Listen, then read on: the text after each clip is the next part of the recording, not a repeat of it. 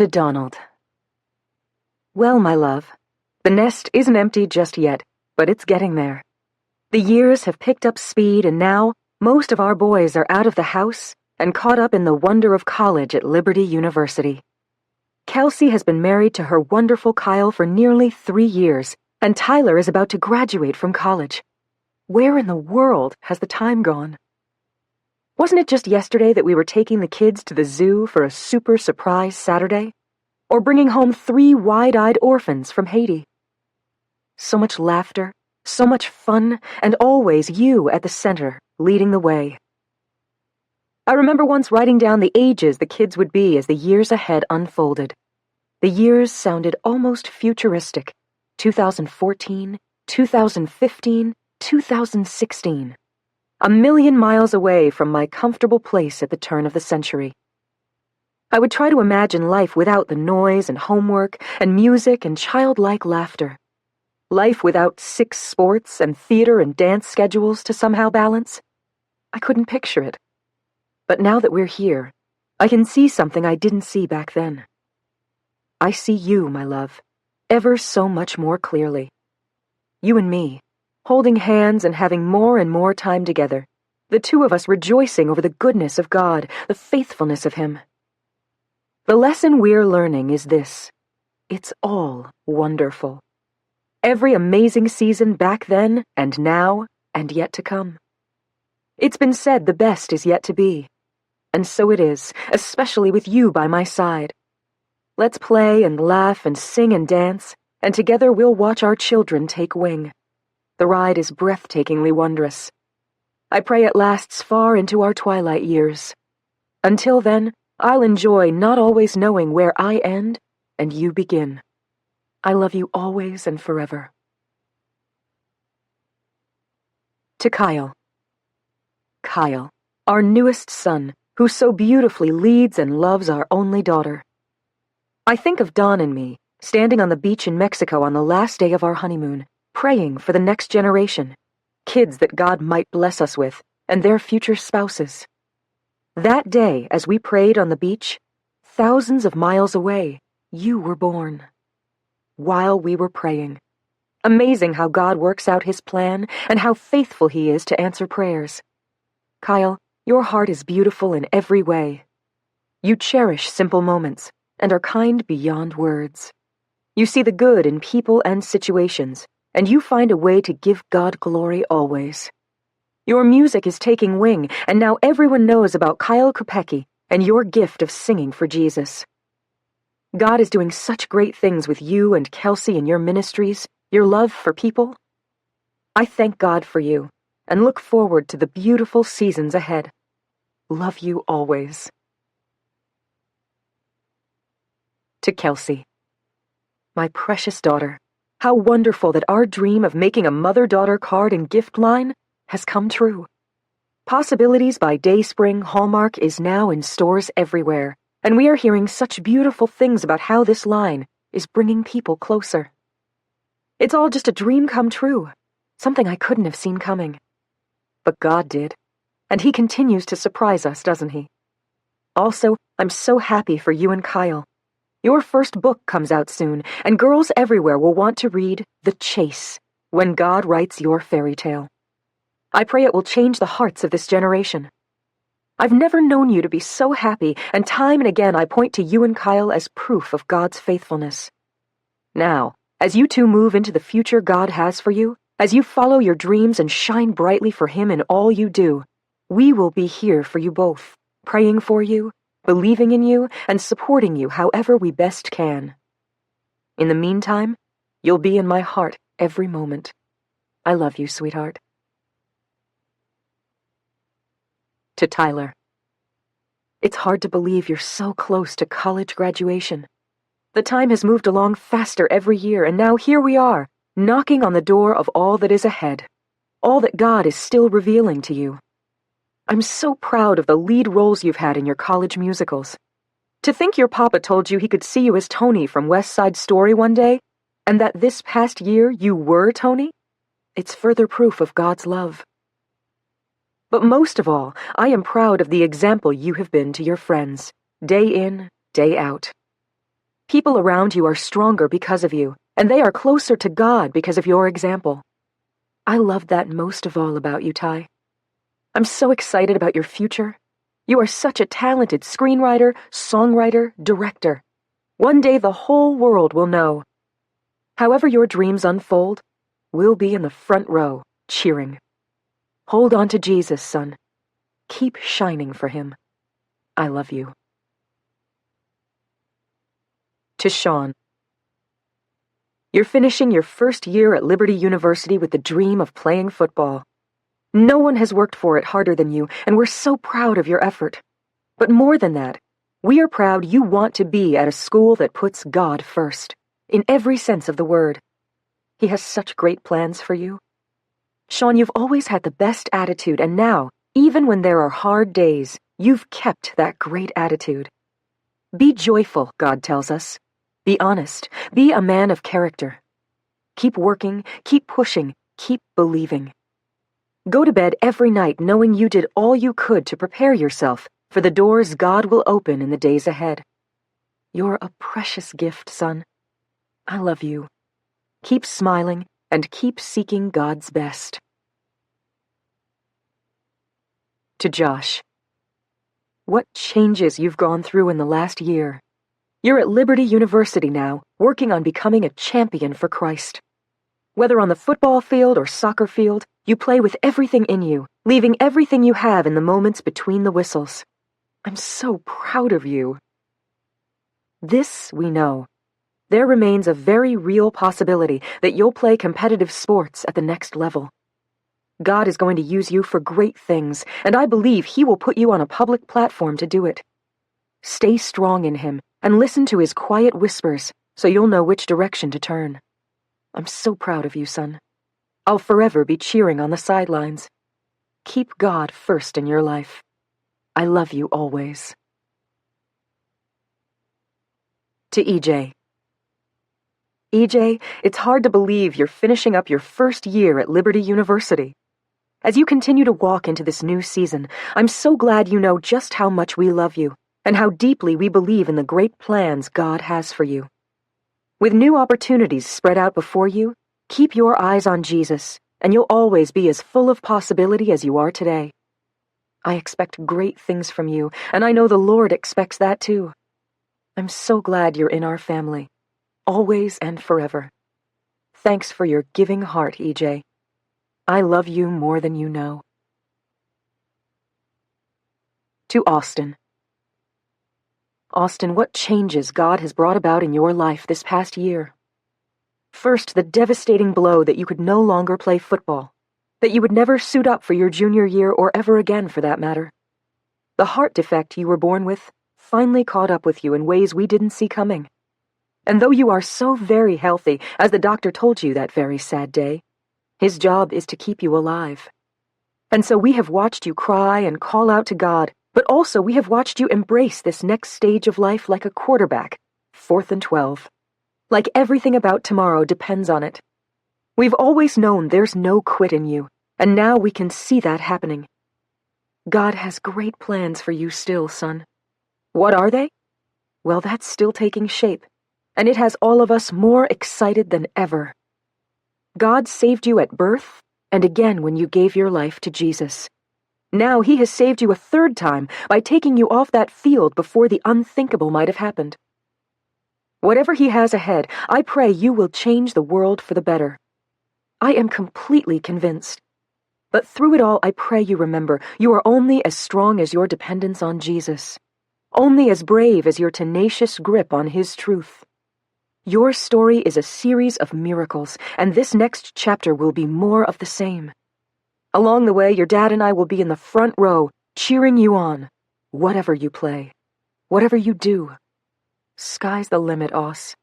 The dream is yours to take. I thank God for you, for the miracle of your life. I love you, Austin.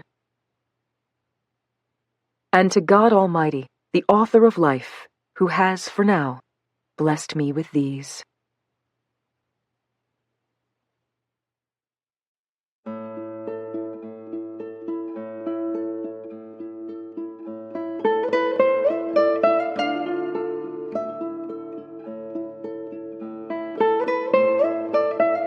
Simon & Schuster Audio presents Chasing Sunsets, Book 2 in the Angels Walking series by Karen Kingsbury. Read by January Lavoie and Kirby Hayborn.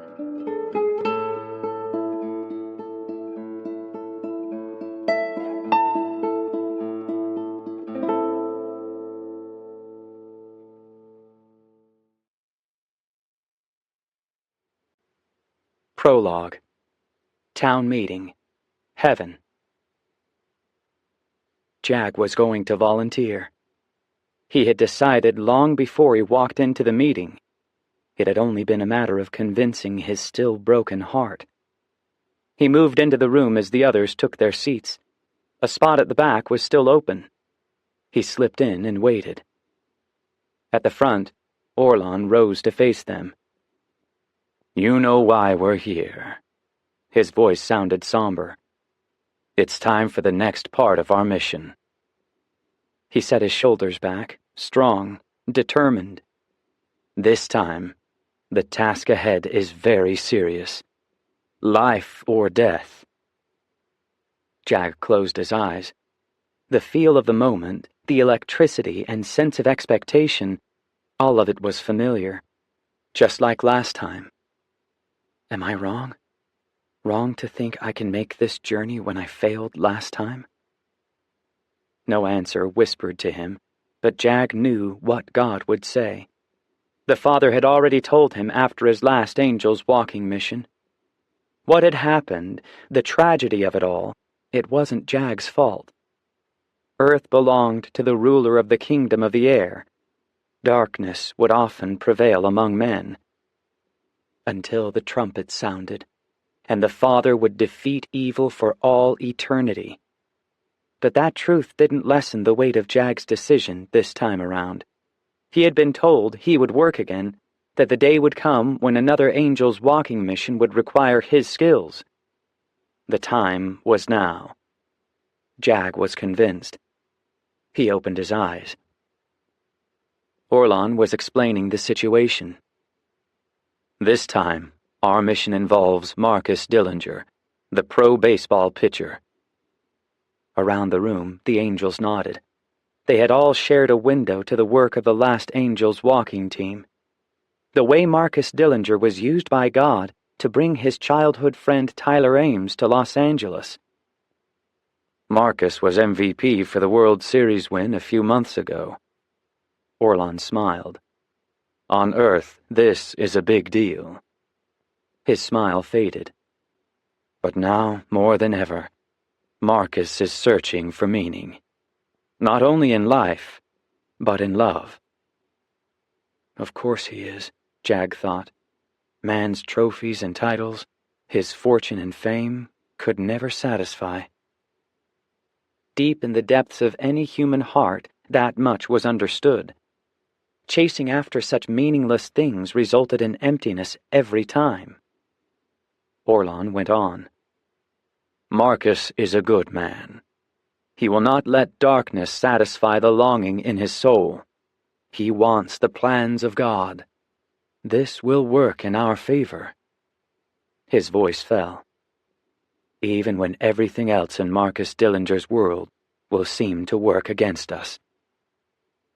He explained that Tyler Ames and his longtime love, Sammy Dawson, would be part of this mission, as would Mary Catherine, Sammy's friend and roommate. The success of this mission will come down to Mary Catherine. Orlon narrowed his eyes, his shoulders set. Our team will work in the inner city of Los Angeles, where survival is key. I'll be clear with you. The enemy wants to cut short several lives, especially the lives of Marcus and Mary Catherine. Orlon hesitated. You remember the ultimate goal. It wasn't a question. Of course they remembered. All of heaven was mindful of the near-impossible goal for this angel team, the way each mission would require victory before the next could begin. How only at the end of these missions would they know if they were ultimately successful. That success would come with the birth of a baby named Dallas Garner. As I've told you, Orlon moved along the front of the room, if the child is born, He will grow to be a very great evangelist, a teacher who will help turn the sons and daughters of Adam back to knowledge of truth and love, back to a foundation of Scripture. Dallas will offer a revival, especially for the United States, a nation that once trusted and revered God. Orlan had never looked more serious. We have one successful mission behind us. We have several more ahead. But this one will be dangerous for everyone involved, even our team of angels walking. The angels shifted in their places, as if the heaviness in the room had taken up residence on each of their shoulders. Jag felt it most of all. Angels were never in physical danger, of course. They were eternal. But they could lose a battle with man, and certainly they could be detained by the enemy. When Jacob of the Bible wrestled an angel, Jacob won. And when an angel was sent to Daniel in Babylon, the angel was prevented from his mission, blocked by the Prince of Darkness. Orlan checked the notes on his mahogany podium. Michael tells me the baby has only a 2% chance of being born. The enemy has orchestrated a number of very dangerous circumstances. Health issues, relationship struggles, discouragement. He looked around the room again. Our Angels walking team will be very busy. Jag ran his hand through his wavy blonde hair and flexed his muscles. The tension in the room was building. It was time to choose the angels. Everyone could feel it. I need experience on this Angels walking team. Veterans. Orlan searched their faces. Who would like to go? Jag didn't hesitate. He rose to his full height. I volunteer. Orlan paused, but only for a moment. His eyes spoke volumes, for he knew Jag's history, his heartbreaking past. Jag. A smile tugged at Orlan's lips. I was hoping you would consider this. It's time. Once more, Orlan looked around the room. Who will take this Angels walking mission with Jag? From the front of the room, a willowy black angel rose from her seat. Her eyes shone like emeralds as she looked back at Jag and then at Orlan. I volunteer. Aspen. If Jag could have chosen any angel in the room, he would have chosen her. The two of them had succeeded at a dangerous Angels walking mission 100 years ago in Germany. Aspen was skilled at intervening in battle, practiced at working with people who lived angry, violent lives. Orlan looked satisfied. He drew a deep breath. Very well. He motioned to the others. Our job will be important also. We will watch, and we will pray.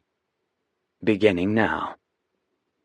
In a rush, the other angels surrounded them, and with that, their voices rose to the Father on behalf of the mission ahead. Never mind the danger. Jag had a decade of defeat to put to an end. He was practically desperate to begin. 1. The January sunshine cast an array of shimmering diamonds across the Pacific Ocean that early morning as Mary Catherine kicked off her sandals and headed for the water. We'll freeze, even with our wetsuits. Sammy Dawson, her best friend and roommate, was right behind her, laughing at the insanity of their decision. Only for a few minutes. Mary Catherine's long, golden-red hair was caught up in a ponytail, and it flew behind her as she ran. She was laughing too, but more because she loved starting her Saturday like this. Once we're in, we won't feel a thing. They carried their boogie boards as they ran through the shallow surf and then jumped over the frigid, foamy breakers.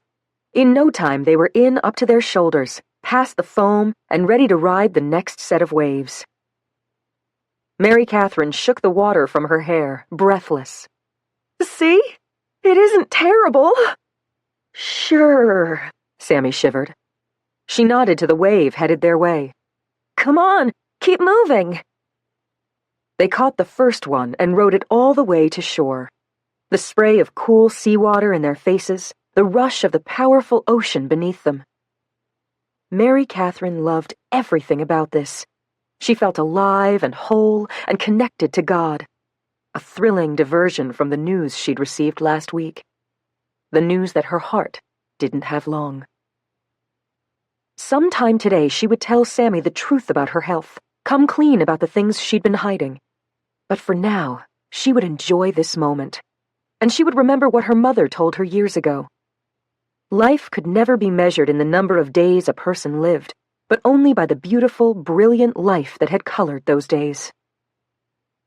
Mary Catherine paddled back out alongside Sammy. Her friend's eyes were wide. I think I saw a dolphin. She pointed behind the waves. Like 15 feet that way. Mary Catherine scanned the distant water. I hope it wasn't a shark. What? Sammy let out a quiet scream. Don't say that. I'm kidding. Mary Catherine laughed again. I saw it too. A few of them. Definitely dolphins. Another swell came, and again they caught the ride all the way in. They took their boards and sat on the wet sand, trying to catch their breath. Sammy shook her shoulder-length dark hair. Thank you for making me do this. I'm not cold. It's perfect out here. Mary Catherine headed back out. Come on, a few more. They pushed through the white surf to the smooth area and waited. Sammy wiped the water from her face. I can't wait for tonight. I really think Marcus is onto something with this youth center. Me too. I'm glad we're going early. Mary Catherine felt it, the way she always did at the mention of Marcus's name. A feeling that started in her heart and made its way down her arms and up the back of her neck. She hated the reaction. The last thing she needed was a crush on Marcus Dillinger. Is he still dating his coach's niece? He is. We're double dating with them next week. Sammy wrinkled her nose. I don't think they're a good match. She shrugged. I don't see it. Between her heart condition and half a dozen charities she was involved with, Mary Catherine certainly had no time to worry about a professional baseball player. The guy could never be her type. They rode a few more waves, and then Mary Catherine nodded to the shore. Let's dry off. Good idea. I still have to do laundry before we meet up with the guys. Their towels were 10 yards up the beach, and after a few minutes they pulled on sweats and sat on the sand facing the water. Mary Catherine turned her face to the winter sun and savored the way it melted through her. How could anything be wrong with her heart? She felt too good to be sick. The quiet suited them. Since rooming together a few years ago, they'd had the sort of friendship that could erupt into laughter or feel comfortable in complete silence. They were very different, she and Sammy. Mary Catherine broke the silence. Did you and Tyler have fun last night? We did. Sammy's smile lit up her face more than the morning sun ever could. I can't believe how good things are. I think he's going to ask me to be his girlfriend. Officially. Mary Catherine jumped to her feet. Really? She danced around in a circle. Yes! She raised both fists in the air. Yes, yes, yes! Then just as quickly she dropped back to the beach. What in the world is taking so long? Well, Sammy shrugged, sheepish. It's more me. Like I told you. This time her laugh sounded more nervous. I needed time. Come on. Mary Catherine leaned back on her hands and grinned at her friend. You've been in love with him since you were in high school. But I was practically engaged to Arnie. Sammy's tone held a mock protest, nothing serious. After a few seconds, she burst into the sort of laughter she and Mary Catherine shared so often. Okay, you're right. I don't need much more time. Oh, come on. Mary Catherine leaned forward and crossed her legs. How long before he'll ask you to marry him? Seriously? Sammy looked shocked. Let's not rush things. It won't be long. Mary Catherine raised her eyebrows. You heard it from me first. You're crazy. But in this case, also right. Mary Catherine let her silliness fade. Let the breeze off the ocean frame the moment, the significance of it. Was it beautiful? Your date? It was. We were at Disneyland, as you know. She looked so much happier than before, back when she was dating Arnie. When it was dark, he took me to the bridge in front of Sleeping Beauty's castle. Sammy was sitting cross-legged now, facing Mary Catherine. He told me he never stopped adoring me, never stopped thinking about me, even with every bad decision he made back then. That's sweet. Sammy's smile held a contentment that hadn't been there in the beginning, back when Tyler first returned to Los Angeles. He says he has just one regret now, one that still haunts him. She paused and lifted her face toward the sun for a few seconds before looking back at Mary Catherine. That he ever left me at all. The story touched Mary Catherine. She couldn't be happier for her friend, for the love she'd found. I want to be maid of honor. She held up both hands in a teasing surrender. That's all I'm saying. Seriously, though? You could be right. Again, Sammy's joy was tangible. I love him so much. This new Tyler, the one with lessons learned and a faith that gets stronger every day, I just never dreamed we would have a second chance. I did. Mary Catherine gave Sammy a knowing look. Remember? True. Sammy's laugh mixed with the disbelief she still clearly felt. You told me I couldn't leave Florida on that business trip unless I spent a few hours with him. Let's just say I'm a very good friend. Mary Catherine grinned. Definitely maid of honor status. The sun was higher in the sky, temperatures heating up. Mary Catherine allowed the silence again. She needed some kind of buffer before she could tell Sammy the truth about her health. The one thing they'd never talked about. She checked her phone. Nearly 11 o'clock. They needed to be at the newly renovated youth center by 3 that afternoon to help with last-minute details for the grand opening. Finally, Mary Catherine shifted on her towel so she was facing Sammy. You ever wonder why I changed my eating habits lately? No more frozen pizza? Sammy's smile came easily. The whole no sugar, no gluten, no grain thing? She uttered a quick laugh. Because you're amazing? And you like feeling good enough to climb walls and jump out of planes? She laughed again. That's what I always figured. I sure couldn't eat that clean. Mary Catherine hated what was coming. She wanted everyone in her world to go on thinking she had switched up her eating because of her zest for life, nothing more. She hesitated. Finally, Sammy's laughter faded. Isn't that why? No. Mary Catherine's smile remained, but she could feel a sadness filling her eyes. I'm diabetic. Type 2. What? Sammy put her elbows on her knees and leaned closer. Since when? How come you never told me? I only found out last month, and my eating keeps it under control. She angled her head, willing her friend to understand. I don't like thinking about it, obviously. And, well, the way I eat, I don't need pills or shots. I check my blood sugar every morning. So far, it's controlled. Sammy hesitated. Okay, good. You scared me for a minute. There's more. Diabetes runs in our family. She paused. Just like congenital heart defects. My uncle died because of his heart disease when he was in his late 20s. My mom never had any problem, but the gene passed on to me. Again, Sammy looked beyond confused. She stared at Mary Catherine. You're saying there's something wrong with your heart? Mary Catherine took a slow breath. I was born with a coarctation of the aorta and a bicuspid aortic valve. I had emergency surgery when I was a few weeks old, and since then I get checkups every year. She forced her smile. No big deal. You should have said that first. Sammy looked like she wasn't sure whether to relax or expect more news. So, you're okay? Like, long-term? Not really. She hadn't talked about this with anyone, not even her parents. I had a checkup last week.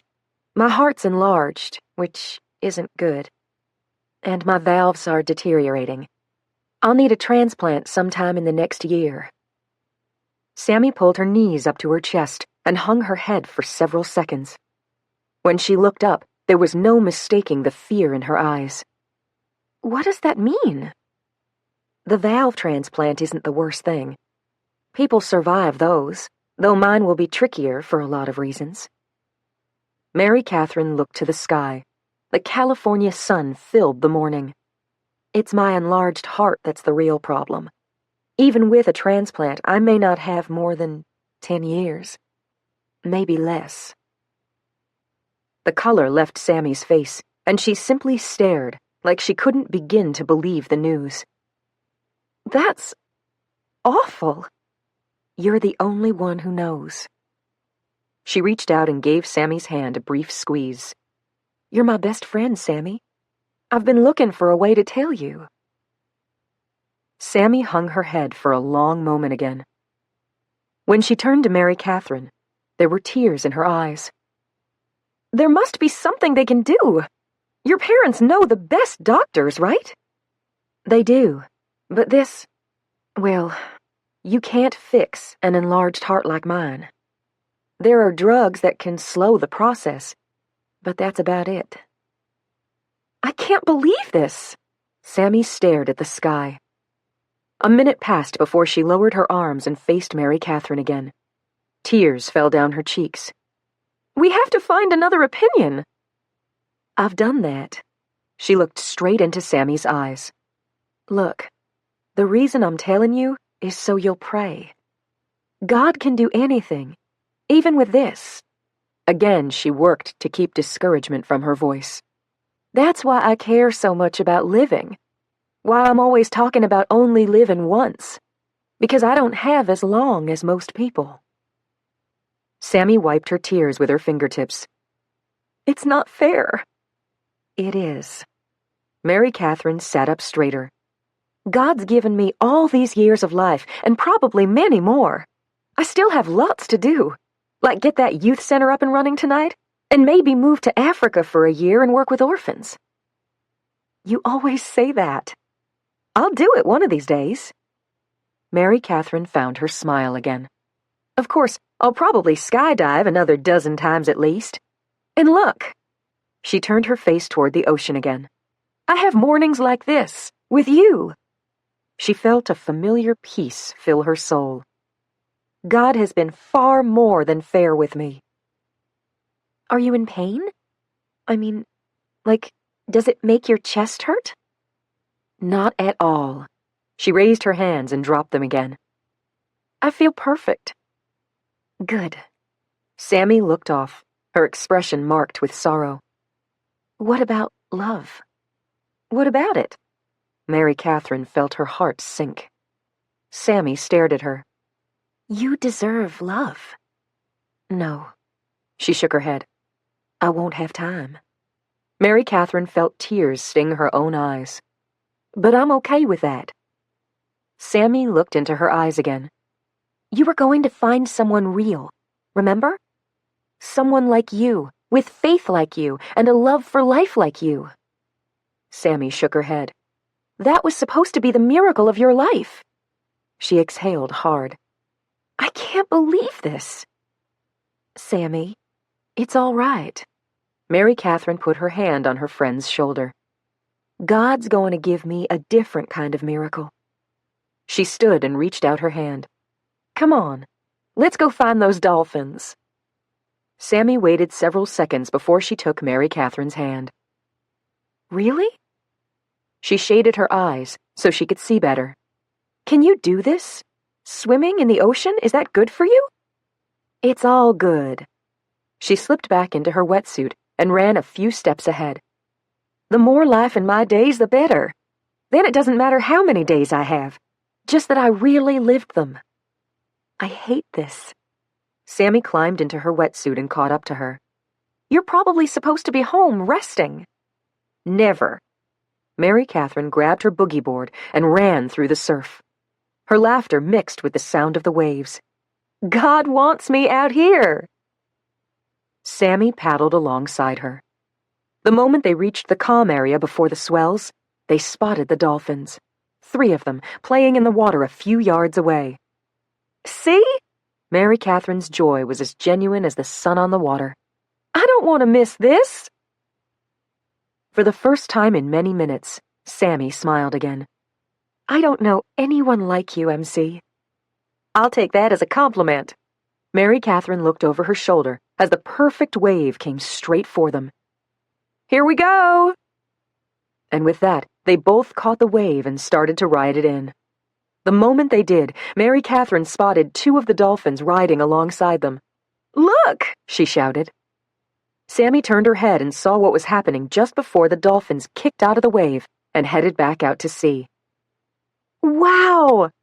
That never happens. So beautiful! Sammy was laughing now, too.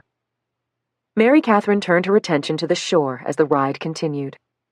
Tears filled her eyes and mixed with salt water and a happiness that knew no limits.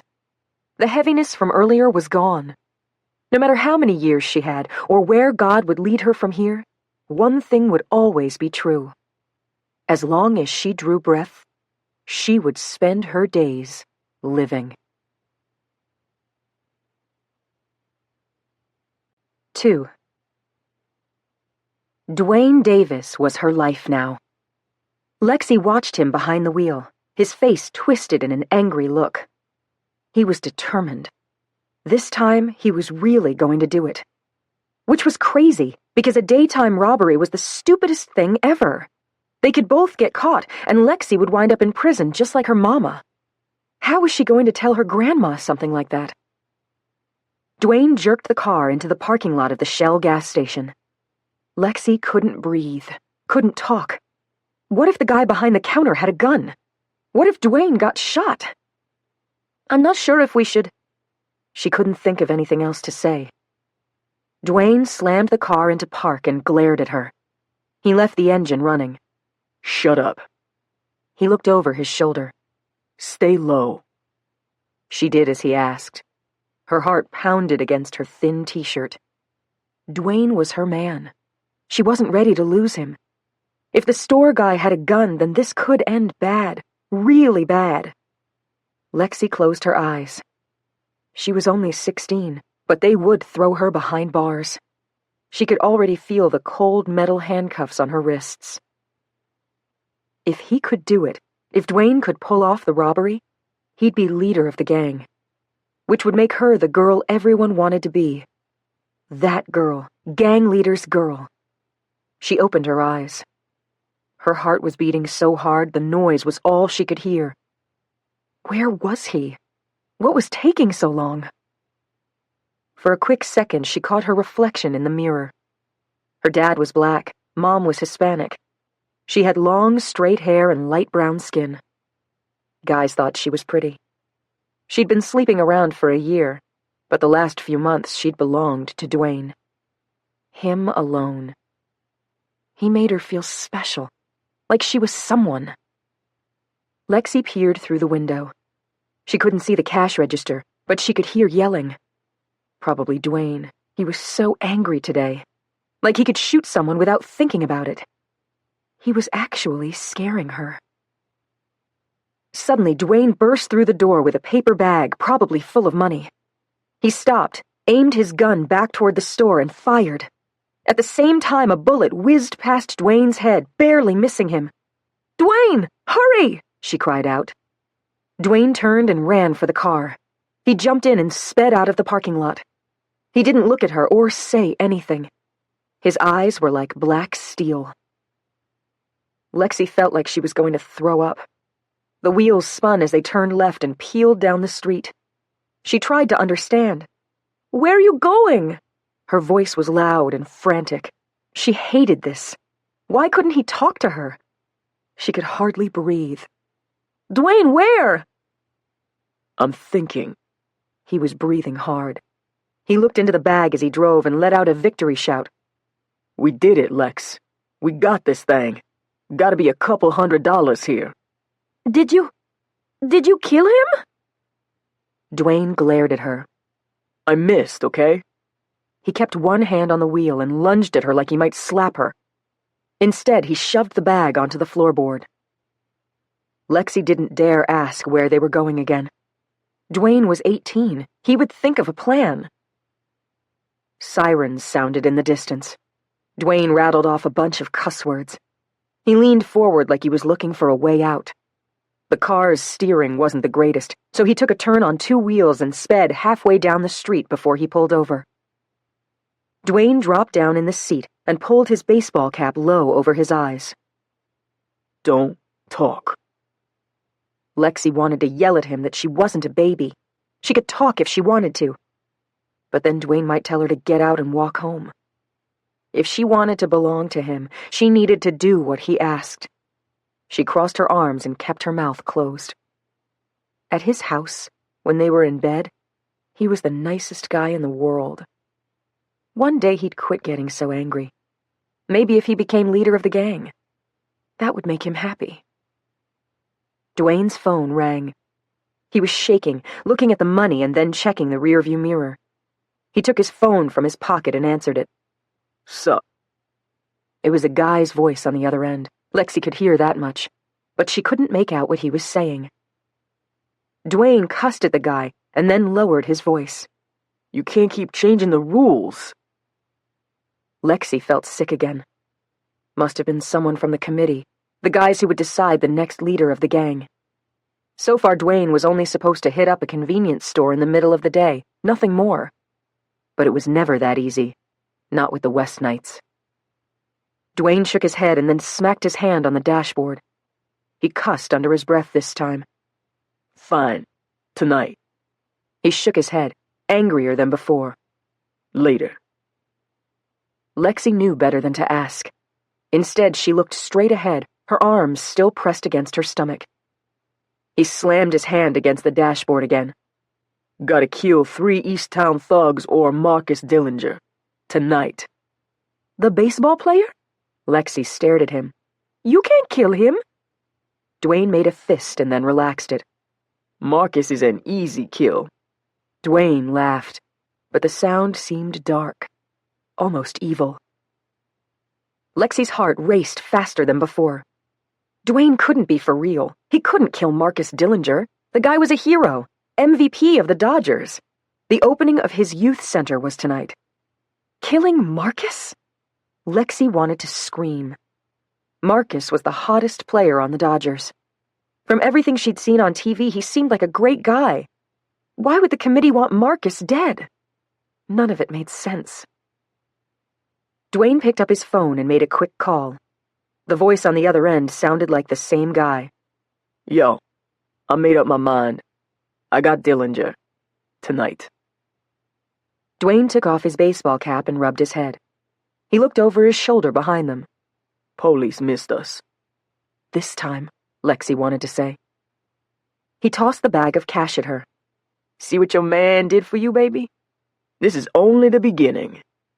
He peered at her as he pulled the car back onto the street. Now put it down. You don't touch my money unless I tell you. He drove down the street and turned right toward the freeway. With every mile, he seemed to relax a little more. Gonna be a bloody night, baby. Gonna make you proud. You should get the Easttown guys. That'd be better. He glared at her again. Maybe I'll start with you. I'm just saying you can't kill a professional. Shut up. He cussed at her again. You take orders from me. You got that? Lexi felt her anger rise up, but then it fell away. She was here by her own choice. They drove 10 miles south before Dwayne pulled off the freeway and headed north again, toward home. Toward the streets just a few miles from Dodger Stadium. Lexi felt tears in her eyes. The feeling wasn't something she was used to. Gang girls didn't cry. Too much going on.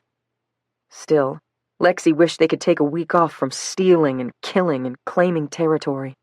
The whole thing was exhausting. And now Dwayne was going to kill the city's favorite baseball player. She should have demanded he pull over so she could get out, demanded to be done with this life. But she couldn't. It was the only life she knew. Besides, she had everything she'd ever wanted. She was Dwayne Davis's girl.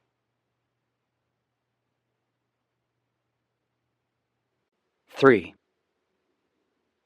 Coach Ollie Wayne walked into the bathroom where his wife, Rhonda, was finishing up her eyeshadow. Ollie came to her and kissed her neck.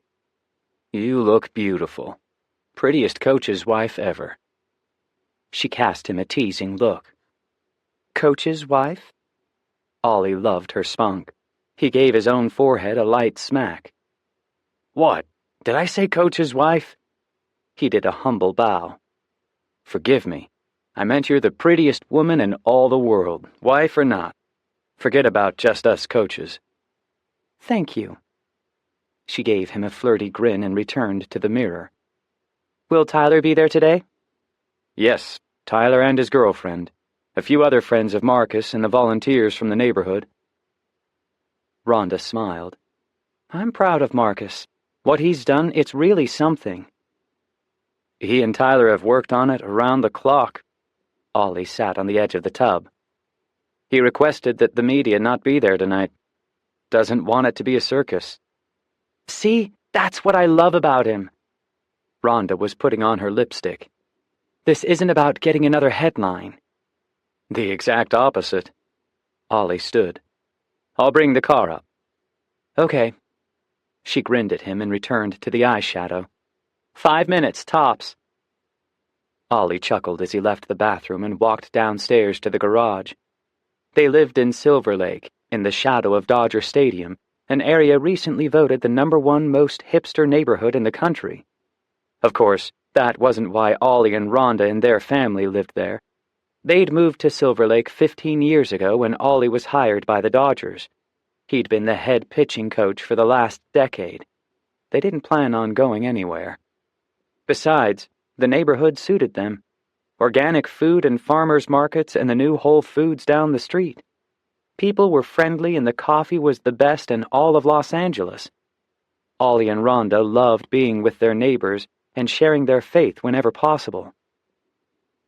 Ollie climbed in the family Suburban and pulled it up the driveway and around to the front of the house.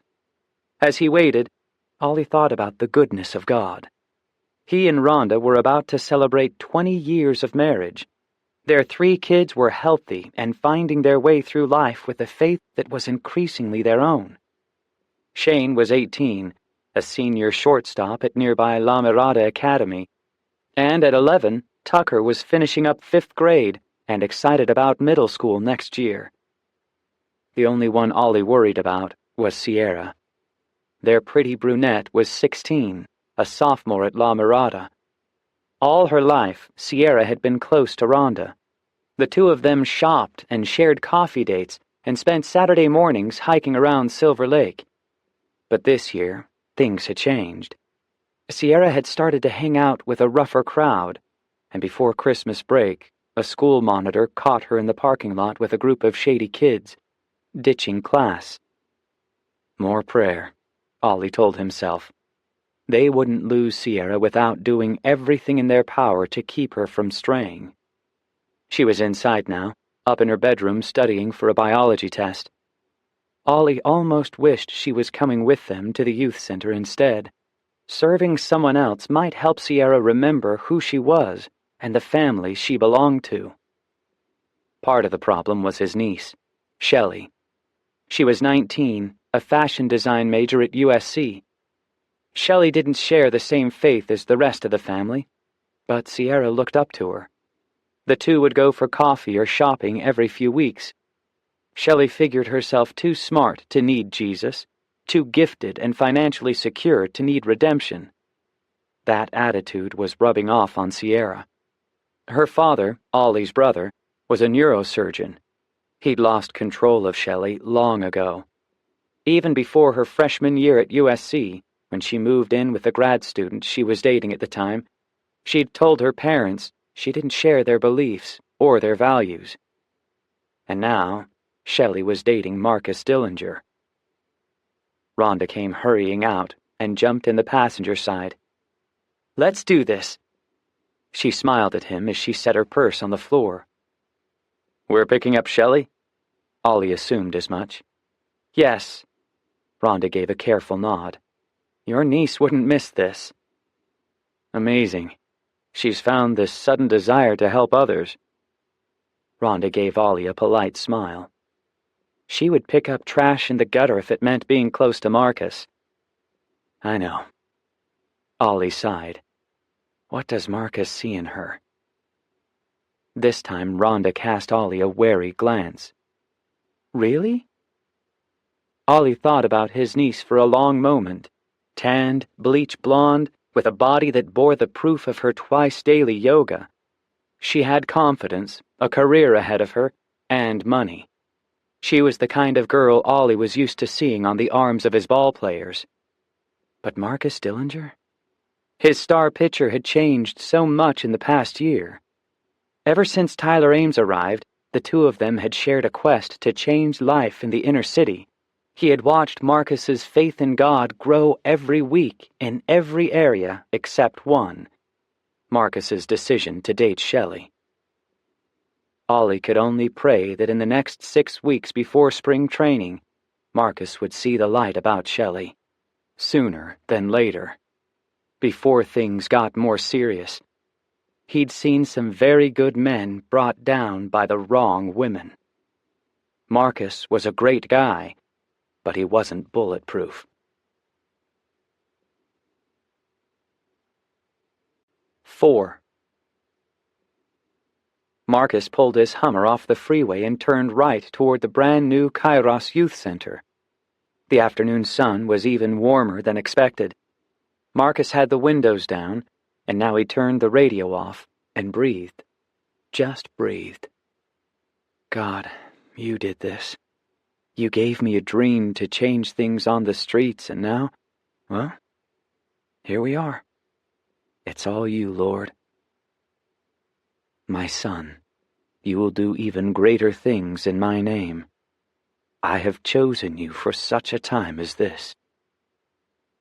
The words came like the softest whisper, so real and clear, Marcus jerked around to make sure no one was in the back seat. Chills ran down his arms and legs. Was it his imagination, or was that really God? Talking to him right here in his SUV. He felt the adrenaline begin to subside. God was with him. There was no question about that. The whispered words echoed in his head. Marcus wanted to do great things for God. It was the reason he was excited to get up in the morning, this new adventure of faith. But the idea that he might have been chosen for such a time as this? That thought had never occurred to him until now. Marcus took a deep breath and focused on the streets ahead. Tyler Ames liked to say he'd spent his life chasing sunsets across the country for baseball, always heading into the sunset, but never really finding it. The elusive happy ending. Now Tyler agreed with Marcus. The happy ending wasn't in baseball. It was right here, helping other people. Marcus was 5 minutes from the center. All he could think about was that early morning when he ran the stairs at Dodger Stadium after Baldy Williams died of a drug overdose. That morning, everything had felt meaningless. The pitching, the fame, the money, all of it. What did a life in pro baseball matter if it could all end in a cold hotel room with a needle in your arm? So he'd made God a deal. He would believe in him if only God would give Marcus's life meaning. Days later, Marcus heard from a woman he had once rented a room from, a woman who was calling looking for help for Tyler Ames. The same Tyler Ames that Marcus had grown up with. Marcus remembered picking up Tyler at the airport and bringing him back to the stadium. Tyler needed shoulder surgery, and Marcus wanted to pay for it, but Tyler struggled to accept the gift. This isn't your problem to fix, he had told Marcus. But Marcus had only smiled, his heart full. No, it isn't my problem, Ames. It's my miracle. And so it was. The answer Marcus had asked for, the meaning he had wanted, started with finding Tyler Ames again and helping him with that surgery. Since then, the two of them had worked together to convert an old warehouse into a youth center. A center they believed would make a difference for lost kids in the inner city. The World Series win and the MVP trophy sitting back home on his bookshelf meant nothing compared to this day. The grand opening of the youth center. A crew of contractors had worked practically around the clock to meet today's deadline. Marcus pulled his Hummer into the back parking lot. Inside, he met up with Officers Joe West and Charlie Kent, along with the mayor. One of the parent volunteers made the introductions, and Marcus thanked them for being part of the celebration. "A year from now," he told the officers, "I hope we can celebrate a drop in crime around here. Kids staying in school, drug dealers leaving the area, gangs broken up." The officers exchanged a look, and the older of the two, Officer Kent, stepped forward. "We'd love that." He looked back at his fellow officer and at the mayor. "But Marcus, we're not there yet." Marcus recognized a heaviness in the man's words. "Did something happen?" "If you have a minute, we'd like to talk to you in private before things get started." "Sure." Marcus followed them into a small room. Every part of the building was freshly painted. 3 new basketball courts had been built at the front of the center. When they sat down, Officer Kent took the lead. "You live in Silver Lake, not far from Coach Ollie Wayne's family, right?" "Yes." Marcus felt his heart drop to his knees. He had no idea where this was going. "You obviously know things are bad in this part of town." He hesitated. "I'm not sure you understand just how bad." Marcus felt himself begin to relax. This was a warning speech. He could handle that. He leaned back in the chair and listened while Officer Kent explained the statistics here in the projects. "Few of these kids survive. Half of them don't make it to their 21st birthday. The gang activity here is at an all-time high." He told Marcus about the West Knights and the East Town Boys, rival gangs that would kill for status and recognition. "We've got kids turning tricks, dealing drugs, and killing rival gang members because that's what their dads and granddads have done for years." The weight of the situation settled in around Marcus's shoulders. "We need to change that." "Yes, well, first you need to know something. We've gotten reports of some gang activity planned for tonight. Probably right here on this block." The officer went on to explain that the leader of the West Knights had been shot and killed last week. "A new leader has to be chosen by committee." "Committee? They're organized?" Marcus had no idea. "Definitely. They set up challenges for guys trying to lead." The other officer nodded. "The challenges usually involve killing. Rival gang members, or innocent people walking by, or sitting on the front porch." Anger began to build in Marcus. He had been raised in the suburbs of Los Angeles, in Simi Valley, where gang activity was rare. It was impossible to live in Southern California and be ignorant of the gangs in their midst. But Marcus hated that things in this very neighborhood were so bad. He looked from one officer to the other, and then to the mayor. "What can we do about it?" "Not a lot. We arrest them, of course, but they don't care. There are 6 young boys ready to join the gang for every one that gets killed or locked up." Marcus didn't want to feel defeated. "What about educating the kids? Helping them find a different way to live?" "That's possible. It takes money and time. A lot of commitment. There will be setbacks." The mayor straightened his tie. "It's very dangerous trying to make a difference down here. Tough to find volunteers." Marcus thought about Tyler and Sammy and Mary Catherine, the Wayne family and his girlfriend Shelley. They were committed to the youth center. "Maybe no one's ever really tried." The 3 men nodded, but none of them looked encouraged. Officer Kent studied Marcus. "We're just saying, be careful. It's not easy coming into an area like this and trying to change things." Marcus thought for a moment. What about the Scared Straight program? We used to have it. The other officer nodded. It didn't work as well as people thought. The recidivism rate was actually higher than for kids not involved in the program. Images filled Marcus's mind. Scenes from the TV show Beyond Scared Straight. I thought it always worked. That's just for TV. Officer Kent's expression remained serious. These kids might not like the idea of prison, but they don't know anything different.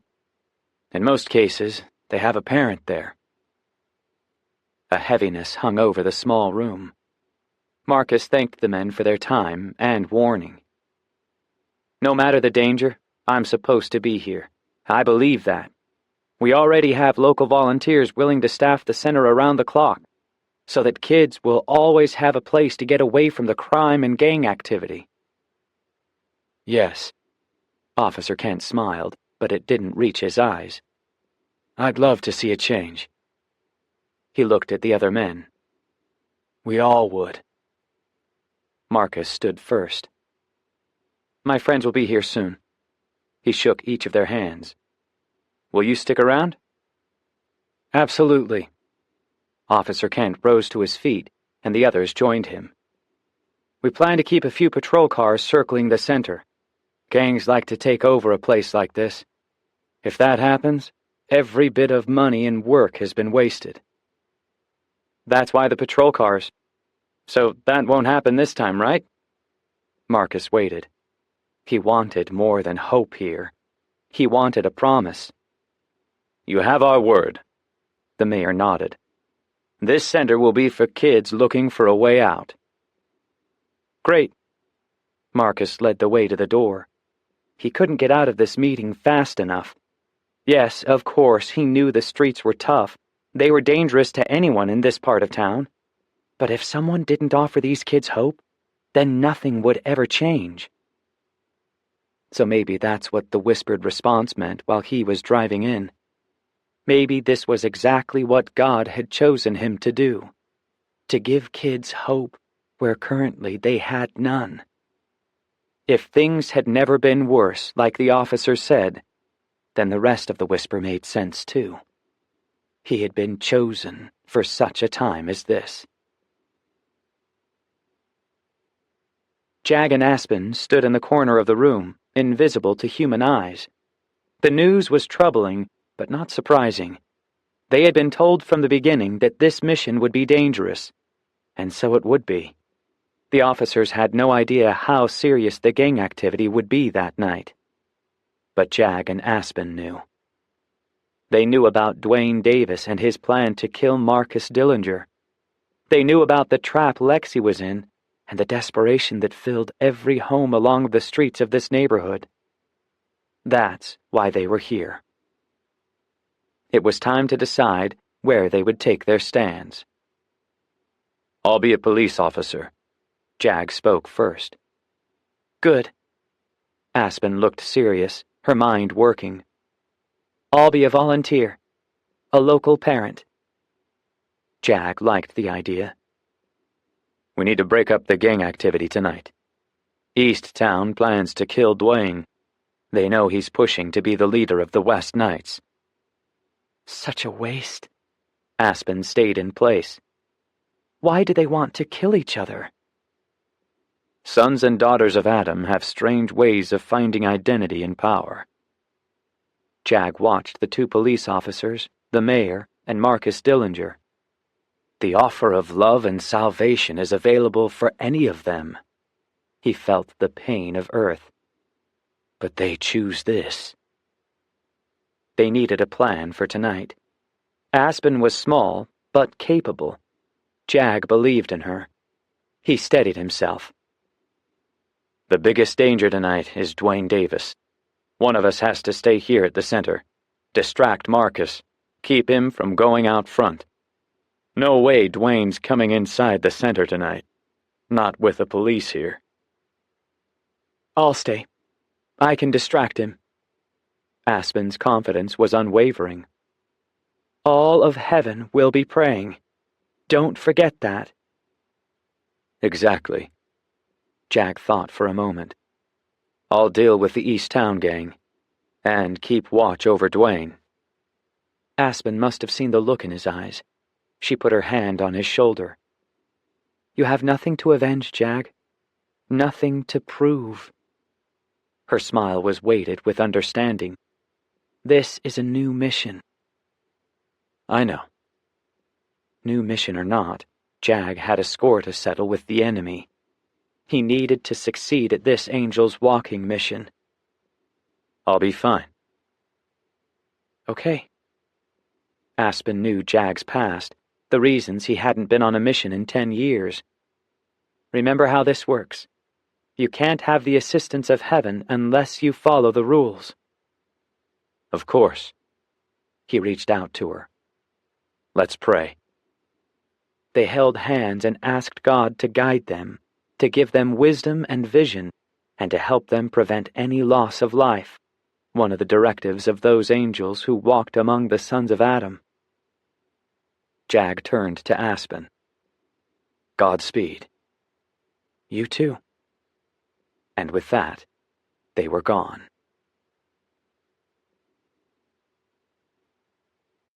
5. Jag had no trouble finding the alley where the East Town boys hunkered down, waiting for nightfall. He could see the enemy gathered in the shadows up and down the passageway. He could feel the presence of darkness. "You're not winning this one," he thought to himself. "Jesus has already defeated you."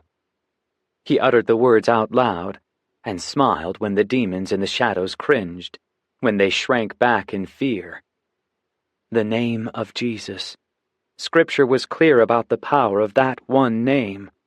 At the mention of Jesus, the demons had no choice but to obey. Every time. But that didn't mean the enemy would run from a fight.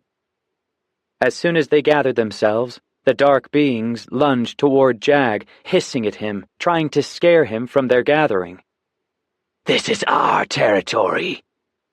But Jag wasn't about to move. "I'm here in the name of Jesus." Again they twisted, writhing in pain at the sound of the name of the Savior. Jag felt a holy satisfaction. How dare the enemy send his evil army to destroy the sons and daughters of God, his chosen ones, his creation? Moments like this made Jag impatient for the time when all angels would be unleashed, and the enemy would be overthrown once and for all, when time ended and eternity began. Until then, Jag wasn't backing down. The scene about to play out tonight was all too familiar. He'd already failed on a day like this one. While the demons hissed and spat at him, Jag remembered. The years faded, and Jag was there again. That Angel's Walking mission had also been in Los Angeles. Jag had been assigned to protect a man of great faith, a police officer. Terrence Williams was his name. He had been called to testify against one of the city's most notorious drug dealers. There had been only 2 days left in the trial when Jag failed. Up until that point, Jag had kept Terrence Williams safe at every turn. 2 hitmen had been assigned the job of killing the officer. In the weeks that led up to that fateful day, Jag had found ways to distract Williams, ways that had saved his life. Jag had also created obstacles for the killers, delays that had kept the men from carrying out the murder. The whole time, Jag knew the situation. The murder was the bad guy's only hope to avoid a guilty verdict. If the trial reached a guilty verdict before the hired guns could kill Williams, then the deal was off. No hit, no payment, no point. With only 2 days left in the trial, Jag was hovering behind Officer Williams's car when the man stopped at his son's school. This was not part of the plan. Jag hadn't known that on that day the man's son was in a class play, or that the boy had invited his father to watch. Jag had missed that. Even now, with a host of demons threatening him, Jag could see what had happened that day. Terrence Williams had parked his police car across the street from the school and gone inside. Jag had been nervous, his instincts on high alert. His Angel's walking partner had been across town, working behind the scenes at the courthouse. So Jag was alone. He stayed in the auditorium with Officer Williams for the entire hour-long school program. It was an hour Jag could still remember, every detail. The boy attended a Christian school, and that day he sang a solo from the front of the stage. How Great Thou Art. Halfway through the performance, Jag saw Terrence Williams wipe tears from his eyes. The boy was 10 years old, and everything to the man. Which created a problem. What if Terrence decided to take the boy home with him early? For weeks, when Terrence picked his son up, Jag had his Angel's walking partner with him. Together they had been able to protect both father and son. But that day, Jag could feel the demons, same as he could feel them now. Without his partner, he would be outnumbered if a battle ensued. Long before the program was over, Jag knew the hitmen would be waiting for Williams, their guns trained on him from the moment he left the school. They had followed him here. Jag knew he would have to appear like one of the parents picking up their child at school. But he had wondered if his efforts would be enough. As the program ended, Jag had materialized in a hallway outside the auditorium. He looked like any other parent as he walked into the crowded room. Quickly he found Terrence Williams and his son, Ryan. Jag had walked up and put his hand on Ryan's shoulder. "Hello, you're Ryan Williams, right?" The child looked startled. Same with his father. Officer Williams stepped forward. "I don't believe we've met." "I'm Jag. My nephew Billy Goodall is in Ryan's class." Jag smiled, but he could see the confusion on the officer's face. "How do you know Ryan?" The man pulled his son close. "Ryan's been a good friend to my nephew." It was true. Information Jag had picked up during the mission. Billy gets picked on by the other kids, but Ryan? He stands up for Billy. Ryan smiled and looked at his dad. "Billy's my friend." Jag remembered feeling desperate. He was out of ideas. He needed time to figure out how to get between Terrence and the hitmen. If Jag could delay the officer long enough, the hitmen would leave. They needed the cover of a crowd to pull off their deed without getting caught. "Okay, well, thank you for saying so." Terrence Williams took a step back. "We need to go." Jag could still feel the way his heart had fallen. If only they could have stayed in that moment. He would have begged God to freeze time so that the father and son might have stayed there, safe in the auditorium. But freezing time was not something angels could do. "See ya." Terrence Williams waved, and then he smiled at his son. "Mom made lasagna." "Hold on!" Jag had followed him. For 5 minutes he tried stalling by asking the officer questions, but in the end, it wasn't enough. As they left the school, Jag stayed behind them. He saw the hitman across the street behind the wheel of his car, saw him lift his gun, aiming for Terrence Williams, and in that split second, Jag tried to knock both of them to the ground. "Look out!" Jag had shouted. But years of police training kept Terrence standing on his feet, even as his son hit the grass face first. The bullet was through Terrence's chest before Jag could say another word. "Daddy!" Ryan screamed, and ran to his father's side. "Daddy, no!" Demons celebrated in the air above them as Jag rushed up to Terrence. A crowd gathered quickly, but Jag kept them at bay. "Give us room. I know CPR." But even as Jag began administering chest compressions, he knew it was too late. The gunman had been too accurate. Ryan stayed near his father's head, patting his hair and crying. "Please, Daddy, wake up. Please, God." That afternoon, Jag tried for 12 minutes until the paramedics arrived. Only then did he stand up and disappear into the crowd. He watched the rest of the scene from a few feet away, hovering over the fallen officer and his broken-hearted son. Please, God, he had prayed, don't let him die. Paramedics finally helped Ryan away from his dying father. Even then, the boy stood as close as he could, reaching out both hands and crying for his daddy. It was a scene etched forever in Jag's mind. They didn't officially declare Officer Williams dead until an hour later at the hospital. By then, Ryan's mother was with him, along with half the officers from Terrence Williams's precinct. But none of that changed the truth for Jag. He had failed. The loss of Terrence Williams made Jag doubt his very purpose. He had been given one task: protect the life of Terrence Williams.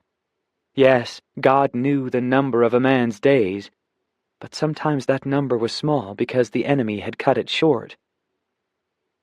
The demons in the alleyway hissed at him again, grabbing for him. Jesus will win this battle. Screeches filled the air, the demons recoiling in painful fear. Jag remembered what happened after his last failed Angels walking mission. The other angels had tried to comfort him. Failure was always possible. The enemy would win some battles, but not the war. The other police officers would care for Ryan Williams now. He would never be without the love of a father figure. Jag had appreciated their efforts. Their words were true. But none of that would ever give Ryan Williams his daddy back. Jag had failed. He would always believe the failure was his fault. He should have found another way to protect Terrence. It had taken every one of the past 10 years to believe he could be used by God again. When he learned of this mission, of the danger it entailed, he knew it was time. His chance, not only to find victory in this mission, but to make right the one he'd failed at a decade ago. The sun was setting. Darkness gathered in the alleyway. The demons continued to hiss and scream. If they had it their way, someone was going to die tonight. Several people, maybe. And somewhere on the other side of the new Kairos Youth Center, Dwayne Davis was feeling the same way. Ready to kill Marcus Dillinger. Jag wasn't afraid. This time, he had a plan that would work.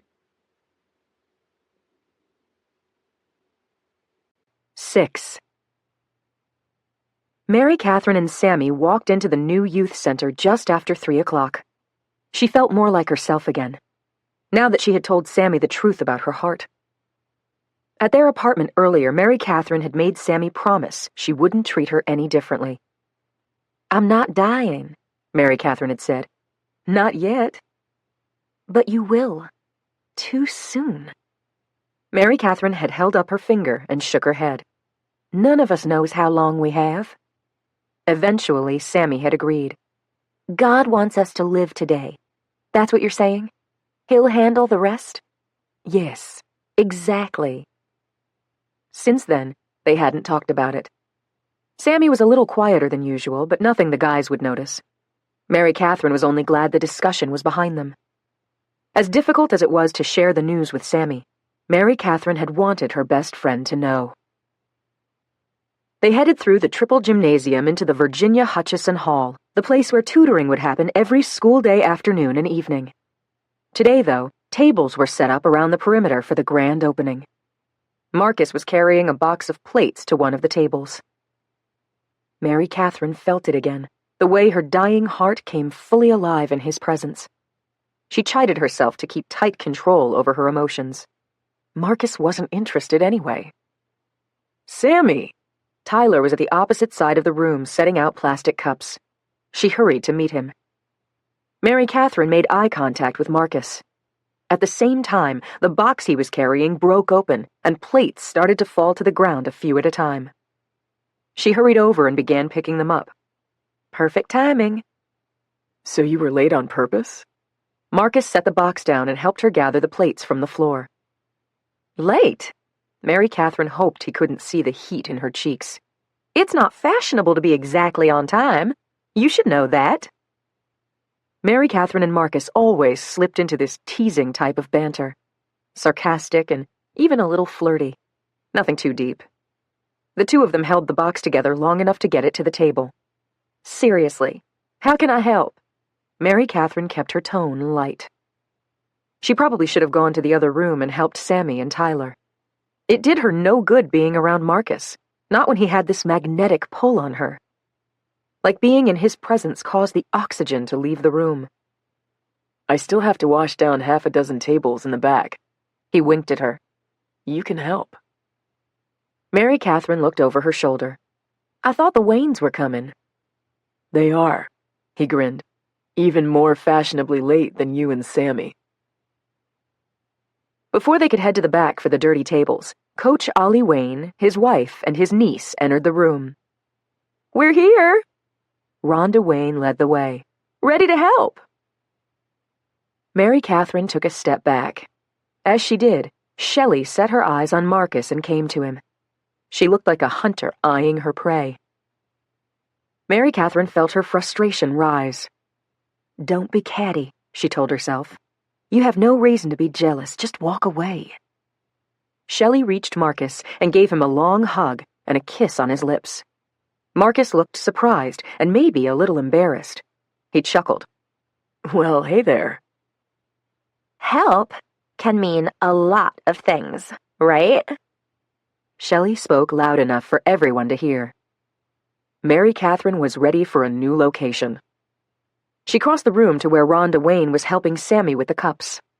Rhonda was explaining that they'd brought 6 flats of water bottles. I'd like to get them in the fridge. That's another project. Tyler was bringing in empty jugs. Someone donated 3 additional refrigerators a few hours ago. He made a face. They work, but they're filthy. Perfect! Rhonda clapped her hands and looked at Mary Catherine. You up for some refrigerator cleaning? Definitely.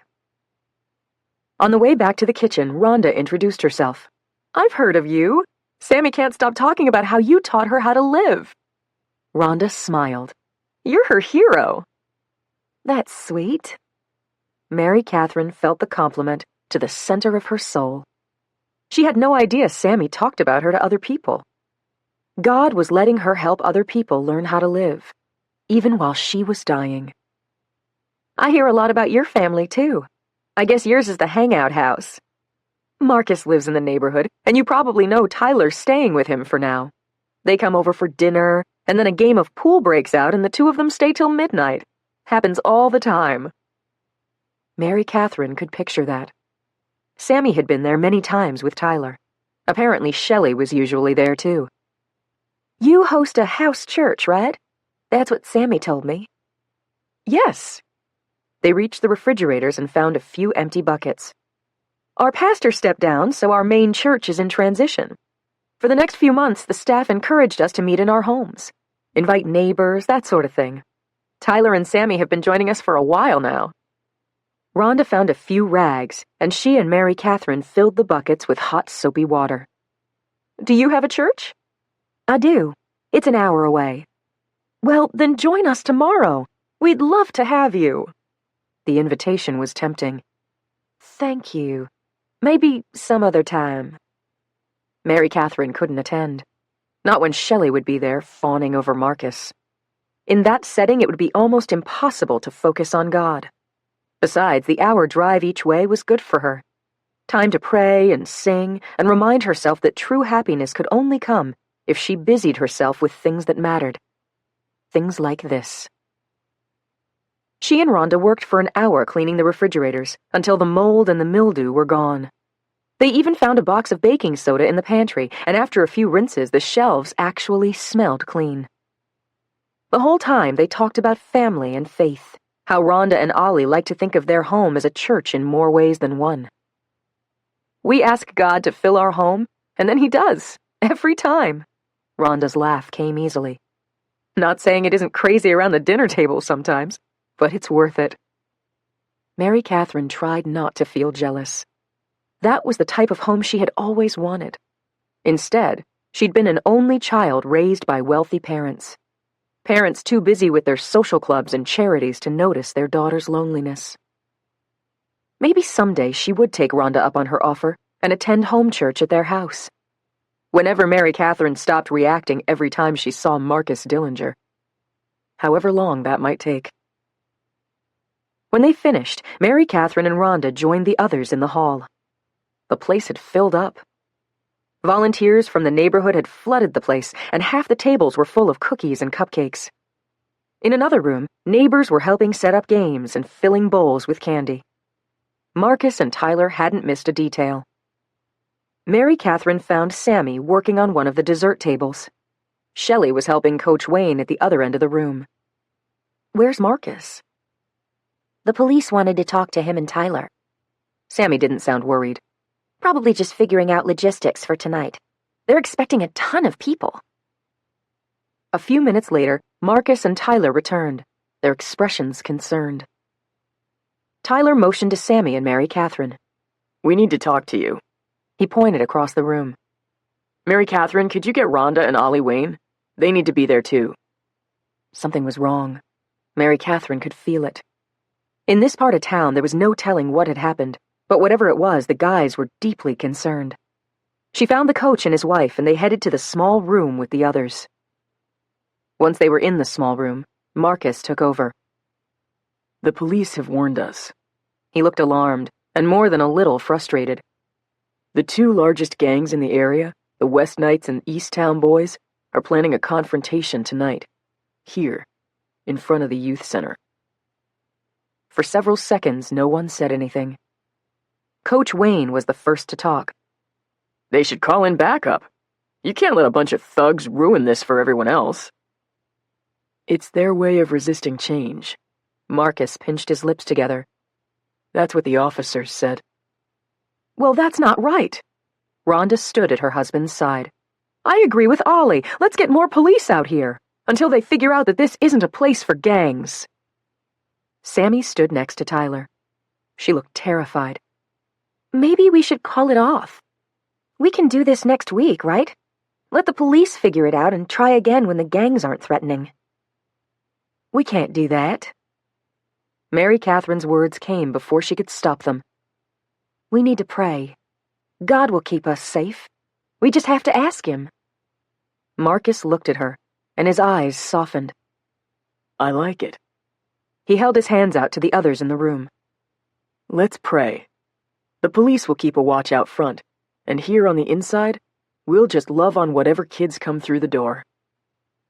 A quick discussion broke out about whether they should cancel, but in the end, everyone agreed on moving forward and praying for protection. God was with them. Who could come against them? As they formed a circle, Mary Catherine realized too late that she was standing closest to Marcus. He reached for her hand. As he did, he whispered, Thank you. She smiled and gave him the slightest nod. Then it happened. His hand was around hers, his fingers warm and soft.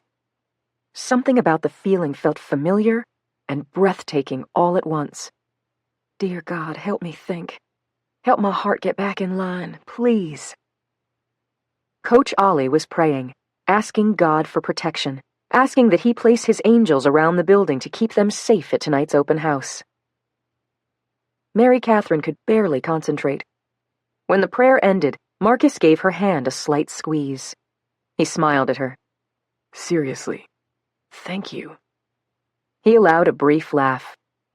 I can't believe no one else thought to pray. No big deal. She needed to get away from him. Falling into his gravity wasn't going to do her any good. I'm going to check on the game room. Okay. He looked like he might ask her to stay. But instead he hesitated, and then he turned to Coach Wayne and his wife. Moving as quickly as she could, Mary Catherine returned to the game room. A new volunteer had arrived, a willowy young black woman who didn't seem to have come with anyone. Mary Catherine came up to her. Hi, I'm Mary Catherine. Hi. The new woman held out her hand. I'm a parent in the neighborhood. Aspen. Thought you could use the help. Aspen, that's pretty. Mary Catherine checked the time. It was close to 5 o'clock. The pizza would be there in an hour. Let's work on the cornhole boards. They walked over to a part of the room where 6 cornhole games needed to be set up. Someone had left a set of directions, so together she and Aspen got to work. How long have you lived in the neighborhood? Not long, actually. Aspen smiled. She had the greenest eyes. Something about them looked almost otherworldly. I figured no time like the present to jump in and help. Do you know Marcus? Not well, Aspen smiled. I know he plays ball. Yes, that he does. They both laughed, and Mary Catherine was grateful to talk with someone new. Across the room, Marcus and Shelley set up a small plastic basketball hoop. Mary Catherine tried not to watch, but it was impossible. The girl was hanging all over Marcus. Aspen seemed to notice. She looked that way and then turned her eyes back to Mary Catherine. She's not his type. Who? Mary Catherine wasn't sure what her new friend meant. Shelley Wayne. She's too young. Too much growing up to do. Aspen smiled. If you ask me, Marcus Dillinger needs a girl like you. The heat was back in Mary Catherine's cheeks. How do you know what he... Be right back. Aspen dusted her hands off on her jeans. I'll get us some water. Mary Catherine watched her go, confused. Aspen said she didn't really know Marcus, but then how could she have known whether Shelley was right for him? And what would have made her say that last part about Marcus's needing a girl like her? Mary Catherine could have been married for all Aspen knew. For a moment she watched Marcus and Shelley across the room. Marcus worked on the hoop, and Shelley mostly flirted with him. Truthfully, Marcus didn't really look interested. After a few seconds, Marcus turned her way and their eyes met. Mary Catherine looked away, embarrassed at having been caught. What was she doing? Even if Marcus had been single, she wasn't interested. He wasn't her type. Besides, she had no time for love. Just as well that God didn't bring along the sort of guy who could really turn her head. Still, as Aspen returned with their water and as they worked on the boards, Mary Catherine couldn't quite shake her new friend's words. The idea that Marcus might actually need a girl like her, or vice versa. The possibility defied her mind and filled her heart. More than a couple of times she caught herself looking for him, watching the kind way he had with the volunteers, the humility in his eyes. Finally, she stopped herself and focused on the task at hand. She wasn't going to waste the hours dreaming about a guy she could never have. Life was too short. Especially hers. 7. Lexi sat in Dwayne's passenger seat, once more slumped down in the shadows. They were parked half a block down from the new youth center. Any minute, Marcus Dillinger was going to walk outside and get the pizza. That was the big draw tonight, free pizza. Lexi felt sick to her stomach. She wanted to be Dwayne's girl, wanted her spot beside him. But she didn't want Dwayne to shoot the Dodgers pitcher. Don't come outside, Marcus, Lexi silently begged the baseball star. Stay inside. Beside her, Dwayne tugged at his baseball cap. He had one hand on the wheel, the other on his loaded revolver. Lexi didn't dare say a thing. She looked at her shaking fingers. She looked toward the youth center. If only she could defy Dwayne, take a stand for herself, find her own way. But she couldn't. Being Dwayne's girl was the biggest thing that had ever happened to her. Lexi thought about the rest of the guys in the gang. The West Knights were on a drug run tonight. At least they were supposed to be. Dwayne made a call. His words were short, but Lexi got the idea. The gangs were going to fight in the alley across from the center. Dwayne needed to kill one of them before he could take a shot at Marcus. Her teeth began to chatter. So many rules. She wanted to open the door and throw up. What if they got caught? And why did Marcus Dillinger have to die? He was only here because he wanted to be nice. She kept her mouth shut and waited. Dwayne had shaved his head. He didn't look as hot now. His face was meaner, scarier. Beneath his baseball cap, he had a blue bandana around his forehead. He told her he had to look the part. More gang leader than gang boy. 5 minutes passed, then 10. Dwayne made another call. If the Easttown boys didn't show, the killing was off. When the call ended, a pizza delivery car pulled up in front of the youth center. Dwayne started the car and pulled out onto the street. No, not Marcus. Lexi put her hand over her eyes. This was terrible. She couldn't watch. Through the cracks in her fingers, she saw Dwayne drive slowly up to the youth center. So far, no one was coming out for the pizza. Through the windows, they could see kids playing basketball and what looked like maybe carnival games. For a moment, Lexi wondered what it would be like to be inside, playing games, being a kid. Dwayne laughed, and the sound rumbled deep in his throat. Lexi stared at him and then looked down at her lap. What was so funny? Had he seen Marcus? Was the baseball player about to come outside? How could he laugh at killing Marcus Dillinger? Dwayne hit the steering wheel. He looked down the alley, down the street. Suddenly, Lexi realized something. The Easttown boys were nowhere to be seen. At the last second, Dwayne sped up and squealed down the street. If the Easttown boys weren't going to show up, the fight would happen another night. She had never been so scared in all her life, but now, Lexi felt like she could breathe again. Later, back at her grandmother's house, Lexi sat alone in the dark. Just sat there, staring at the picture of Jesus on the wall. She sort of wanted to wake her grandma up and tell her what had almost happened, what was about to happen. Maybe her grandma would have some advice, some way she could get out of this crazy life. Last thing Dwayne had told her before she got out still made her feel sick. He told her he was still going to kill Marcus. But more than that, he would kill her if she said anything, if she told anyone what he was about to do. Lexi clenched her teeth. For a year, all she had wanted was to be Dwayne's girl. But now she was afraid of him, like for real. She couldn't tell her grandma. The woman was old. She still missed Lexi's mom every day. Her grandma would be so disappointed if she knew Lexi had joined the gang. No. There was no one to talk to, nowhere to turn. She needed to go to bed. There was only one reason she could bring herself to walk to her bedroom and fall into her bed. Marcus Dillinger had not been killed. Not tonight, anyway. Jack was a police officer again, all 6 feet 5 inches of him. His blonde hair framed his face, but it did nothing to lessen the fierce look in his eyes. He had distracted the Easttown boys, kept them away from the youth center. Now he shouted just once at them. "Leave!" The Easttown boys, 20 or so of them, sauntered into a cluster. One of them pointed a gun at Jag and laughed. "You talking to us, pig?" Jag knew how to respond in a situation like this. The kids were just that. Kids. They weren't the ones at fault. This was all they knew. It was all their parents knew, and their parents before them. The kids gathered before him were not the enemy. But all Jag could see was the gun.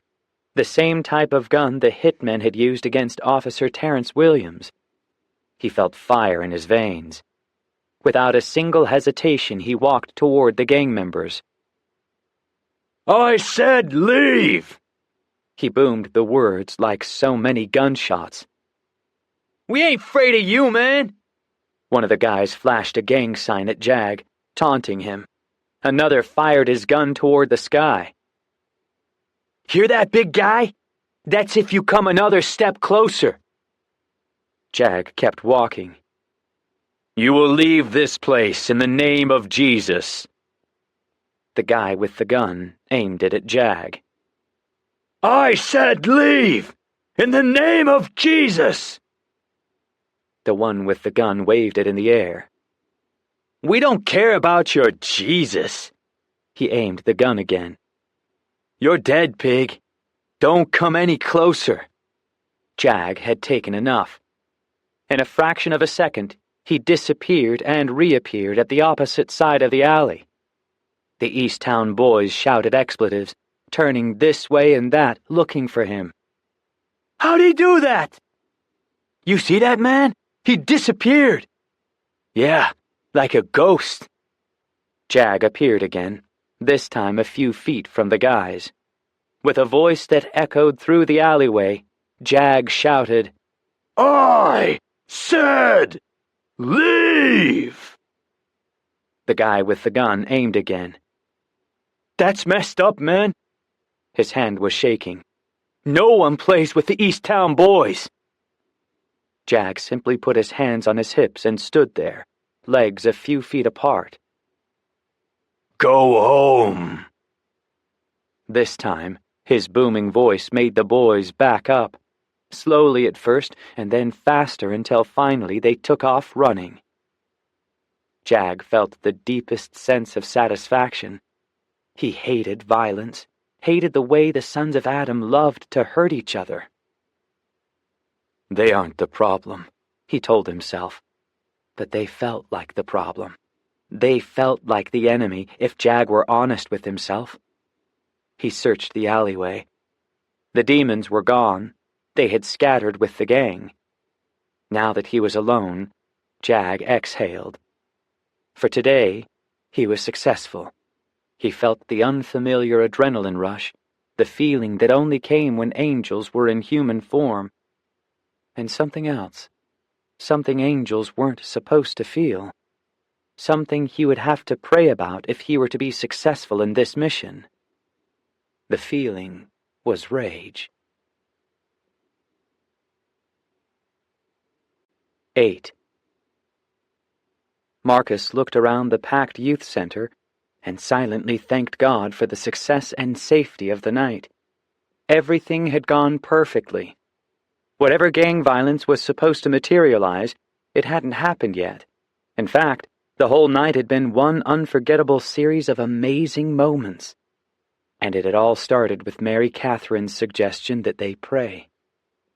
He hadn't talked to her since then. Of course, Shelley hadn't left his side once, so he didn't blame Mary Catherine for keeping her distance. Still, he had seen her look his way a couple of times throughout the night. The girl intrigued him. She didn't care what anyone thought. Her allegiance was to God and her friends and helping others. There wasn't an ounce of pretense or showiness, qualities that practically defined Shelley.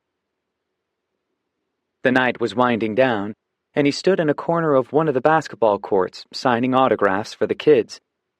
Across the room, Mary Catherine read to the littler kids.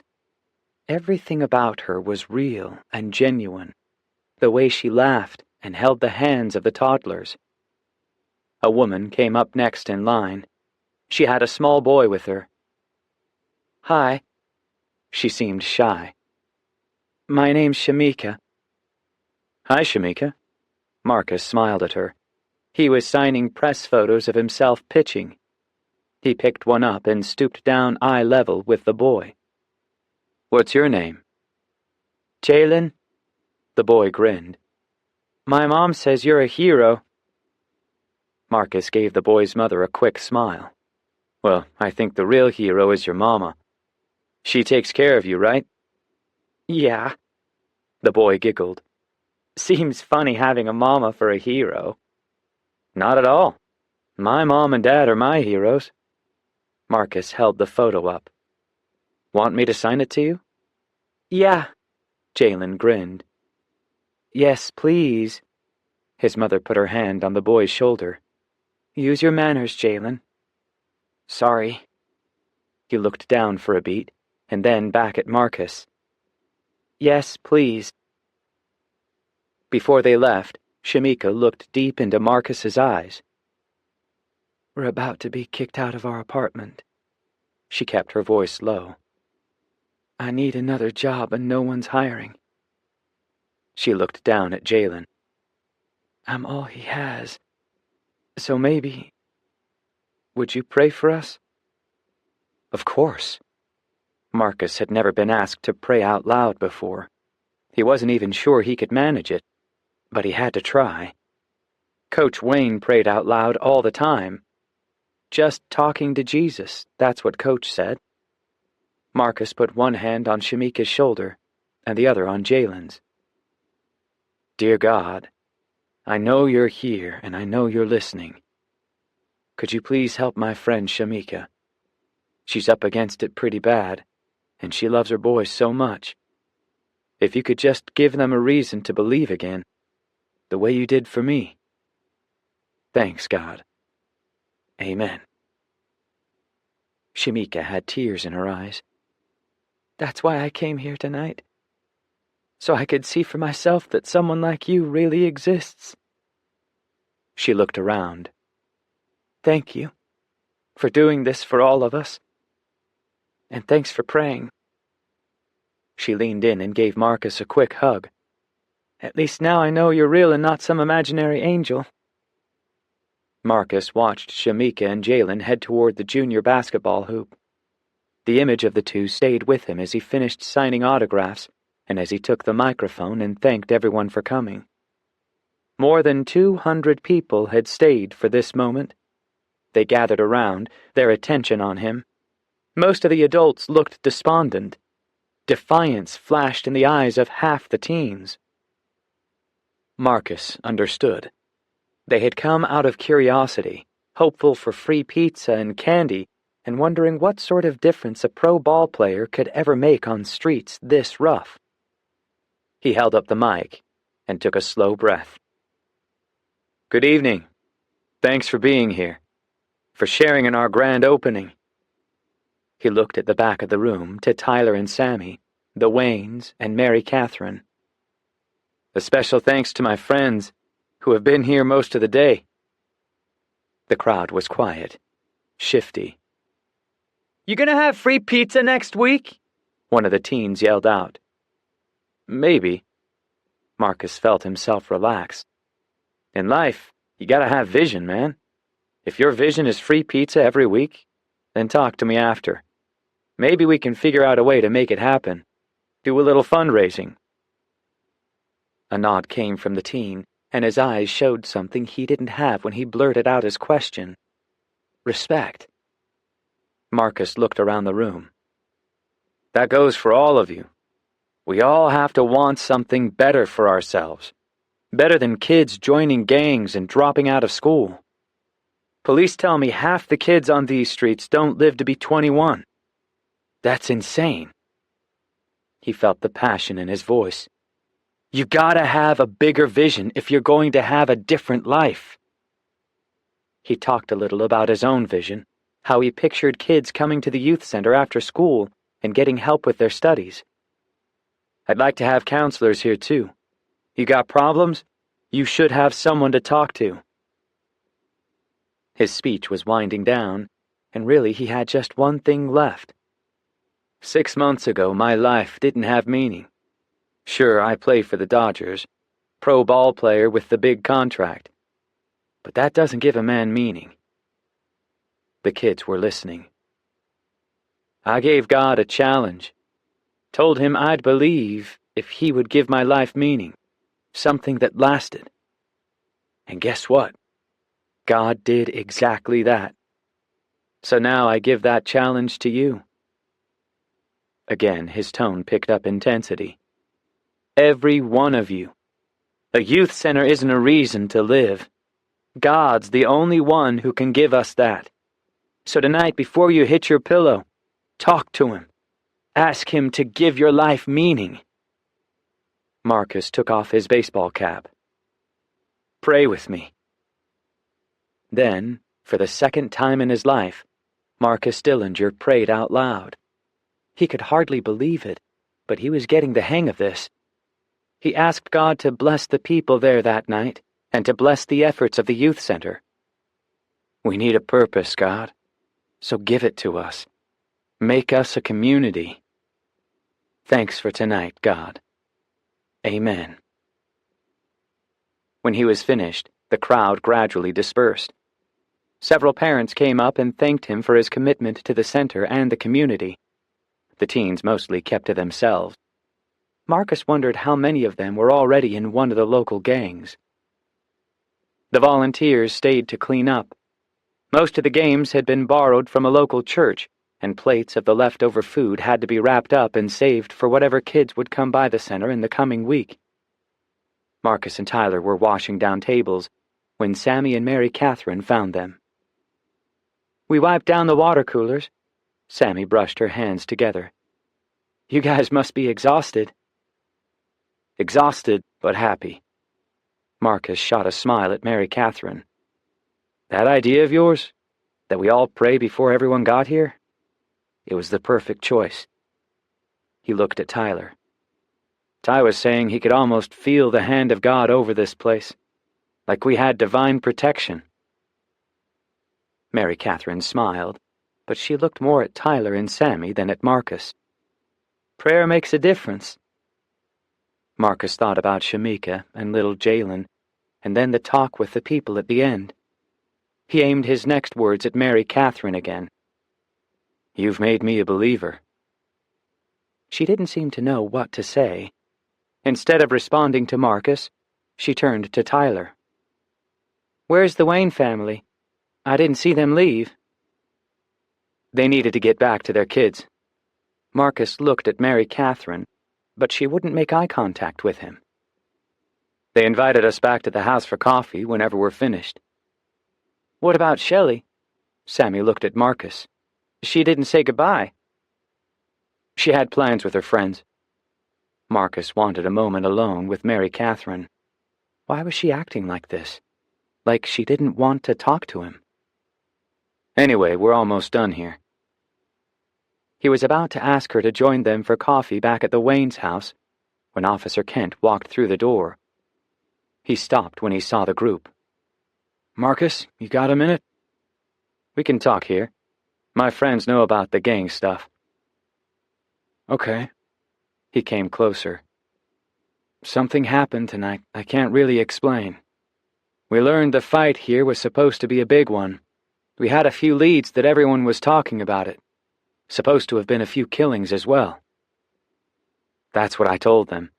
Marcus turned his eyes to Mary Catherine again. "But then my friend MC here, she suggested we pray." He looked back at the officer. "I'd say God answered our prayers." Officer Kent ran his hand over his dark hair. "Definitely." He paused. "Apparently, some officer from another precinct showed up in the alley where the East Town boys were gathered. Just one guy. By himself. No backup. No one knows who he was."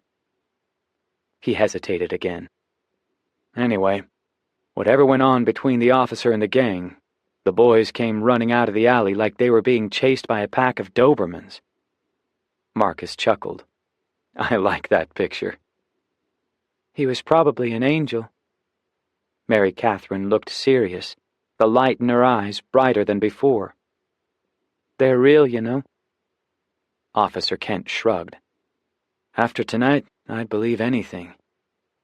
He nodded to the group. "Be careful leaving. We'll be outside until you go." He looked around. "I'd say tonight was a huge success. Keep up the good work." When they finished cleaning, Marcus asked the others back to the Waynes' house for coffee. It was after 10 o'clock, but he still wanted to be with them, maybe share stories from the night. "You coming too?" Marcus walked next to Mary Catherine as they headed out to their cars. "I think so. I really like Rhonda Wayne." "She's everybody's mama." Marcus grinned, and as they reached their cars, he waved once. "See you there." Tyler drove with Marcus. When they were on the freeway headed to Silver Lake, Marcus looked at his friend. "What do you think of Mary Catherine?" "Sammy's friend?" Tyler turned so he could see Marcus better. "I thought you were into Shelley." "I was. I am. Sort of." He narrowed his eyes, his attention on the freeway ahead of them. "Mary Catherine, she's different. You know what I'm saying. She's one of a kind, that's for sure. Exactly. I got that tonight. He glanced at Tyler. What do you think of her? Mary Catherine? Tyler smiled. She's crazy and fun and full of life. She has beautiful hair. Marcus heard the distraction in his voice. Tyler raised his brow. Not that you're interested. I like her spirit. Marcus could still see her, the way she looked tonight, surrounded by the younger children. The girl loves God more than anything or anyone. That she does, Tyler smiled. Sammy says Mary Catherine's the real deal. Yeah. Marcus felt his laughter die off. Maybe that's it. The conversation switched to spring training and the fact that pitchers, catchers, and pitching coaches had to report earlier than everyone else. Marcus didn't bring up Mary Catherine again the rest of the ride, but he was glad Tyler did most of the talking. It was all Marcus could do to stay partly interested. His mind was too preoccupied with the one thing he couldn't stop thinking about. The light in Mary Catherine's eyes. And the fact that in a few minutes he would see her again. Jag and Aspen watched from the back of Marcus's Hummer as he headed back to Silver Lake. They were exhausted, but they weren't about to leave Marcus, not with so much at stake. Jag felt the strength of God fill him, renew him. We succeeded tonight. Yes. She gave him a concerned look. You were angry, Jag. I could feel it when we met up at the youth center. Of course I was angry. He was calmer now. Those kids wanted to kill someone. There's enough killing on Earth without kids killing each other. It was more than that. Aspen had an uncanny way of reading other angels, him in particular. The skill made her a great partner, but a meddlesome one at the same time. There was no getting around the truth. Angels were honest. Period. One of them pulled a gun on me. Same kind of gun the hitmen used when Terrence Williams died. Aspen's tone was rich with sympathy. I'm sorry. This rage, it came over me. Jag was completely himself again, full of peace and purpose. I've only felt that one other time, in the minutes after Officer Williams was shot. He could barely describe it. I understand. She touched his shoulder. Just be careful, Jag. Anger does not bring about the righteousness God desires. You know that. Yes. This is only the beginning. Things will get rough again on Tuesday night. I know. I need to be in control. Jag nodded. He appreciated Aspen's wisdom. Exactly. Jag pictured the gang gathered in the alley, the way they taunted him and flashed the gun at him. He let the images disappear from his mind. Thank you, Aspen. I'll be ready. He had a feeling Aspen was right. The worst of the violence was days away. 9. From the moment she walked inside, Mary Catherine loved everything about the Waynes' house. The smell of fresh coffee came from the kitchen, and something else, something warm and rich with cinnamon. Come in! Rhonda welcomed them inside. I roasted a batch of organic almonds, a little coconut oil and cinnamon, and they're delicious. Mary Catherine flashed a grin at Sammy, and then back to Rhonda Wayne. I knew I liked you. We don't do sugar, at least most days. She grabbed a potholder and pulled the pan of fresh roasted almonds from the oven. They smelled delicious. I whipped up a pint of organic cream. Rhonda went on about how organic cream from grass-fed cows was actually healthy. Full of omega-3 acids, the good ones. Mary Catherine knew all about that. She could have written a book on the foods that healed as opposed to those that caused inflammation. Low carb, high fat, moderate protein. I love that kind of cream. Sammy looked lost. You two are speaking a different language. Here. Rhonda put a spoonful of the almonds in a bowl and topped it off with a dollop of whipped cream. She handed it to Sammy. Try this. From the first bite, it was clear Sammy loved the dish. This is amazing. What's in it? Rhonda laughed. Nothing. Pure cream and organic vanilla. I whip it myself, so it's just the right kind of creamy. I don't think I could ever go back after this. I don't miss the sweet taste at all. Sugar fuels illness. Exactly. Mary Catherine pulled up a chair and grinned at Rhonda. I've been telling Sammy that. She eats way too much chocolate. I'm an addict. What can I say? Mary Catherine took a bowl of the almonds and cream as the guys walked in. Tyler led the way. How'd you beat us? Better driver. Mary Catherine looked over her shoulder, teasing him. Nah, you got stuck at the light before the freeway. I was gonna say. He laughed and looked back at Marcus. Also, we took it slow on purpose. Us guys need our bonding time. Oh, I'm sure. Sammy went to Tyler, and the two of them shared a quick kiss. You have to try Rhonda's almonds and cream. Ollie had been checking on the kids. He joined them now and smiled at Mary Catherine. So you're a health nut like my wife? You could say that. She shared a look with her new friend. We're trying to convert Sammy. The conversation continued, and Mary Catherine held on to every moment. This was what family love should feel like. 15 minutes later, Sam came down for water. Rhonda was kind and tender with him, kissing him on the cheek before he returned to bed. And when Shane came home from a movie with friends, Rhonda and Ollie took time talking to him, hearing details about his night. Only their daughter, Sierra, wasn't home. She had spent the night with a friend. But Mary Catherine had seen enough to know that if God by some miracle blessed her with more time, with a man like the one she used to talk about finding, then this was the sort of family she wanted to have. A family who lived out their faith as easily as they breathed. They talked for a good hour before Sammy and Tyler decided to head out. We'll be here tomorrow for church. Mary Catherine had planned on leaving now too, but as she found her purse, Marcus approached her. Hey, why don't you stay? I can take you home in a bit. He grinned at Sammy and Tyler. You know, give them their space. Marcus! Sammy sounded disappointed, but she was teasing him. We don't need our space. She motioned to Mary Catherine. Come on, MC. We want you to come with us. No, really. Marcus seemed like he was trying to keep things casual. Stay and walk around the block with me. I want to hear your story. He patted his stomach. Plus, I have to walk off these almonds. Mary Catherine could feel it again, the heat in her cheeks, the way her heart beat faster around him. Was he serious?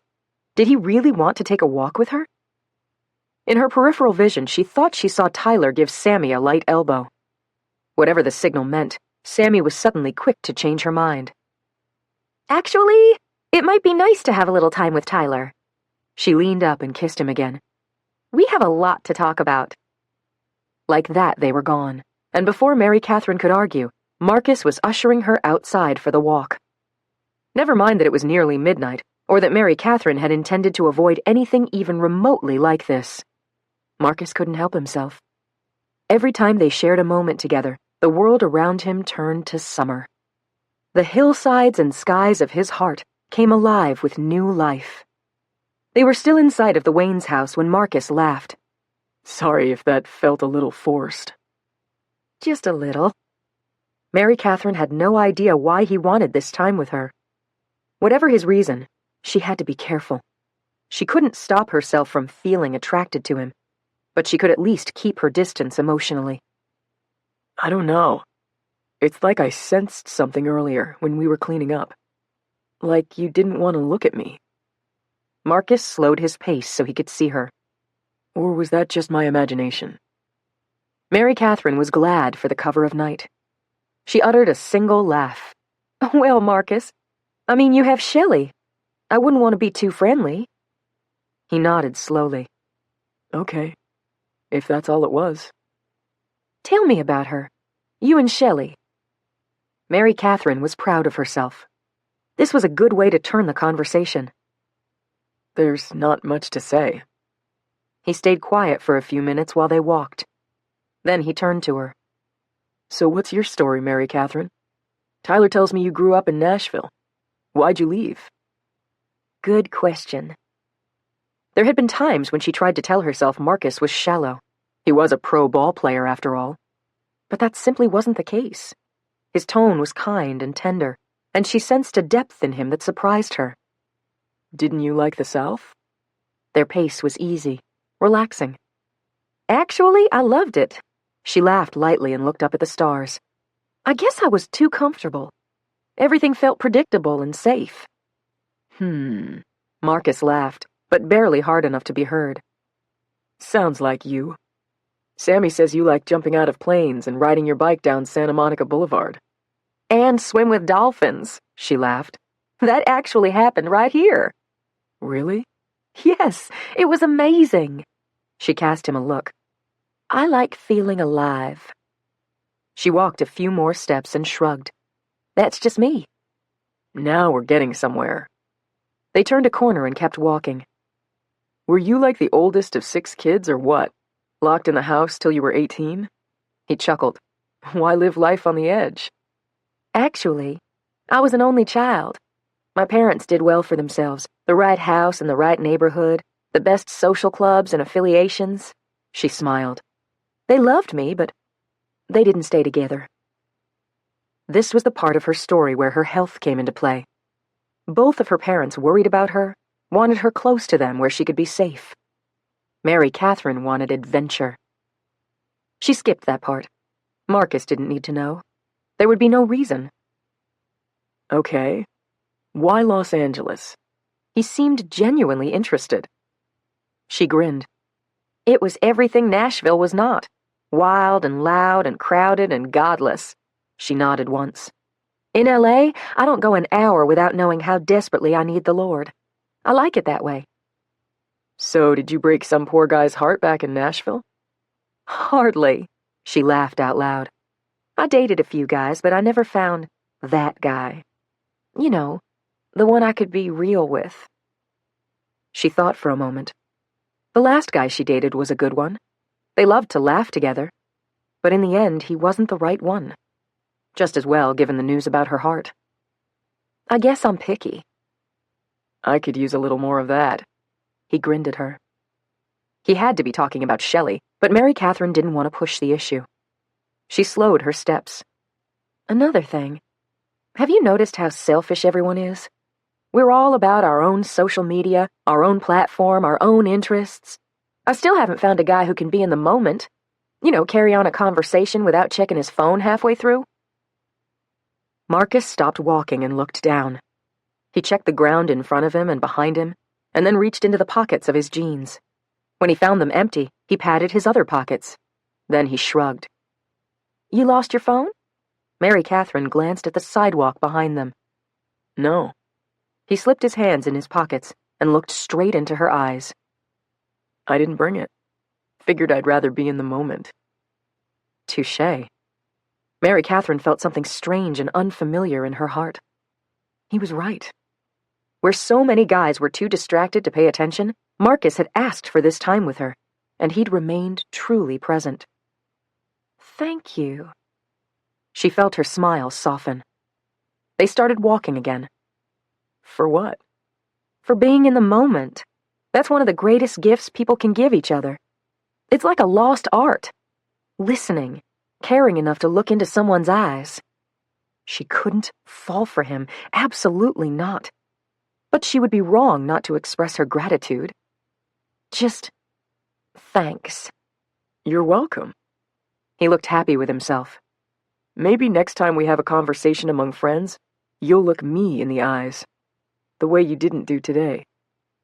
"I told you." She giggled, not really frustrated. "I know. You didn't want to seem too friendly. I'm dating Shelley, I get it." He gave her a knowing look.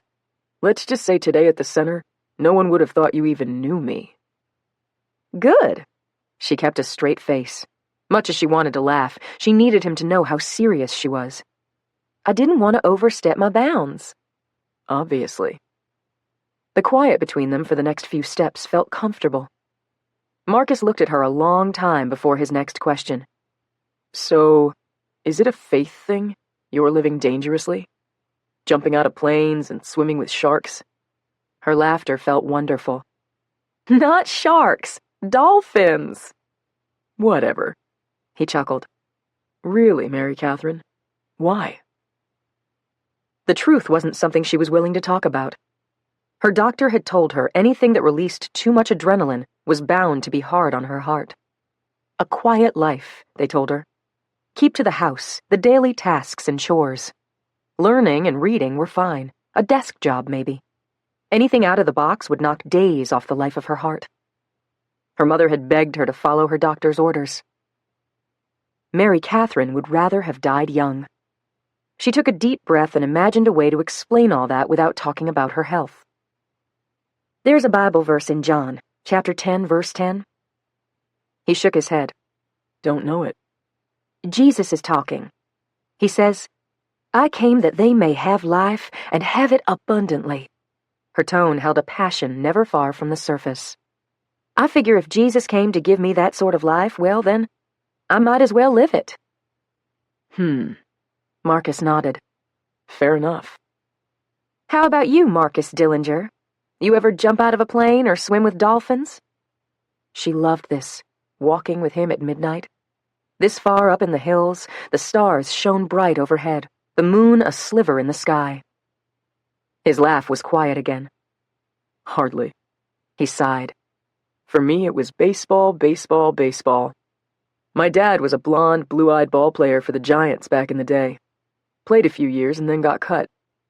He moved to the Bahamas to try to figure out his life and met the most beautiful woman he'd ever seen. He smiled. That's how he tells the story. My mom was just 18, 6 years younger than my dad, born and raised in the Bahamas.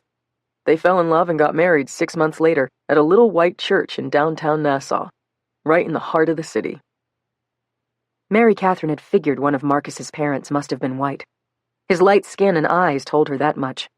But she had never heard his parents' love story. That's beautiful. It was. My dad got a job in San Diego in computer engineering. He and my mom had me and 2 girls. Dad and I played ball all the time. He was one of my coaches. Believe it or not, I had a choice about playing baseball. He wasn't one of those fathers. Marcus grinned. I just loved the game. So no time for planes and dolphins? She could feel her eyes sparkling as she looked at him. Exactly. Their teasing made her feel like she'd known him all her life. He has a girlfriend, she told herself. Don't let yourself fall. Hey, wait! What? He looked intently at her. He had definitely perfected the art of being present. I know that little white church, the one in Nassau. Is it on the main street right past the pink government buildings? He looked surprised. Yes, that's the one. I went there once on a mission trip. She laughed. No, not the roughest place to do mission work. Anyway, on Sunday, most of our group went to service there. It was super colorful. They passed out tambourines and percussion instruments. She nodded. I loved it. You and my mom should meet. His tone remained genuine. She grew up in that church. She'd love to hear that story. They had turned around, and now they were nearly back to the Waynes' house. Mary Catherine wasn't going to bring up Shelley again, but this time Marcus did. You asked about Shelley. She's interesting. A little aggressive. He raised his brow. It's awkward, her being Coach's niece. Mary Catherine didn't want to say too much. You think Coach Ollie is in favor? I'm not sure. His laugh sounded nervous. Just feels awkward. I kind of fell into the whole thing before I knew what was happening. Up until then, Mary Catherine wondered whether Marcus had a chink in his armor. She had assumed the guy was a typical pro ball player, but her assumptions had been wrong. Until this. She considered her words before she spoke. So, are you pursuing her? She was careful not to sound mean. Just curious. Or the other way around. I asked her out, if that's what you mean, but more to kind of see if we were compatible. He was quiet for a long minute. Actually, I guess she asked Coach if I was interested. I didn't really know about her until a month ago. Mary Catherine didn't respond. Maybe it was better if Marcus was allowed to sit with his own thoughts for a bit. Yeah, maybe she's doing the pursuing. He looked troubled. To answer your question, I guess I hadn't thought about it. They were back at the house. Mary Catherine smiled. The Waynes are great. I love the way their home feels. She was finished talking about Shelley. Marcus could figure that out later. They're my second family. He looked to the front door. They seriously always have a light on. He chuckled. Like that old motel commercial my dad used to like. They both laughed and headed inside. Mary Catherine said goodbye and thanked Rhonda and Ollie for having her. Come anytime. Seriously. Rhonda hugged her. We health foodies need to stick together. I'll be back. She grinned from Rhonda to Ollie. I want to meet your daughter next time. The only thrill greater than jumping out of a plane or bungee jumping off a bridge was investing in people. Mary Catherine worked with the youth group every Sunday at church. She didn't lead it, but even as a volunteer, girls were always talking to her, telling her their struggles. It was another wonderful reason she loved being alive. Marcus walked her out and opened her door first before he slid behind the wheel. The whole way back to the apartment, Mary Catherine couldn't stop from dreaming, even just a little. And in the time it took them to reach the freeway, she allowed herself to imagine the greatest possible plans ahead. If she could, she would walk that way whatever the cost, however many steps the journey might hold. For tonight, she could dream about the possibilities.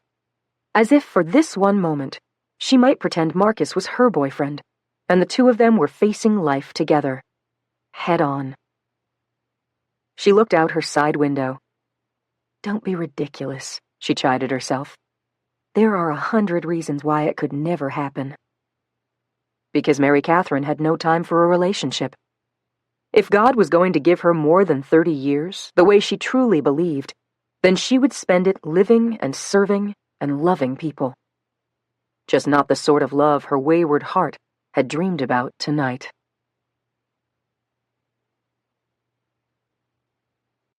Ten. Mary Catherine hated seeing her time with Marcus come to an end. He parked in front of the apartment and walked her to the front door. She hoped he couldn't hear how hard her heart was beating. The rush she felt had nothing to do with her health. Something about being with him stirred feelings she'd avoided most of her life. He stood closer than she liked. Or maybe she liked it more than she wanted to admit. Either way, he looked deep into her eyes before he spoke, like he had all the time in the world. I had fun tonight. Me too. She folded her arms in front of her. Thanks again. For not bringing your phone. He chuckled lightly. The sound sent chills through Mary Catherine, and she could do nothing to stop them. You too. Looks like we're both good at being present. Yes, sir. Yes, sir. He angled his head. The look in his eyes took her breath. You had that southern thing in your voice just then. She giggled. Blame it on the upbringing. You can take the girl out of the South. He grinned at her as if he wanted to stretch the moment as badly as she did. But you can't take the South out of the girl. Exactly. I love it. And you still have an accent, by the way. Maybe. She was enjoying herself more than she wanted to admit. Anyway, I'll say this, Mary Catherine. He paused, searching her eyes. Sammy was right about you. About how wild I am? She blinked a few times. Under his gaze, her walls didn't stand a chance. No. That you're one of a kind. He looked up at the sky, and then back into her eyes. I had to find out for myself. I'll take that as a compliment. As it was intended. She wondered if he was going to hug her. Instead, he did the slightest bow, like a knight from a long-forgotten era.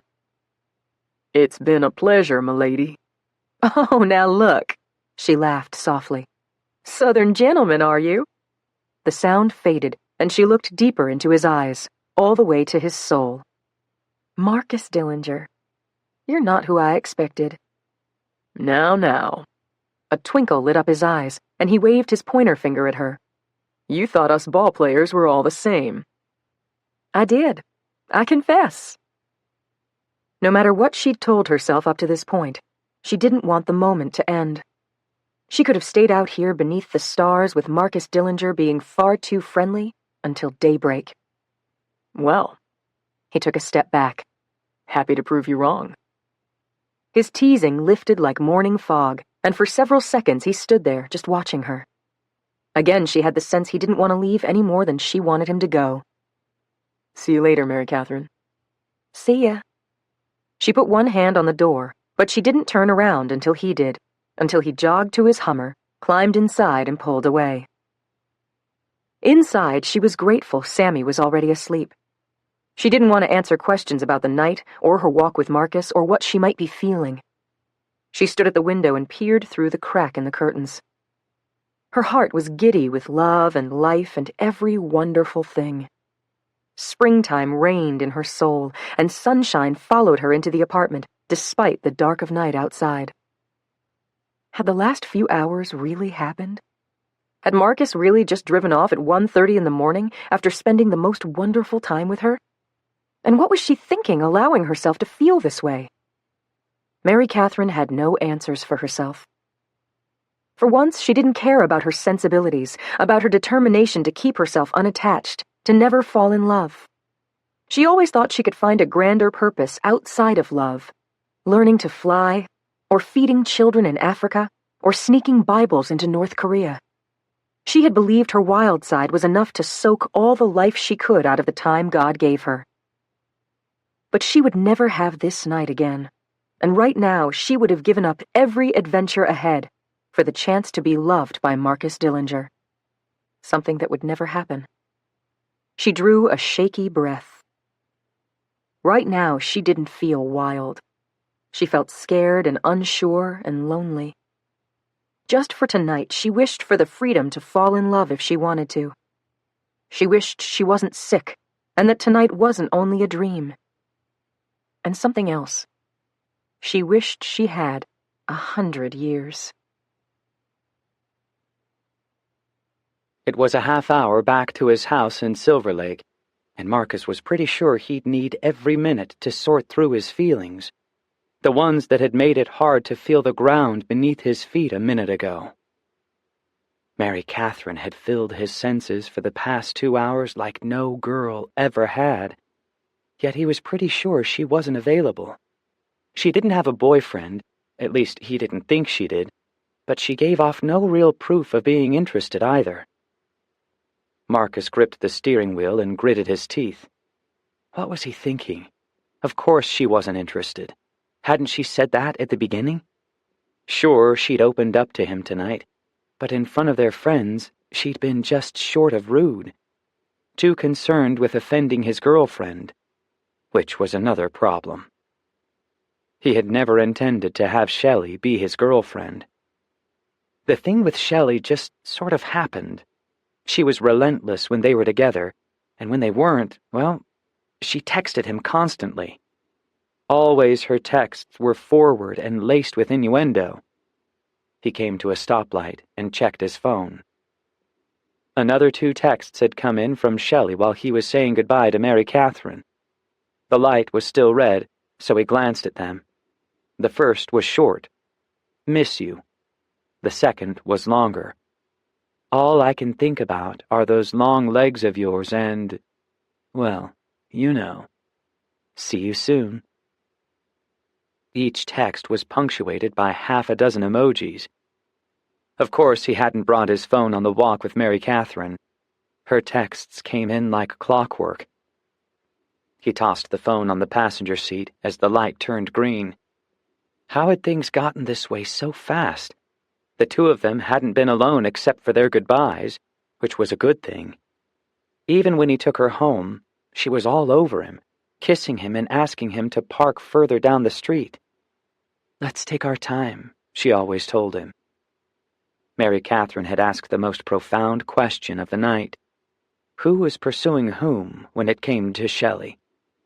Marcus sighed, and the sound rattled around in the empty Hummer. He knew so little about being a Christian. Sure, his dad had been a good man. He'd met Marcus's mom in church, after all. But as far back as Marcus could remember, there had only been baseball. A good life, a nice family, and baseball. He thought about how easily Mary Catherine had rattled off the Bible verse. What was it? John something. Marcus had never even read the Bible, at least not as far as he could remember. It wasn't something he and Tyler had talked about either. Mary Catherine's face came to his mind, consuming his senses. She was the sort of girl a guy could pursue, no question. But if they'd had another hour, if their walk had gone on longer, eventually the questions would have turned to him and his past. He had basically told her everything there was to know, at least from his high school days. He had played ball. Period. But his time in college and the pros? Those years, there was much more to his story. A sick feeling came over him. There didn't seem to be enough air in the SUV, so he rolled down his window. Pitching for the Oregon State Beavers came with certain expectations. Different girls every weekend, others on the road, and still more midweek on campus. It was all part of the game. Marcus liked to think he was better than some of his teammates. He didn't drink, didn't party, but he couldn't remember the names of all the girls he'd been with. Shame burned through him, so that even the skin on his hands felt hot. He could never tell Mary Catherine about his past. She wouldn't want another conversation with him. He squinted at the freeway ahead of him. Dear God, what sort of pathetic, wretched man am I? How many girls do I owe an apology to? He rarely thought about this, especially in the last few years when he'd cleaned up his act and stayed away from women. But if he was honest with himself, things only grew worse after the draft. Los Angeles was a place without values or morals. Everyone was out for themselves, on the hunt for money, fame, sex. The thrill of the one-night stand worked both ways in L.A. The girls Marcus hooked up with hadn't wanted a commitment any more than he had. People using people. Until recently, that was Los Angeles for Marcus. He tried to imagine what Mary Catherine would think about that. If she were telling him the whole story, the girl hadn't had a serious boyfriend. Maybe not ever, though he found that hard to believe. One thing was for sure, Mary Catherine wasn't going to settle. Not in life, and not in love. The weight of his past pressed in around his shoulders. Sure, he'd made a deal with God, and God had come through. But where did that leave him? The question that had plagued him after Baldy's death suffocated him again, here in his Hummer. If he didn't make it home, if a drunk driver drove the wrong way onto the freeway and he never saw it coming, where would he be at night's end? Heaven or hell? Yeah, he needed to talk to Ollie Wayne. The family opened their home week after week. They hosted church every Sunday, but Marcus had never talked about his past, about what to do with it. Let me just say this, Lord. I'm sorry. If I could do things over again, I'd avoid every bit of it. The girls, they were nothing to me, but it was something to you. I'm sorry. The breeze through the open window brushed against his face, and the pressure on his shoulders eased. He didn't hear any response the way he had earlier on the way to the youth center, but he felt something. Hope, maybe. Yeah, that was it. Hope. He would talk to Ollie and Rhonda, and he'd start reading the Bible. He'd start with Mary Catherine's verse in John. Her name brought him back to the moment. Tonight was a dream. He could have talked to the beautiful redhead all night.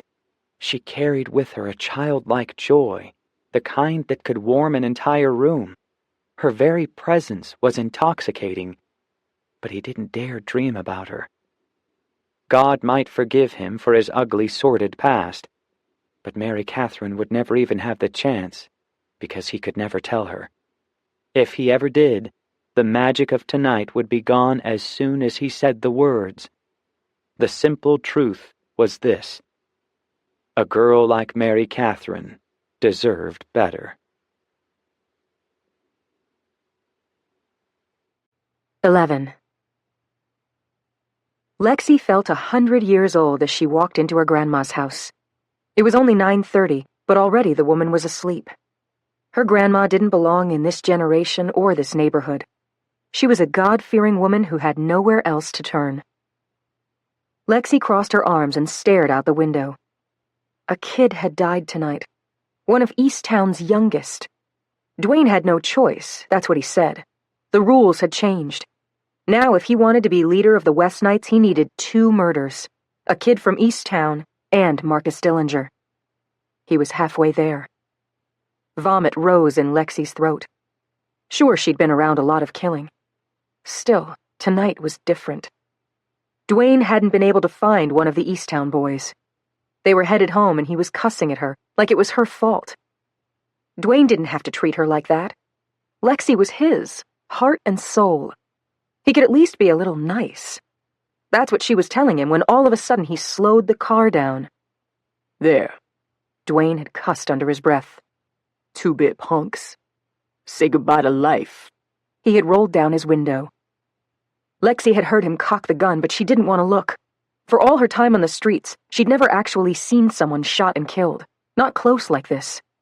But at the last second, she looked. She turned, and everything happened in slow motion. The 2 Easttown boys had been sitting on trash cans, their backs to the street, red bandanas proudly wrapped around their heads. And Dwayne had started cussing again, saying something about getting the younger one. Then before Lexi could take another breath, Dwayne fired at the smaller of the 2 guys. And both boys had turned and looked right at them, and Lexi had gasped. Because they were young. Too young. 12, maybe 13, both of them. And she watched the kid's eyes grow wide, watched the fear as Dwayne's bullet ripped through his head. And the blur continued as the other kids screamed, and the one who'd been hit fell to the ground. And the screaming echoed in Lexi's heart and mind and soul, and Dwayne had sped away. And that was it. Her boyfriend had met the challenge. But Lexi hadn't been able to speak or breathe. All she could see were the boy's eyes as he fell to the ground. And terror shook her body, her knees, her hands. And Dwayne had said, Don't get soft on me now, baby. She had turned and looked at him. Dwayne still had the gun in his hand. She said nothing, but she had one thought. The thought she still had now sitting here in her grandma's house. Maybe she didn't want to be Dwayne's girl.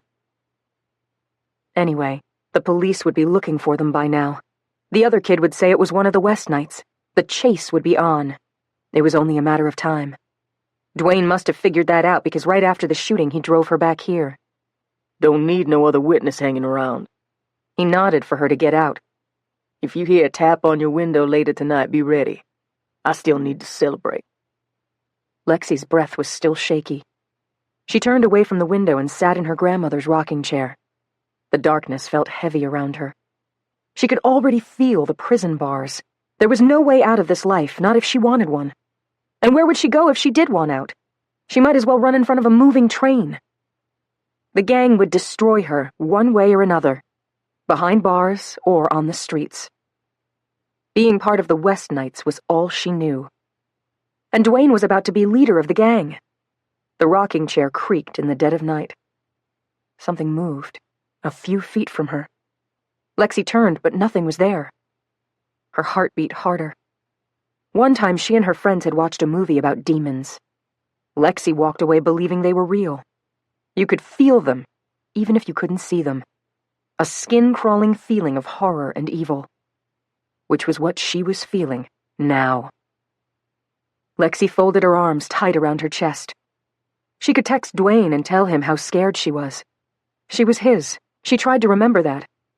But all she could see were the kid's eyes as his body fell off the trash can, as he took his last breath. She needed a light on, even if it woke up her grandma. Another sound over her other shoulder. Lexi put her hands to her face. She didn't want to stand, didn't want to move, but she needed light. Needed it in the most desperate way. Finally, she stood and braced for an attack of some kind. From whatever was here with her, whatever was hunting her. Somehow she made it to the light switch and flipped it on. There. Her breathing resumed, fast and shallow. There was nothing there. No one with her in the room. The sounds must have been her imagination. Demons weren't real.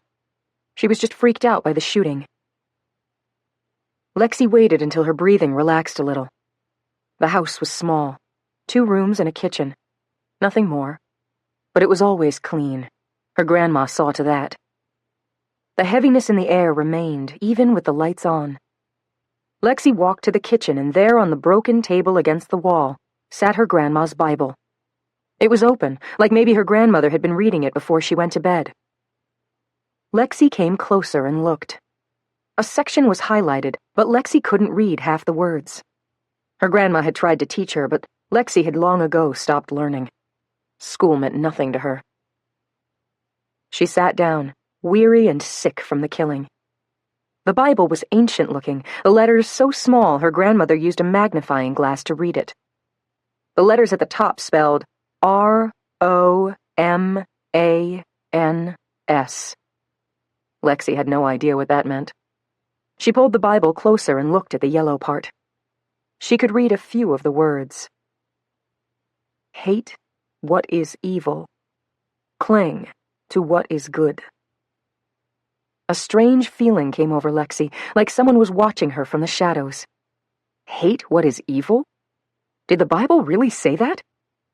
She looked at it again and read it more slowly this time. Yes, that's exactly what it said. Cling to what is good. Lexi wasn't sure what cling meant. Dwayne always told her not to be clingy in front of the guys, not too much hand-holding and hanging on to him. She let the idea sink in. So then, according to the Bible, people were supposed to hate bad things and hold on to good. Lexi dropped slowly to the hard wooden chair and stared at the wall, at nothing, really. Demons or not, her whole life was built around evil. She didn't think about it that way most of the time, but tonight, watching the kid from the Easttown gang die right in front of her, that was evil. No one could say different. But what about the good? Lexi felt ice in her veins. Anger came around her and made the muscles in her face tight. Who was she kidding? There was no good, none at all. Her grandma was good, but no one else. Lexi stared at the Bible, and then in a rush of frustration, she slammed the cover shut. What good could come from an old book, anyway? People had to believe it. They had to read it for it to make a difference.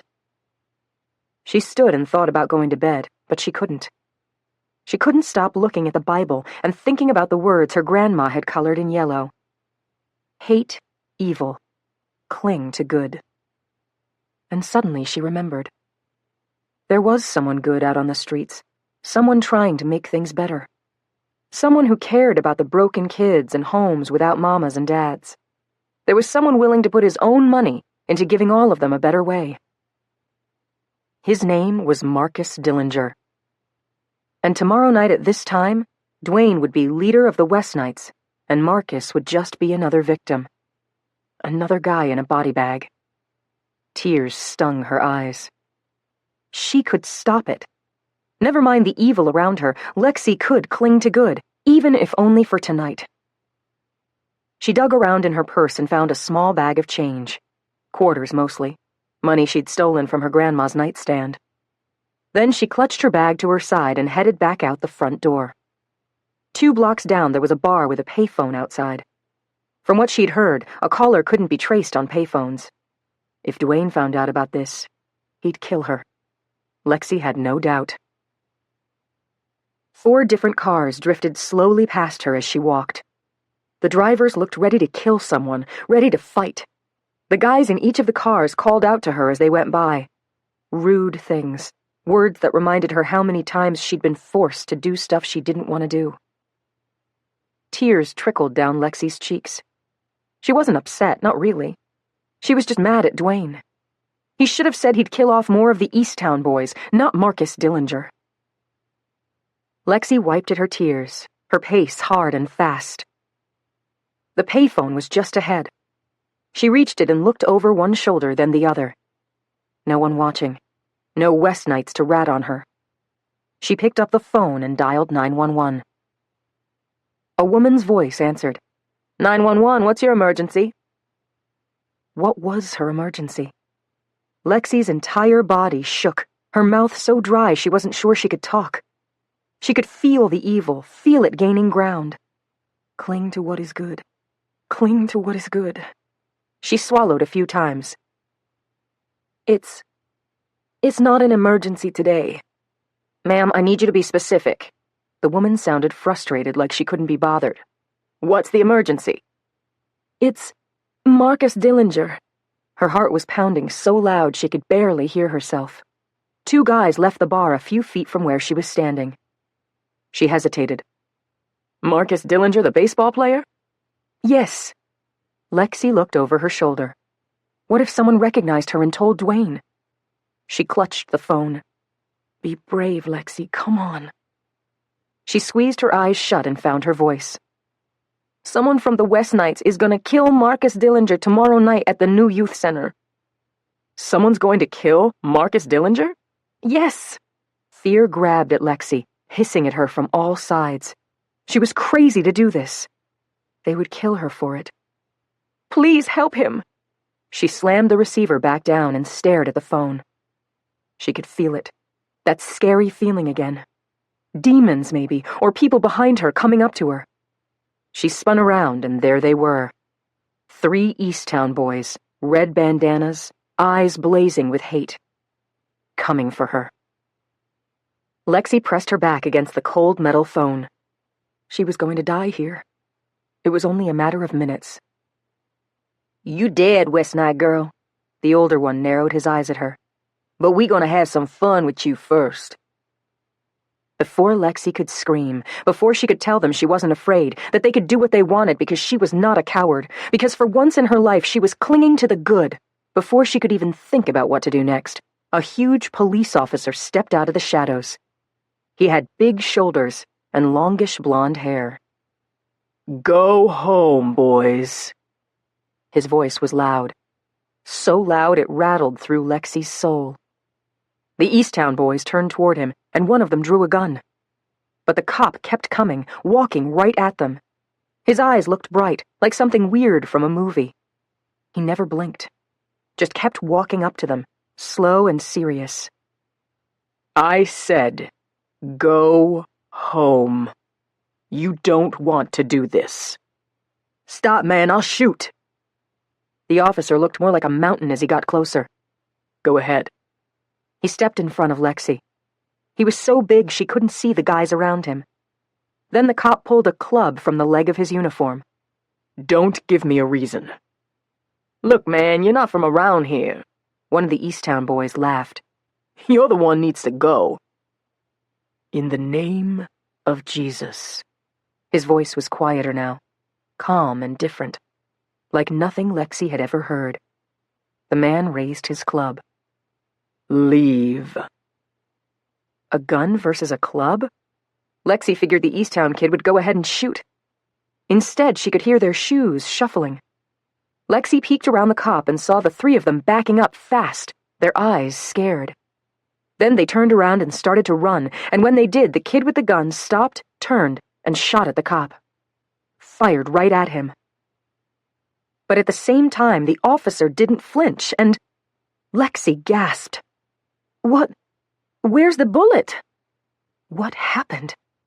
Lexi felt a strange sense of something she'd never felt before. Peace, maybe. Or comfort. Who was this guy? What had he said? Speaking in the name of Jesus? Cops didn't talk like that. She moved out from behind him and looked up at him. The officer wasn't listening. He was still staring at the Easttown boys, watching as the reality hit them. The bullet seemed to have gone right through the officer and then ricocheted off the wall, just a few feet from her. They began to run as fast as they could down the street until they were out of sight. Only then did the officer turn to her and put his hand on her shoulder. "You're okay. You need to get home."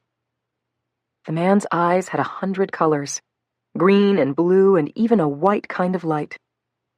"Who are you?" "Officer Jag." She caught the name on his uniform. J-A-G. "How did you know I needed help?" "Lexi." The cop was calm. "God sees your heart. He has a plan for you." Officer Jag looked down the street and then at the bar a few feet away. When he looked at Lexi again, his eyes were sad. "God's plan for you is so much bigger than this." Lexi gulped. She didn't know what to say. "How did you know my name?" "Come on." He looked fierce as he started walking in the direction of her grandma's house. "Stay with me. You need to get home." Sure enough, the officer didn't leave her side as they walked the few blocks home. Lexi didn't understand anything that had just happened. "I'm serious. How did you know my name?" "The bigger question is this." He looked down at her, his eyes kind like they had been at first.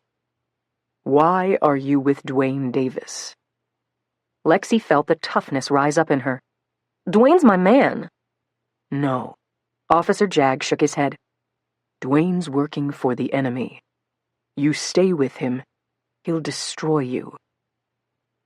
In all her life, no one had ever spoken to her that way, like there was a plan for her life, or like God knew who she was. They reached her grandma's house and the cop walked her to the door.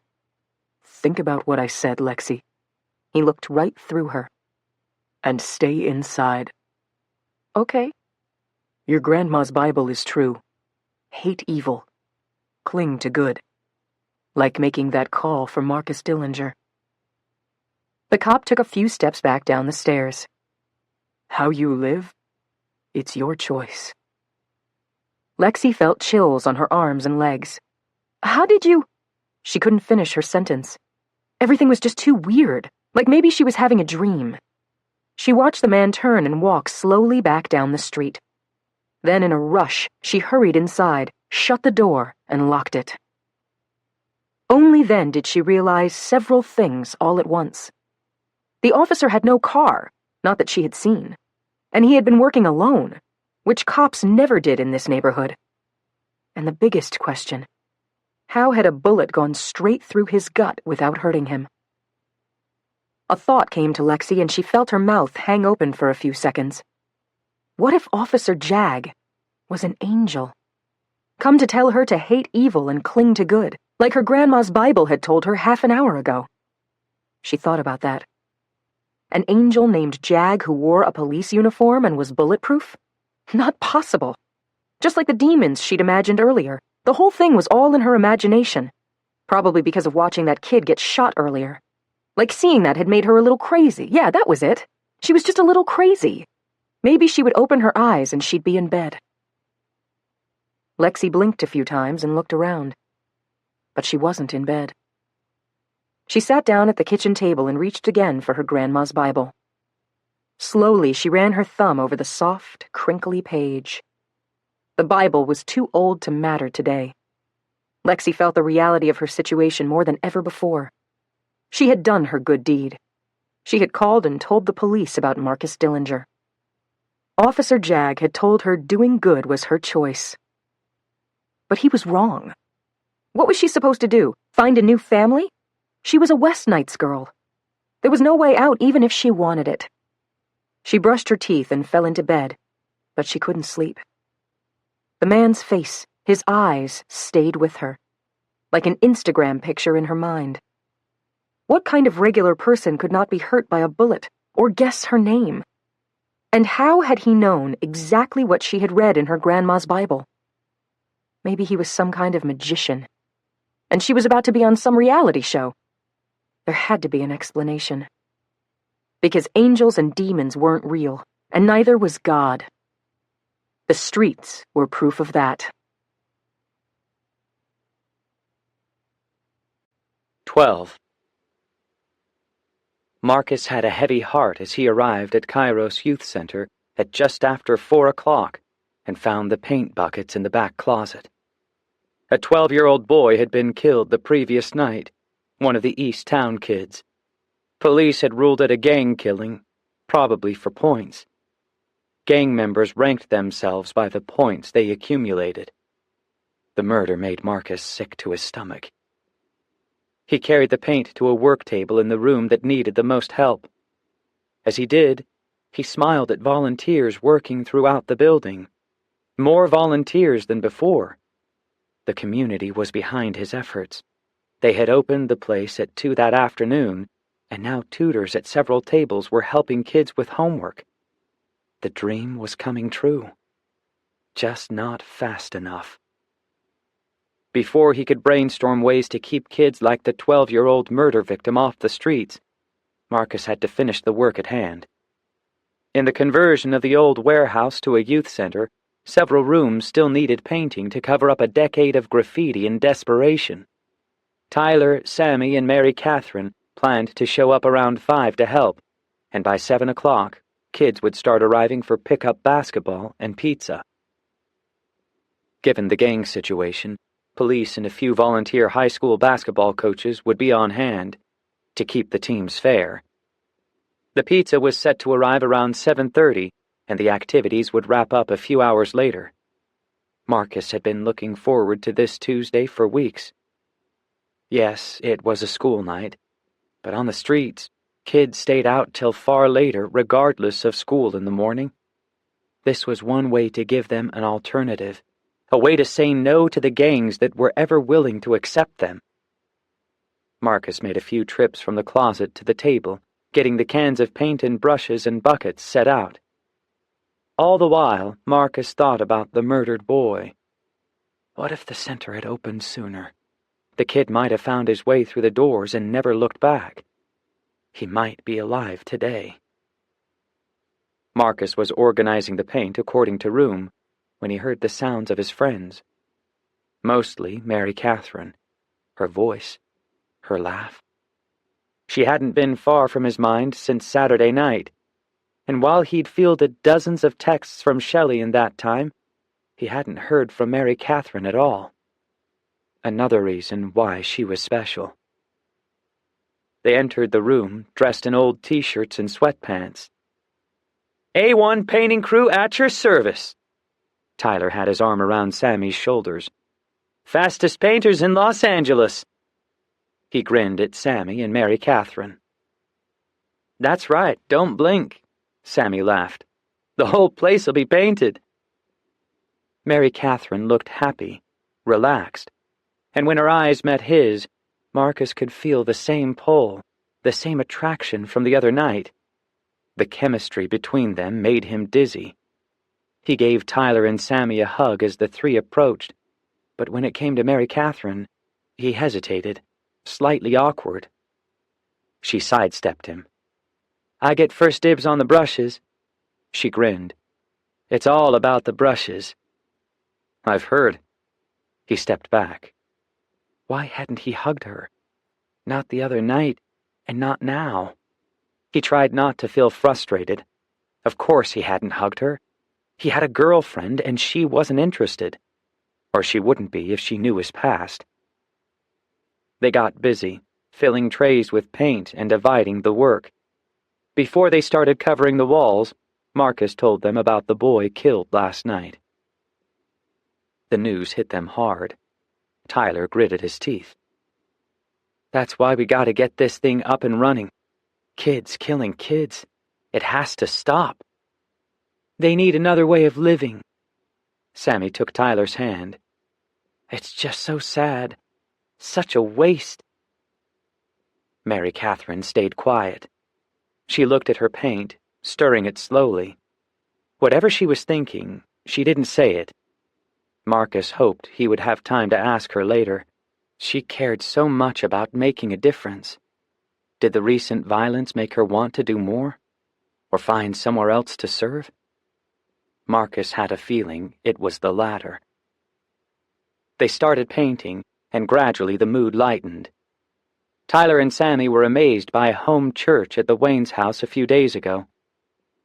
I never thought about the family of Jesus like that. Tyler seemed like he was really thinking about the teaching that day. The cost of being connected to Jesus had to be so great, so emotional. I guess it makes the Bible feel a lot more real. Marcus agreed. The Sunday service at the Wayne's house had been tremendous. He only wished Mary Catherine had come. But her work with kids at her church was important. She wasn't going to miss that. She cared too much for those kids. And these kids. Which was the real reason she was here. No matter what attraction Marcus felt between them. Sometime before 7, Shamika and her little boy Jalen showed up to help paint. Jalen wanted to play basketball, but his mom explained that tonight was for the big kids. You know what, though, buddy? Marcus cleaned his hands on a rag and stooped down to the boy's level. I bet I can find that other hoop for you. We have room right here for a little pickup game. Really? Jalen's eyes lit up. Can I, Mama? He turned his bright brown eyes up to Shamika. She laughed lightly and shook her head. Marcus, you don't have to do that. We're here to help paint. He knows that. Yeah, but a guy has to play hoops. Marcus winked at Jalen. Right, buddy? Right! The boy fist-bumped Marcus. Hope infused Marcus's troubled heart. Playing ball with Jalen later would be fun. He found the junior hoop and set it up in the middle of the room so Jalen could play while his mom painted. Marcus was handing a small basketball to Jalen when he felt someone watching him. He glanced over his shoulder and saw Mary Catherine looking right at him. Their eyes met, and she smiled. Then, without a word, she returned to her painting. No, the two of them would never date, but Mary Catherine was becoming his friend. And despite the way his heart skipped when she walked into the room, he welcomed her friendship. At least that. The teens started arriving before 7, hanging around the gym and talking about the teams. A few minutes later, the coaches showed up. Without supervision, a pickup basketball game could easily become a reason to fight. A reason to kill. But with it, well, Marcus could only hope that this might be a place the kids could get their aggression out, a way they could move and compete and connect without bringing the gangs and guns into it. As Marcus expected, the kids who showed up that night were young. He looked at the teams as the first game started. He'd have been surprised if any of them were older than 15. Good turnout. Marcus was standing next to Tyler, watching the coaches working with the players. 33 kids. Tyler smiled. 33 boys who won't be hanging with the gang tonight. A dozen or so girls gathered along the sidelines. 2 more played with the guys on the floor. By the time the games were underway, it was almost 7:30. The pizza would be there any minute. Marcus watched, and deep satisfaction welled within him. God, if you would please bless this youth center. He studied the kids, willing a chance for them. Give these kids a reason to believe in life, in people, a reason to believe in you. And help me know how we can really change things here in the... Marcus! His prayer cut short. Marcus turned around. Officer Charlie Kent looked in a hurry as he walked up. His partner hung back, talking to Tyler, Sammy, and Mary Catherine. Marcus felt his heart sink. More trouble? He wiped his brow with the back of his hand. There was no relief around here. Always. The officer folded his arms and looked squarely at Marcus. His voice was as angry as it was defeated. He was careful to let no one else hear him. We got a tip yesterday. The West Knights have a contract on you. They're planning to take you out tonight. Me? A partial laugh came from Marcus, but only out of disbelief. Why would they want to kill me? Who knows? The West Knights lost their leader this past week in a drive-by. Gangs do deadly things when a position is at stake. Sounds like that's what this is. The shooting yesterday? The 12-year-old kid? Was that a part of this? Probably. The officer shook his head. We're close to making an arrest. A kid named Dwayne Davis has a list of robberies and attempted murder charges. We think he's the shooter from last night. So, Marcus didn't understand. Can't you arrest him? It's not that easy. These guys don't have a residence. They're always moving, living on someone's floor. Every door we knock on has a bunch of armed kids. Marcus nodded. The danger was worse than anything he ever imagined. It made him wonder, just for a moment, if he'd picked the wrong city to build the youth center. He could have built this in the suburbs, and at least there wouldn't be bullets flying out front. Maybe this was a mistake. If someone wanted to kill him for trying to help, then... No, he told himself, don't think like that. God had given him this idea. The Lord had provided the broken-down warehouse, the funds to renovate it, and the volunteers to help staff it.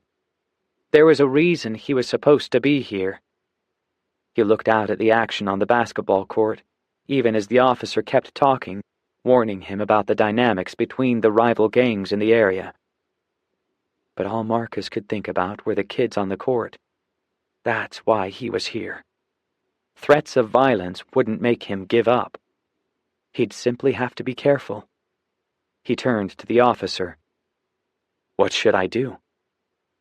The front of the building will be the most dangerous. We have officers patrolling, looking for Davis, but we think maybe you should call it an early night. Marcus hesitated. He hated breaking up the basketball game, hated letting the gangs win, even for a night. Any minute the pizza would be here. He clenched his jaw, frustrated. He couldn't put the kids and volunteers at risk. He stared at the officer. Whatever we need to do. The officer studied the teens on the court. Let's dismiss them after this game. What about the pizza? It'll be here any minute. Maybe they can grab a piece on the way out. Then we can shut down. He pulled his radio from his belt. I'll call for additional backup until everyone's cleared out. Marcus studied the kids again.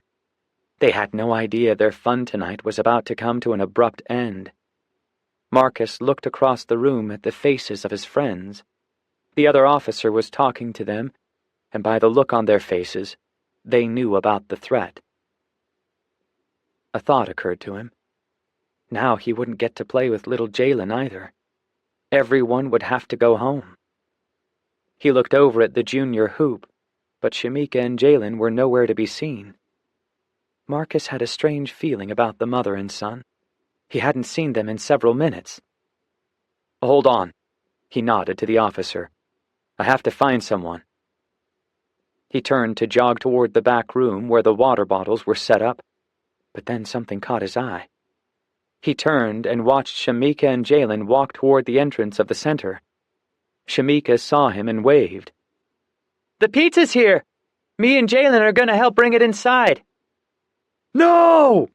Marcus shouted, but it was too late. Shamika and Jalen were already through the front door. Marcus ran for the door and tore outside into the night. The pizza guy was out of the car, a stack of boxes in his hands. Cars seemed to be everywhere, cruising down the street, parked across from the center. Marcus could feel the danger. He could sense it to the core of his being. But where was it coming from? Suddenly, out of the shadows, a woman lunged at him. Get down! Everything happened so fast. The action around Marcus became a blur. He heard gunfire and the sound of squealing tires and felt something burning in his leg. Before he could register any of it, he heard Shamika scream. Jalen! No, not my boy! God, please! Marcus scrambled to his knees and the pain sliced through his leg. He looked down and saw blood coming from his thigh. Flesh wound, he told himself. But Jalen, What had happened to the child? Volunteers were shouting and sirens sounded in the distance. But what about Jalen? Marcus pulled himself to his feet and pushed through the crowd. "Jalen!" Shamika was still screaming. "Someone help us! No, God, not my boy! Please, not my boy!" Marcus could see him. There was blood everywhere as he knelt next to Shamika. Jalen wasn't moving, and now Marcus could see where the blood was coming from. The boy had been hit in the back of his head. He had probably turned when he heard Marcus yell. And now... Dear God, no. Not this child, please. "Has someone called 911?" he shouted, desperate. "They're on their way," one of the parent volunteers answered. Across from him, working on the child, was the woman who had knocked him to the ground. It was Aspen, one of the volunteers. She had her hands on Jalen's chest, giving him CPR. Then, as if she could sense Marcus looking at her, despite the screaming and crying happening all around, she looked straight at him. "Pray," she continued her efforts to save Jalen's life. "Pray for the boy. Pray in Jesus' name." Marcus stared at the boy. Someone had to stop the bleeding. He took off his shirt and put it against the boy's head. He didn't know CPR, but Aspen seemed capable. Pressing the shirt against the boy's skull, Marcus tuned out the wailing and shouting and took hold of Shamika's hand. "Let's pray." "I can't lose him!" Her words were a panicked scream. "He's all I have! Please! God, please!" Marcus had never been in a situation like this. He wanted to rewind the clock and have this moment over again. If only he could have stopped Shamika before she walked outside. The bullet intended for him had hit Jalen instead. It was more than he could bear. But even with all of that, even desperate for Jalen to survive, Marcus knew Aspen was right. They had to pray. The blood was spreading. He couldn't watch. Marcus closed his eyes and raised his voice, raised it above the crying and shouting and sounds of the approaching sirens. "We need a miracle, Lord. Please don't let him die. Please. Save his life. Please help us. God, I beg you." Shamika was sobbing now, but she managed to say, "Amen. Jesus, please, amen." The ambulance pulled up and paramedics rushed through the crowd. Marcus sat back on the grass and watched as Jalen was whisked onto the stretcher. Shamika stayed with him, running alongside the men as they took her baby to the ambulance. He should have taken that bullet, not Jalen. Behind him, he heard Tyler's voice, but at the same time, another set of paramedics rushed up and surrounded him. "Marcus, you've been hit. You need to get to the hospital." His leg? He wanted to tell them he'd be fine. "Go find the shooter! Someone find him!" That's all that mattered now. Tyler was at his side. "Man, it's a nasty wound. You gotta get in." "The boy." Marcus stared at the place where the ambulance carrying Jalen had disappeared. "Pray for the boy." "We will." Tyler squeezed his shoulder. "I'll bring Sammy and Mary Catherine. We'll meet you at the hospital." The paramedics lifted him onto the stretcher. Marcus looked back as they carried him toward a second ambulance, and a sudden thought hit him. What about Aspen? How had the woman known Marcus was about to be hit? She had shoved him to the ground, and then just as quickly, she was at Jalen's side doing CPR. As if she'd known all this was about to happen. Was she someone connected to the gang? Did she have inside information? Marcus would tell the police to talk to her, just in case she knew something, in case she could lead them to the shooter. He scanned the crowd, looking for her. Aspen had volunteered at the center Saturday night. She was a pretty woman, thin with long, straightened hair and green eyes. She must have gone back inside the building, because she was nowhere in sight. The paramedics loaded Marcus into the waiting ambulance, and he closed his eyes. How could this have happened? It was supposed to be a fun night for the kids. This was supposed to help the gang problem here on the streets of L.A. Everything they'd done, the time and money and prayers for this place, it was supposed to make a difference. Instead, little Jalen was fighting for his life.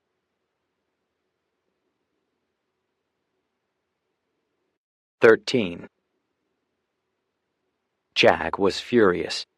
He knew angels walking were required to stay in control emotionally, but he was seriously struggling. He exhaled and replayed the truth in his mind. Angels on earth could feel human emotions. Anger, fear, sorrow, all were possible, especially when angels took on human form. By the power of God, an angel walking on earth had to control himself. That had never been a problem before. Jag had been on many missions over time. The successful mission he and Aspen had done during World War II, for instance. They had rescued a pilot shot down over Germany.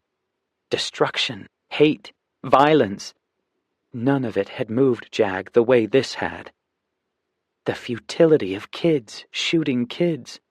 The same gang violence that had killed Terrence Williams. Jag steadied his breathing. He waited with Aspen across the street from the youth center. How could this have happened again? The entire mission was in jeopardy. They had known the shooting was possible. He and Aspen were both on site, ready to intervene, and Jag had done what he could to delay Dwayne. He had disabled the kid's vehicle, but apparently not well enough, because the shooting had still happened. Just like 10 years ago. Either way, right now they didn't have time to wonder about what went wrong. Jag had a job to do. He wanted Dwayne Davis behind bars, where he belonged according to man's law, where he could do no further harm to mankind. Aspen. He looked straight at her. You did the right thing. You saved Marcus. I'm the one who failed. No. Aspen's eyes were damp with tears. You did what you could. Police mean nothing to Dwayne. Anger stirred in Jag's heart again. If it were up to me. Don't. She touched his shoulder. We need to stay focused. A tear slid down her cheek, and she caught it with the back of her hand. This feeling, this sadness, it's the hardest part of being on mission. So much heartache here on Earth. Exactly. Jag willed the strength of God to settle his being. Across the street, the teens were still milling about. Officer Kent seemed to have things under control. He was dispersing the young people, telling them to go home. Jag turned back to Aspen. We will ask the Father for a miracle where the child is concerned. Aspen nodded. I didn't see this coming. I thought the boy was out of the way. I thought... It's okay. We don't know all things. This was the hardest part of being an angel. Having more knowledge than humans, more power, but not nearly the knowledge or power of the Father. God alone knew when someone would be called home, when a person's time on earth ran out. But why allow angels to intervene if people were going to die anyway? Again, Jag forced himself to relax. Stay controlled, Jag, he told himself. Keep the mission in mind. One day the answers would be clear, even to angels. For now, they were to do their jobs, carry out their assignments. I want to be at the hospital. Aspen straightened. You should go. Jag studied her. She looked stronger than before. She would come back, and she would work as hard as possible to see the mission accomplished. Jag had no doubt Aspen looked at him, her eyes still filled with sorrow. The most important thing is prayer. Always. You go. I have another matter to attend to. Jag. Her voice held the familiar warning. Be careful. Work in God's strength. Don't let human emotions guide you. Her words hit their mark. He clenched his fists and relaxed them again. I won't. He exhaled. The mission is God's, not ours. Exactly. She nodded to him. See you soon. Stay low. With that, they were both gone. Jag felt the sense of purpose deep inside him. He needed to stay hidden better. Aspen was right about that, too. Angels walking had to stay invisible as much as possible. Sure, they had to materialize. That was part of the mission. And when they took on human form, sons and daughters of Adam might wonder. Christians familiar with God's word knew that sometimes they would entertain angels unaware. But too many displays, like not being harmed by flying bullets, and people wouldn't wonder. They would know. God sent his angels to clandestinely work as messengers and protectors among his people, so that he would get the glory. Otherwise, humans might worship angels and miss the one who created them. Almost as soon as he left the spot in front of the youth center, Jag arrived 2 blocks away, invisible, just down the street from Dwayne and Lexi, who were standing on the sidewalk outside his car. Angels had keen hearing, so Jag could clearly hear Dwayne cursing Lexi, threatening her. Anger filled Jag again. He wouldn't let the young man hurt the girl. She was important to the mission. He moved closer to Dwayne. Why so much hatred? How could one created in the very image of God be so full of evil? Jag heard a rush of movement in the air around him.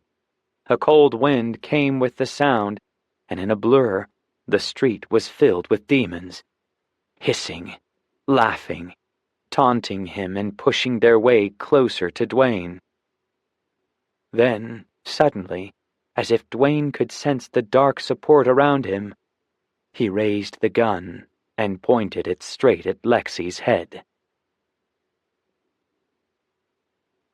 Jag had to act quickly. He instantly moved to the payphone near the bar a block away. He slipped into a tight spot between 2 houses and materialized as the towering blonde officer.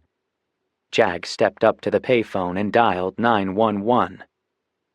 The operator answered on the first ring. What's your emergency? I'm an officer.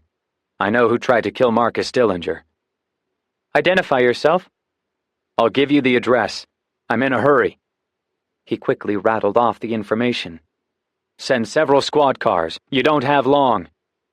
He hung up and stepped into the shadows, and instantly he was back on the street with Dwayne and Lexi, invisible. The entire phone call had taken mere seconds.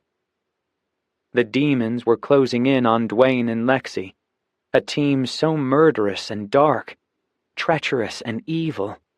The smell of death hung in the air. One of the demons dug its invisible claws into Dwayne's back. Jag breathed deep. I need you, Jesus. Instantly, he was in the midst of the demons. Go! He held both hands toward the evil spirits. Go now! One of them hissed, and his spiky wings brushed up against Jag. Fight us, mighty warrior. Our time is short. These 2 belong to us. Again, Jag felt the rush of anger. This wasn't right. Nothing should stop an angel, not unless... What was he thinking? How could he forget? The name of Jesus. In the name of Jesus, be gone! The humans couldn't hear him, but his voice boomed through another dimension. No! At the sound of the name of Jesus, the demons withered in size, shrinking back, repulsed, wounded. and instantly the evil band disappeared. They would find someone else to torment tonight. He stepped out of hiding directly behind Dwayne and Lexi, this time as the police officer again. "Stop!" His voice pierced the night air. "Both of you! Police!" "What the?" Dwayne spun around and pulled his gun. Jag covered the ground between them in fractions of a second and grabbed the gun from Dwayne. Jag looked at the pistol in his hand and felt a surge of power. So this is what it's like, he thought. He ran his thumb over the handle. He pointed the gun at the teenager. He could kill Dwayne now, but there would be eternal consequences. It wouldn't take much. Just the slightest pull on the trigger and Dwayne would no longer be a threat. Jag was breathing harder. He ran his finger along the smooth metal at the center of the gun. One pull. Just one. Suddenly Lexi cried out, "Jesus, help us!" Jesus. At the sound of his name, Jag instantly came to his senses. He felt a heavenly calm wash over him, and he moved his finger from the trigger. He would not shoot. Not now. Not ever. The sounds of sirens in the distance told him it wouldn't be long. Help was on the way. "The punishment you're about to receive, you have earned." Jag kept the gun trained on the kid. "But it is nothing to what will come after this life." Jag was within his bounds now. Eternal truths, life-altering messages, these were the job of angels. Dwayne glared at him. He grabbed Lexi by her hair and held her close. Before Jag could speak again, 3 police cars pulled up from different directions and skidded to a stop, their bright lights on Dwayne's car. 6 of them jumped out, guns drawn. Jag was invisible by then, the gun on the ground where he had been standing. He moved, unnoticed, to a place where the shadows were dark and the lights of the police cars could not reach. And like that, he was gone. Immediately he was at the hospital, in the room where surgeons frantically worked on little Jalen. Aspen stood nearby, praying, constantly praying. Jag took his place beside her. He closed his eyes. That was close back there.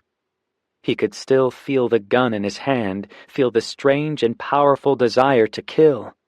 His anger had nearly consumed him. "I'm sorry, Father. I was wrong." He would need to be more careful. Another moment like that could jeopardize the entire mission. Jag closed his eyes. Prayer. That's what he needed. More time in prayer. He could not work successfully as an angel walking unless he stayed connected to God. His breathing slowed down, and a deep peace came over him. He blinked his eyes open and stared at the injured child lying on the operating table. Yes, he would pray. For the child fighting for his life a few feet away, and for himself. That human rage would never consume him again.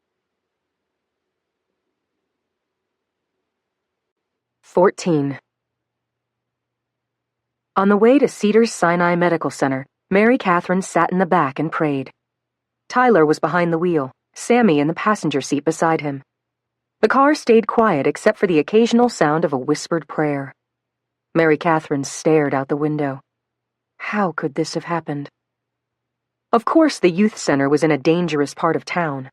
But none of them ever really thought the gangs would shoot at them. Why would they? Marcus was only trying to help. They turned into the parking lot and found a spot near the emergency room entrance. The ambulances were still there, parked close to the doors. Mary Catherine squeezed her eyes shut. Dear God, be with that child. Please. Tyler hurried out of the car and around to Sammy's door, and then Mary Catherine's. Is the bullet still in Marcus's leg? Mary Catherine hadn't wanted to ask until now. She had seen the blood on his jeans before the paramedics took him. I couldn't tell. Tyler looked pale, worried. I hope not. Inside, they checked in at the front desk and explained they were there for Marcus. Come on back. He already has visitors, but we're slow tonight. The nurse opened a set of double doors and met them on the other side. Can't believe those gangs. Trying to kill Marcus Dillinger? Guy only wanted to do something good for the city. Mary Catherine trailed after the group. Where was the little boy? Where was Jalen? Was he in one of the rooms with the curtains drawn? Her heart ached at the thought. Precious little child. He had only wanted to help bring in the pizza. She fought back tears as they walked. They reached Marcus's room and stepped in. The Wayne family was already there, including Shelley. She was sitting next to Marcus's bed, running her hand along his arm. Hey. He seemed to shake off Shelley's touch. He looked at Tyler and Sammy, and then held Mary Catherine's gaze. The fear in his eyes was tangible. Any word on Jalen? We came here first. Tyler reached out and clasped Marcus's hand. I'm fine. His mouth sounded dry. I need to know about that boy. The nurse won't tell me. Shelley slid her chair closer to his bed and ran her hand over his hair. I'm sure he's okay. He's not okay. Marcus shot her a harsh look. Shelley's sad smile didn't waver. She moved her hand to his shoulder. Meanwhile, Coach Wayne and his wife were talking quietly, whispering a few feet away.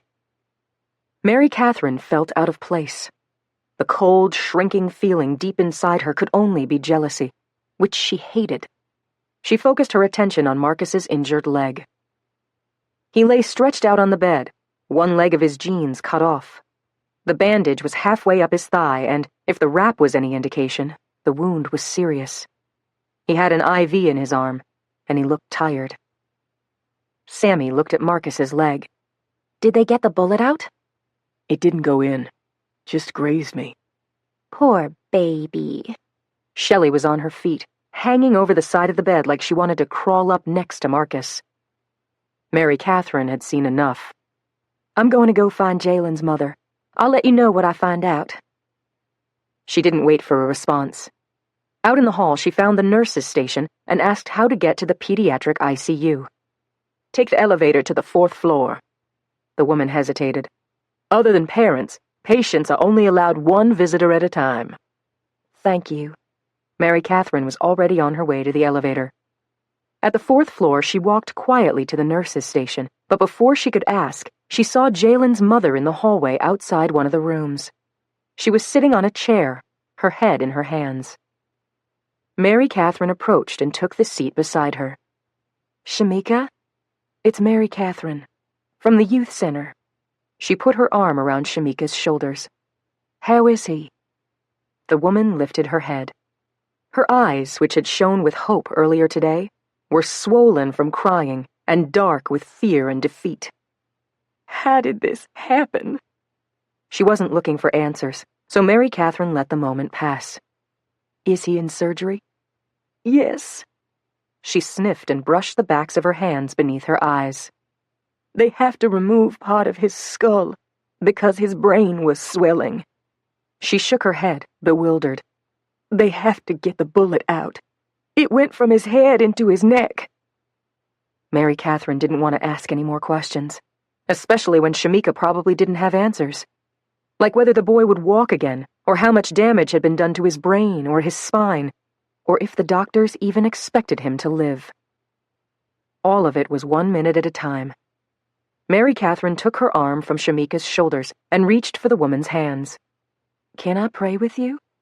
Would it matter? She probably wasn't trying to be rude or difficult. Her question didn't sound cynical. I mean it. God could have protected my boy from that bullet. Why pray now?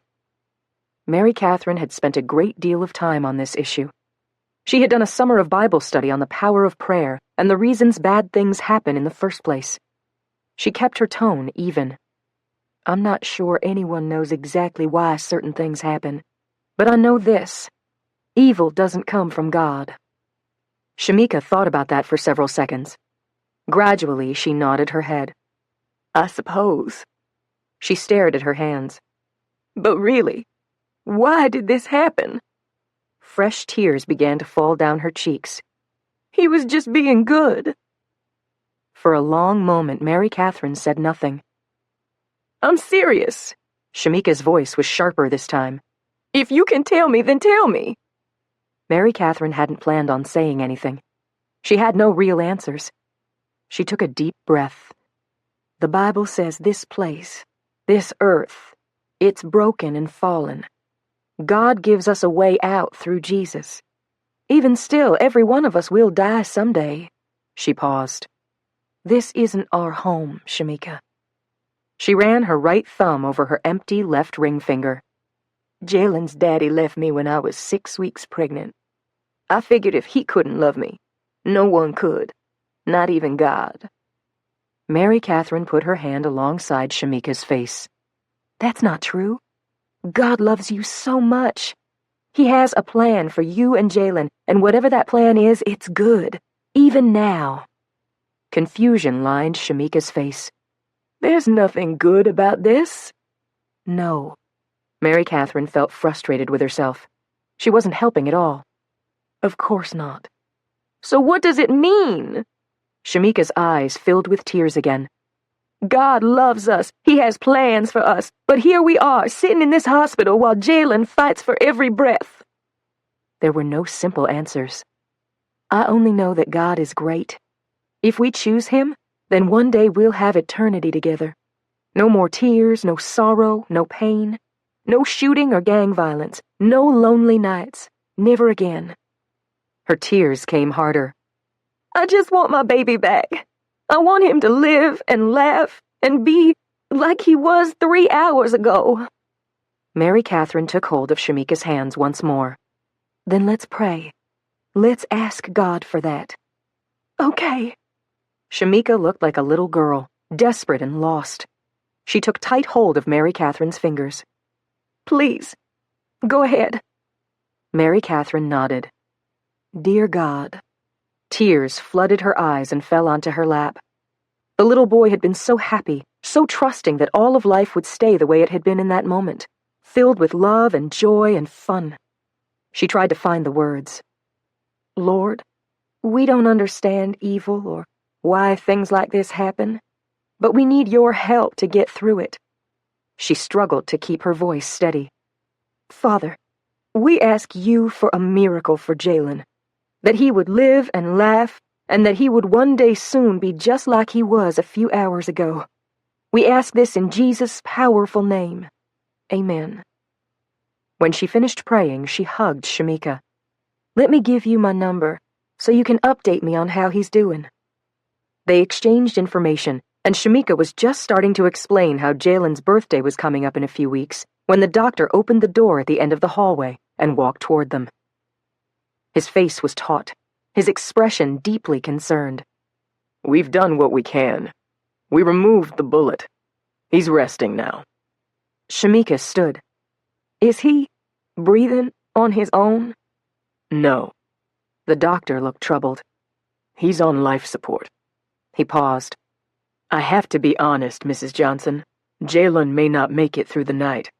He's a fighter, but the damage, it's considerable." Quiet sobs came over Shamika. Mary Catherine stood next to her and turned her eyes to the doctor. "Will you bring him back here?"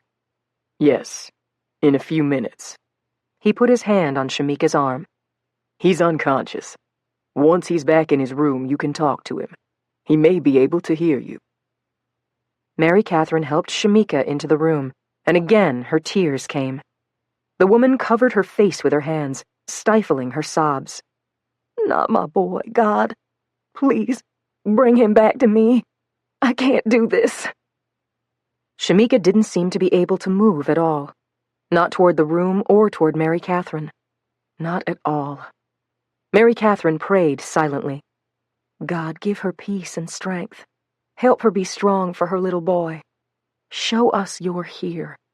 Please." Gradually, Mary Catherine felt the woman beside her start to relax. After a while, the doctor brought Jalen back to the room. He looked so small, lost in the sheets and bandages, tubes and wires. Mary Catherine stayed by Shamika as she took up her place beside her son. I'm scared, Shamika whispered. She lowered her hands from her face. Jalen's head was fully wrapped, and he had a breathing tube in his throat and mouth.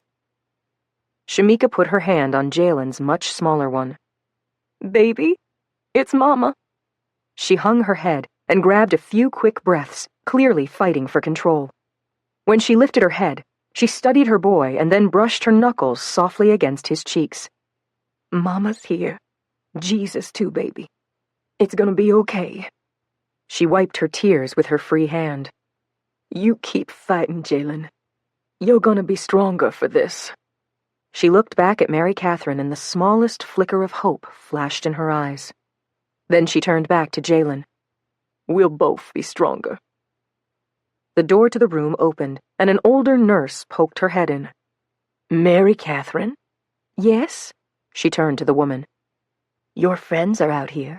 They want to talk to you. Mary Catherine hugged Shamika again. Want me to stay?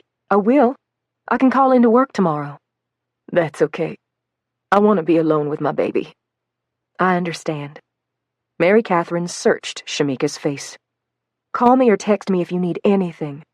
We'll get everyone to pray for Jalen, all right? Yes. She managed the slightest smile. Thank you. You're not alone. Shamika nodded and turned to Jalen again. I'll be here until he opens his eyes and talks to me again. That was all they could ask for. That Shamika might believe enough to expect the impossible. To look for a miracle. Mary Catherine stepped out of the room. Tyler and Sammy were waiting for her. Sammy hugged her first. How is he? Fighting. She blinked back a wave of tears. The doctor said it doesn't look good. She pulled a tissue from her purse and pressed it to her eyes. We have to pray for a miracle. We need to believe. Poor little guy. Tyler put his arm around Sammy. Sammy sighed. We all prayed in Marcus's room. Mary Catherine didn't want to think about Marcus. Is he staying overnight? Spending time with Shamika had been good for her. She hadn't once pictured Shelley sitting next to Marcus earlier, or the way the scene had jabbed at her heart. No. Tyler stepped up. Shelley and the Waynes are gone. I guess the doctors are finishing up paperwork. We can take him home. Together, the four of them had only Tyler's car. We could come back and get you later. I'll be ready in a few minutes. I can meet you downstairs. She took Sammy's hand. Is that okay? Of course. Sammy looked beat, too. They all did. She and Tyler hugged Mary Catherine again. Longer this time. Then they left for the elevator. Mary Catherine had spotted a small chapel just down the hall. She didn't want to interrupt Shamika's time with her son, and she hardly wanted to be with Marcus after seeing him with Shelley earlier. Not tonight. Not when she couldn't get a grip on her emotions. She waited until Tyler and Sammy were gone. Then she headed toward the chapel. It was right across from the elevators. She went inside and found it empty. The room was small and dimly lit. Just 8 pews and a wooden cross at the front. Mary Catherine sat in one of the middle pews, dropped to her knees and brought her hands to her face. She prayed for Jalen and for his mother and for the future of the youth center. She prayed the shooter would be caught and that progress would someday be made on the streets of inner-city Los Angeles. Not until she had talked to God about all that did she pray for the thing that was weighing most heavily on her heart. Her words came in quiet whispers. I let myself start to fall for Marcus, Lord, and that was a mistake. I'm sorry. That's not the life you want for me. You've made that clear. So protect my fragile heart, God. Please. When I see Marcus, let me see him as a brother. Only that. In Jesus' name, amen. She lifted her head and gasped. Sitting across the narrow aisle from her was a police officer, big and blond, his hat in his hands. He looked at her and nodded politely. Sorry to startle you. I didn't want to interrupt. Is something... Did Jalen...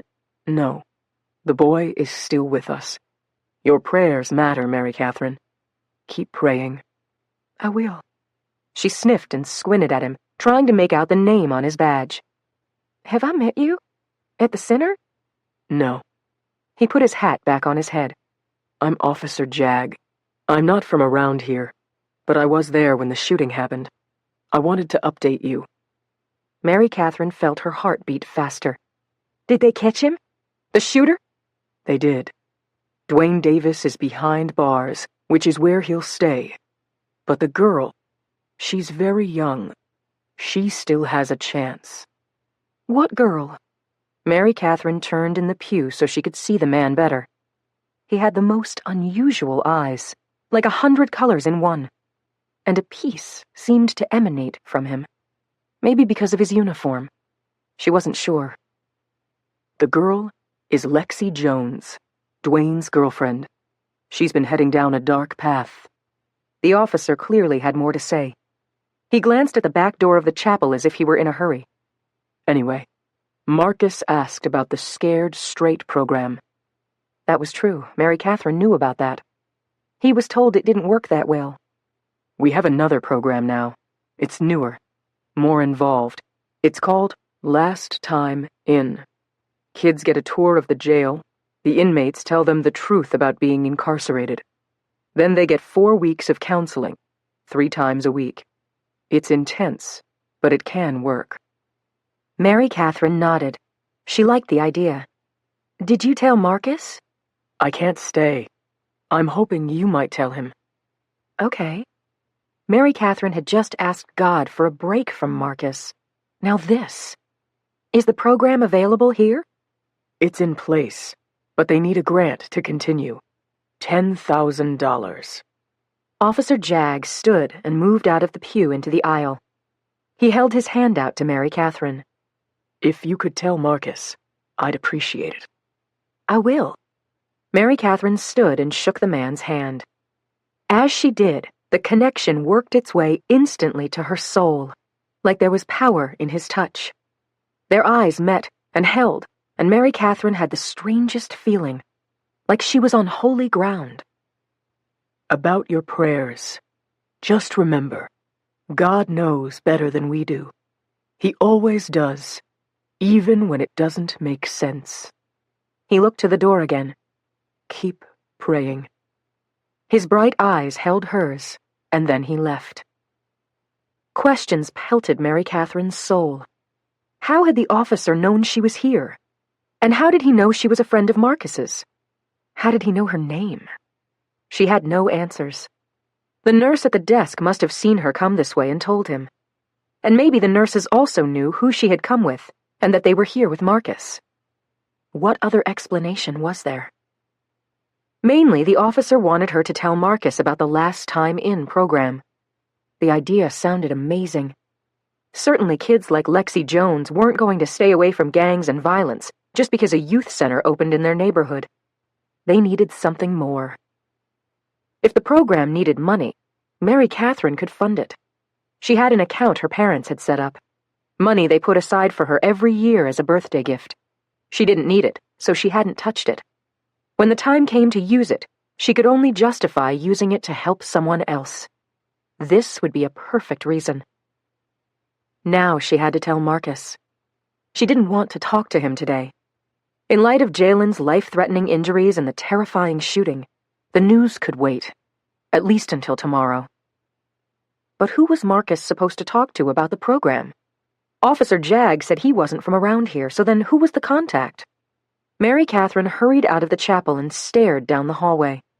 The man had been gone for less than a minute. So where was he? She walked as quickly as she could to the nurse's station. The woman sitting behind the desk was the same one who had been there before. Hi. Officer Jagg came into the chapel to talk to me. Can you tell me where he went? The woman blinked. Officer Jagg? Yes, he's tall, blonde hair, light eyes. She could see the woman wasn't tracking with her. He must have come by here. There hasn't been an officer on this floor, not for an hour at least. Frustration rattled Mary Catherine's nerves. He was just here. She pointed down the hall toward the chapel. He left from right there. I'm sorry, miss. The woman looked indignant. I told you I haven't seen an officer. Certainly no one by that description. She paused. What did you say his name was? Officer Jagg. She realized that she hadn't gotten a full name. He said he wasn't from around. Mary Catherine felt her shoulders sink. Never mind. She jogged down the hallway toward the chapel and kept going to where it dead-ended. There was no way out. The only direction the officer could have left was right past the nurses' station. Mary Catherine headed that way. This time, the woman at the nurses' station was buried in paperwork. That had to be it. The nurse had been too busy to notice the man. A sigh made its way through Mary Catherine, and she walked to the elevator. Her friends would be ready to go. On her way to the emergency room, Mary Catherine remembered Officer Jagg's words about prayer. God knows better than we do. He always does, even when it doesn't make sense. That was what the man had said, right? Clearly, he had to have been talking about Jalen. The little boy needed everyone praying, everyone believing. Good that the officer was a man of faith. The city needed more like him, wherever he was from. She reached Marcus's room. He was sitting up now, getting instructions and paperwork from a nurse. Tyler and Sammy were waiting near the door. Marcus looked at her. How is he? Not good. She stayed by the door with her friends. He needs a miracle. The ride home was quiet. Marcus sat in the front with Tyler, and the two of them did most of the talking. Police came in when you guys were gone. Marcus leaned his head against the seat. He looked exhausted. They have the shooter in custody. His girlfriend, too. Good. Tyler didn't hesitate. Makes me think they should arrest everyone in both gangs, run their rap sheets, figure out what new crimes they're linked to. He glanced at Marcus, his hand tight on the steering wheel. Maybe then the younger guys wouldn't be so quick to join. Mary Catherine stayed silent in the back seat. She looked out the window and thought about Shamika, spending the night at her son's side. The conversation in the car faded, and Mary Catherine lifted her eyes to the stars overhead. God could do this, of course. He could give them a miracle for Jalen. Now, she could only pray that he would. Jag stood next to Aspen on the opposite side of the child's bed, invisible. Aspen was ready to fight, just like Jag. She wanted to see the mission succeed, and she wanted justice. Earth is so difficult, full of pain. She held her hand over the boy's head. Jesus, heal him. Let him live. Jag loved the heart of his teammate. She was a very great example to him, especially after tonight. My anger. I nearly lost it. She turned and stared at him. Dwayne Davis? Yes. Jag still felt ashamed. The feel of the trigger beneath his finger would stay with him always. I could have killed that boy. I wanted to. No matter what, they had to be honest with each other. Aspen faced him. Why didn't you? I'm an angel. I wanted to do God's will. The name of Jesus reminded me. Aspen exhaled, relieved. Who said it? Lexi, the girl. He straightened himself, empowered, convinced that his perfect God was with him even in his imperfection. God used her to get my attention, just in time. She needs help. Aspen's tone was heavy. She looked at Jalen again. So many pieces of this mission, we can't miss a moment. That had never been more true. I spoke to Mary Catherine in the chapel. Do you think she has an idea? Who you are? No. He felt another reason for regret. I wasn't as careful with Dwayne. The guys on the streets think I'm some monster cop. I need to be careful. He looked deep into her eyes. I'm sorry. I've talked to the Father about it. Then you are forgiven. Aspen took hold of his hand for a moment. Let this go. She moved closer to the bed and studied the child. The hardest thing about Earth is that love is not enough. It's never enough. Jag let her words settle in his soul. He shook his head. Love is always enough, Aspen. But there are different kinds of love. True. She checked the monitors surrounding the boy. The child is fading. We need to pray. And so for the rest of the evening, they begged God for a miracle, asking that he intervene in Jalen's body and that he give doctors wisdom beyond their abilities. Most of all, they asked that Jalen be surrounded by love. Not the earthly sort of love that could so easily fail, but heaven's love. A love that would always be enough.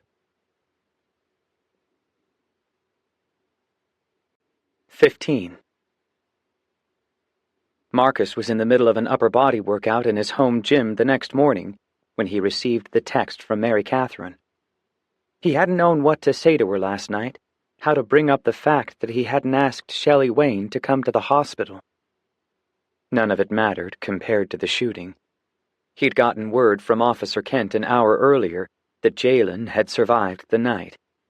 He was still on life support, still critical. Now Marcus looked at his phone. The text said simply, "Can we meet this morning? If you're feeling up to it, I need to talk to you about something related to the shooting."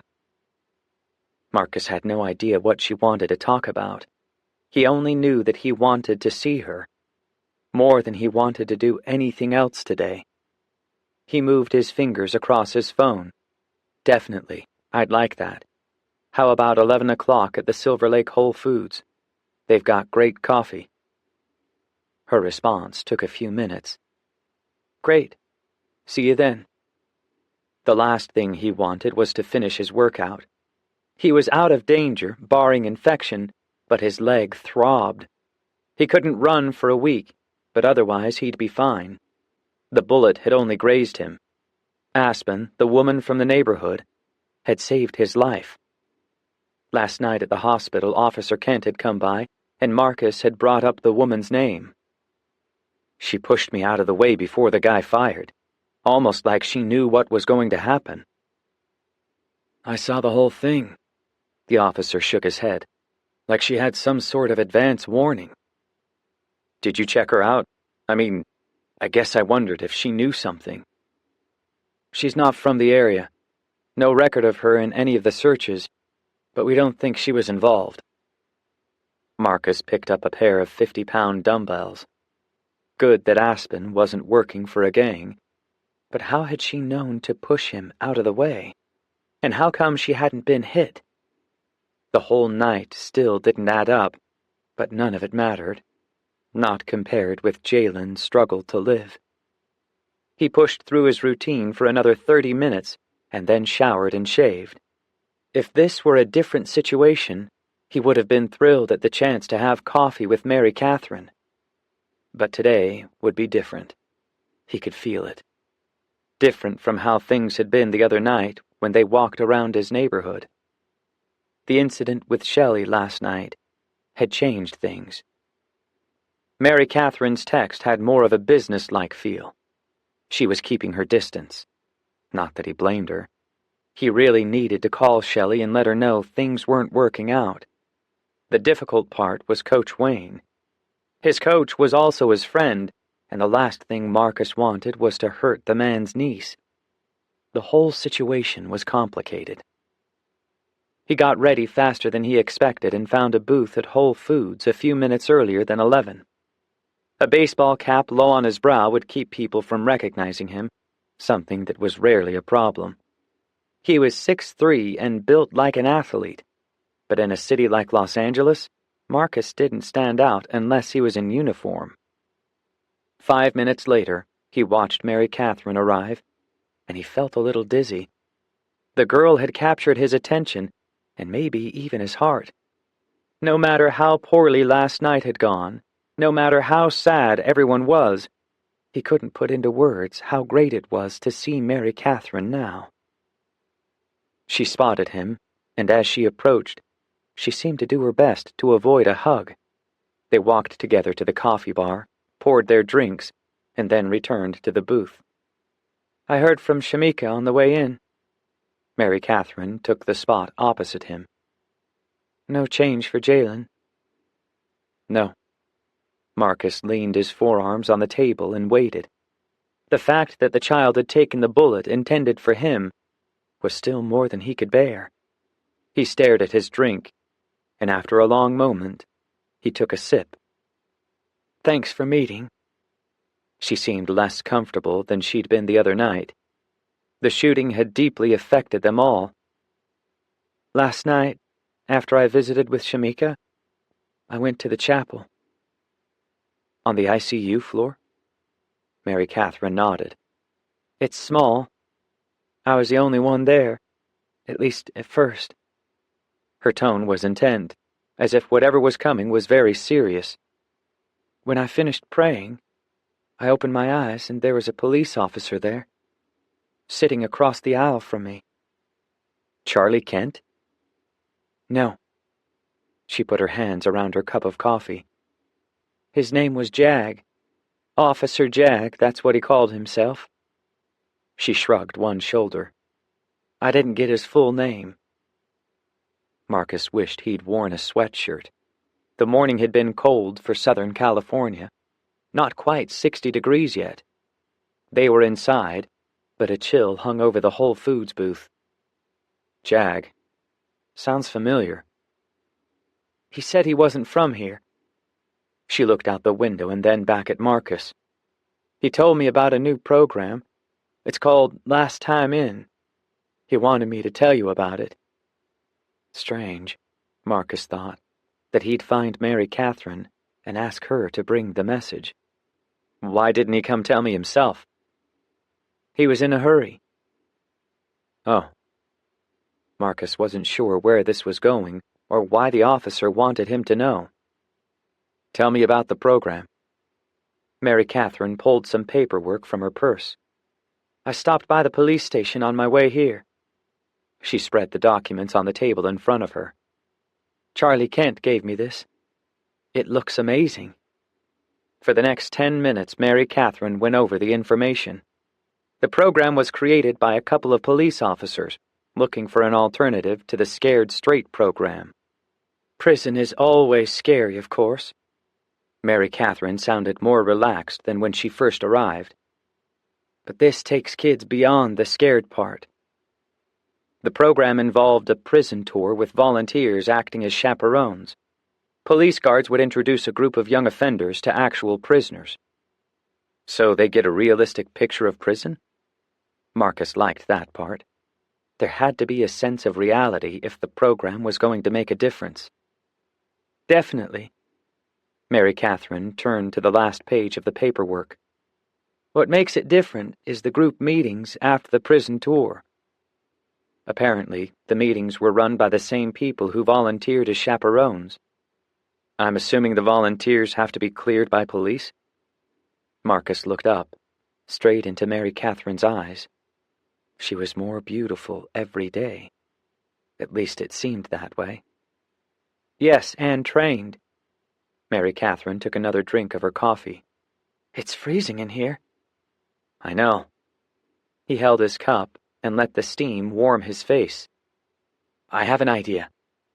He stood and nodded to the store. I'll be right back. Marcus jogged to the clothing section at the front of the store. His leg didn't hurt as bad as it had this morning. In no time, he found 2 navy blue sweatshirts with white writing that said simply, Live Life. Perfect, he told himself. He grabbed a small for her and a large for himself, paid for them, and hurried back to the booth. Here. He handed her the small one. Maybe now we can actually think. She laughed, and the sound was music to his soul. There hadn't been a reason even to smile since last night. Thank you. She took it from him, removed the tags, and slipped it over her head. Much better. Her smile remained. I love impulsive. I figured.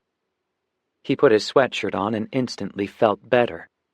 Okay, where were we? He had to be careful around her. She had a way of making him forget what he was doing, what he was saying. The program. She furrowed her brow, like she was trying to find the serious place from a few minutes ago. So, it's all voluntary. The kids have to sign up, and they have to agree to the weekly meetings. Volunteers can share their faith as long as they're clear about it up front. It's up to the kids and their guardians if that type of counseling will work for them. The group meetings are very loosely structured, more of a time for kids to open up. Marcus was starting to understand. So, Bible study could be part of the group meetings? Exactly. It's a private program. Police involvement is voluntary and outside official work hours. She looked at the paperwork on the table, and then at him again. As long as the kids agree to be led by that volunteer, then the group can take whatever direction of encouragement everyone agrees on. Wow, amazing. Marcus hadn't heard of anything like it. So this officer, he wanted me to know? He did. Mary Catherine took a sip of her drink, and then sat back, pensive. Last time in costs around 10 grand. Without that, there's no program. Maybe Officer Jag thought you could help. Of course. Marcus leaned forward, his arms on the table. Mary Catherine looked adorable in her sweatshirt. She could have designed it herself. He forced himself to focus. I can get the money to Officer Kent today. Is that how it works? Actually, she smiled. It's taken care of. Don't worry about it. Marcus was surprised, but the topic seemed off-limits.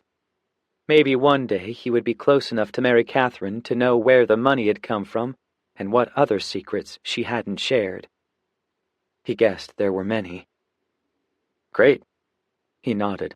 So, how do I help? You chaperone. Mary Catherine looked straight at him. Charlie Kent says most of the kids from the streets love you. Whatever you tell them to do, they'll do it. Not Dwayne Davis. He raised his brow. But his girlfriend, Lexi Jones, she's a different story. Mary Catherine began folding up the papers in front of her. Police think she made the call, the one that tipped off the department about the fact that someone from the West Knights wanted you dead. His girlfriend? Marcus tried to imagine that life. Over the next few minutes, Mary Catherine explained more of the details. The police wanted to offer Lexi a chance at the last time in program. It's either that, or she serves 5 years, at least. She was in the passenger seat when Dwayne fired. Mary Catherine frowned. Even if she tried to save your life by tipping off the police. Has anyone talked to Lexi about it? Marcus liked the idea. If someone could reach the girl now, it might change her life. It might save it. No, she's in jail for now. Marcus remembered something he hadn't asked Charlie Kent. How old were these kids? Dwayne's 18. They have evidence he committed at least 2 other murders. He can be tried as an adult, so he's probably looking at life. Mary Catherine sighed. Lexi, she's just 16. Man. Marcus shook his head. He looked down at his empty cup. The problem was so much bigger than he ever imagined. God, whatever you want me to do, I'll do it. He met Mary Catherine's eyes again. If you're asking if I'll volunteer, the answer is yes. Good. Her smile started in her eyes. I told them I would too. I'll talk to Sammy and Tyler later. They'd be perfect. The whole program takes about 4 weeks. It's 1 Saturday and then 8 weeknights. Perfect. I leave for spring training February 8th. Marcus felt his hopes surge. He checked the calendar on his phone. The timing couldn't be better. So, that's why we had to meet today. She looked hesitant. Training starts tomorrow at noon and again Friday night. Saturday is the prison tour. Not a lot of warning. She paused. I guess usually the volunteers are family or friends of the kids who go through the program. The police volunteers oversee it, but the others who help out usually have a personal reason why they're involved. Marcus uttered a sad chuckle. I guess after last night, we're qualified. Yes. Mary Catherine slid the folded documents across the table. Look these over. She checked the time on her phone. I have to run. If you don't hear from me, I'll see you tomorrow night at the police station a few blocks from the youth center. The one on 4th. Apparently, their time together was over. Marcus stood and waited while Mary Catherine stepped out of the booth. Again, she seemed in too much of a hurry for a hug. She did smile, though. Thanks for meeting. I think this will help. Really. I hope so. Marcus didn't have time to say anything else. She was already distancing herself from him. Thanks for including me. He raised his hand. See you tomorrow. She waved and then turned and headed for the exit. Before he had time to think of what to do next, she was gone. He picked up the papers from the table and slipped them into the back pocket of his jeans. There was still so much more he wanted to say. He would have wondered whether the last hour had happened at all if not for two things. His navy sweatshirt with the words, "Live Life," and the faint smell of her perfume. She couldn't have stayed another moment. Mary Catherine rushed across the parking lot to her car and left in record time. Another minute with Marcus, and she would have cracked. She would have asked him why Shelley had been there last night and what he was doing with a girl he didn't really care about. Her eyes would have given her away, and Marcus would have known for sure what she was feeling. How she had never felt more drawn to a guy in all her life. She had tried to talk herself out of everything she felt for him. Nothing about it made sense, and most certainly nothing would ever come from it. But until she could figure herself out, she couldn't allow Marcus to know any of this. Not until she was home did she remember the sweatshirt. She looked down and thought again of the sweet, impulsive moment. Marcus running through the store getting them both warmer clothes. Once she was inside, she looked at herself in the mirror. Marcus had no idea how apropos the message was. Live life. Yes, that's exactly what she needed to do. And she needed to do so without thinking about Marcus Dillinger, especially over the next few days. Treat him like a brother, she told herself. Yes, she had to learn to think about Marcus differently, stop herself from reacting every time she was with him. No matter what her heart had to say about it. 16. Tyler was thrilled when he heard about the Last Time In program. It was the first time since the shooting that he and Sammy felt there was something they could do, something that might help the kids on the streets. The youth center alone wasn't enough. Tyler agreed with Marcus. Mary Catherine had presented the idea, and now Sammy was on board too. Tonight, though, Tyler didn't want to think about the prison program or the little boy still fighting for his life at Cedars-Sinai, even if only for a few hours. Tonight was the double date with Marcus and Shelley. Marcus had talked about canceling. He didn't seem as into Shelley as he'd been at the beginning, but Tyler had talked Marcus into sticking with the plan. Now Marcus and Shelley would meet Tyler and Sammy at the restaurant in just a few minutes. Cherry Lane, it was called. A beautiful place situated in the hills above Los Angeles. Tyler walked with Sammy through the dining area to a table by the window. A balcony just off the back gave people a place to admire the view, so after they had their lemon water, Tyler led her outside. He put his arm around her, and they looked at the stars. Reminds me of that night on your grandparents' roof, all those years ago. Feels like yesterday. Sammy looked into his eyes. I sort of wish we were having dinner alone. It's been so crazy. I know. He took gentle hold of her face and kissed her. I think Marcus needs tonight. With Shelley? Sammy was clearly trying to be nice, but she couldn't hide the disdain in her tone. "I don't get it with them," Tyler laughed. "No one does. That's why he needs tonight. I have a feeling being around us, it'll help him see." "See what?" Certainty filled Tyler. "That she's not the right girl." "I hope so." Sammy looked out over the city. "He never looks at Shelley the way he looks at Mary Catherine." "I wondered about that." Tyler put his arm around her again. "We haven't had time to talk. Feels like weeks." He thought about the two of them, Marcus and Mary Catherine. Does she like him? Sammy hesitated. "Everything is complicated with Mary Catherine. She hasn't said, but I can feel it." "Time will tell." Tyler put his hands on her shoulders and faced her. "You look beautiful, if I haven't told you lately." "Not since we pulled into the parking lot." She grinned at him. "What if I hadn't found you?" "What?" He pulled out his most surprised look. "You didn't find me, baby. I found you, remember? On Facebook." Sammy laughed. "You have a point." She swayed in his arms. "So what if you hadn't written to me? Where would we be?" Times like this, Tyler could easily be overcome with the impossibility of all that had led him to this place. His blown-out shoulder, his time being homeless, and then his job as a maintenance worker at Merrill Place. But nothing really turned around until Tyler met Virginia Hutchison. The fact that her daughter knew Marcus Dillinger and would think to contact him on Tyler's behalf? No one could have seen that coming. Or the fact that Sammy would break up with her boyfriend after her few hours with Tyler in Florida.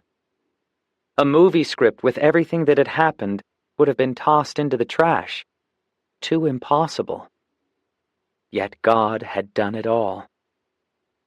Which reminds me, Tyler had asked Marcus to be a little late tonight. He had his reasons. "I know it hasn't been long, you and me. We only found each other a few months ago." "That's not true." Sammy linked her hands around the back of Tyler's neck. "We found each other when we were kids." True. Tyler loved her more every day. He let himself get lost in her eyes. "I mean, we've only been seeing each other a few months this time around." He caught her face in his hands. "But I want you to know something." "What?" She grinned. The stars overhead had nothing on the sparkle in her eyes. "I love you, Sammy." His words stacked up in his heart, and he couldn't stop himself. "I know you want things between us to go slow. I understand.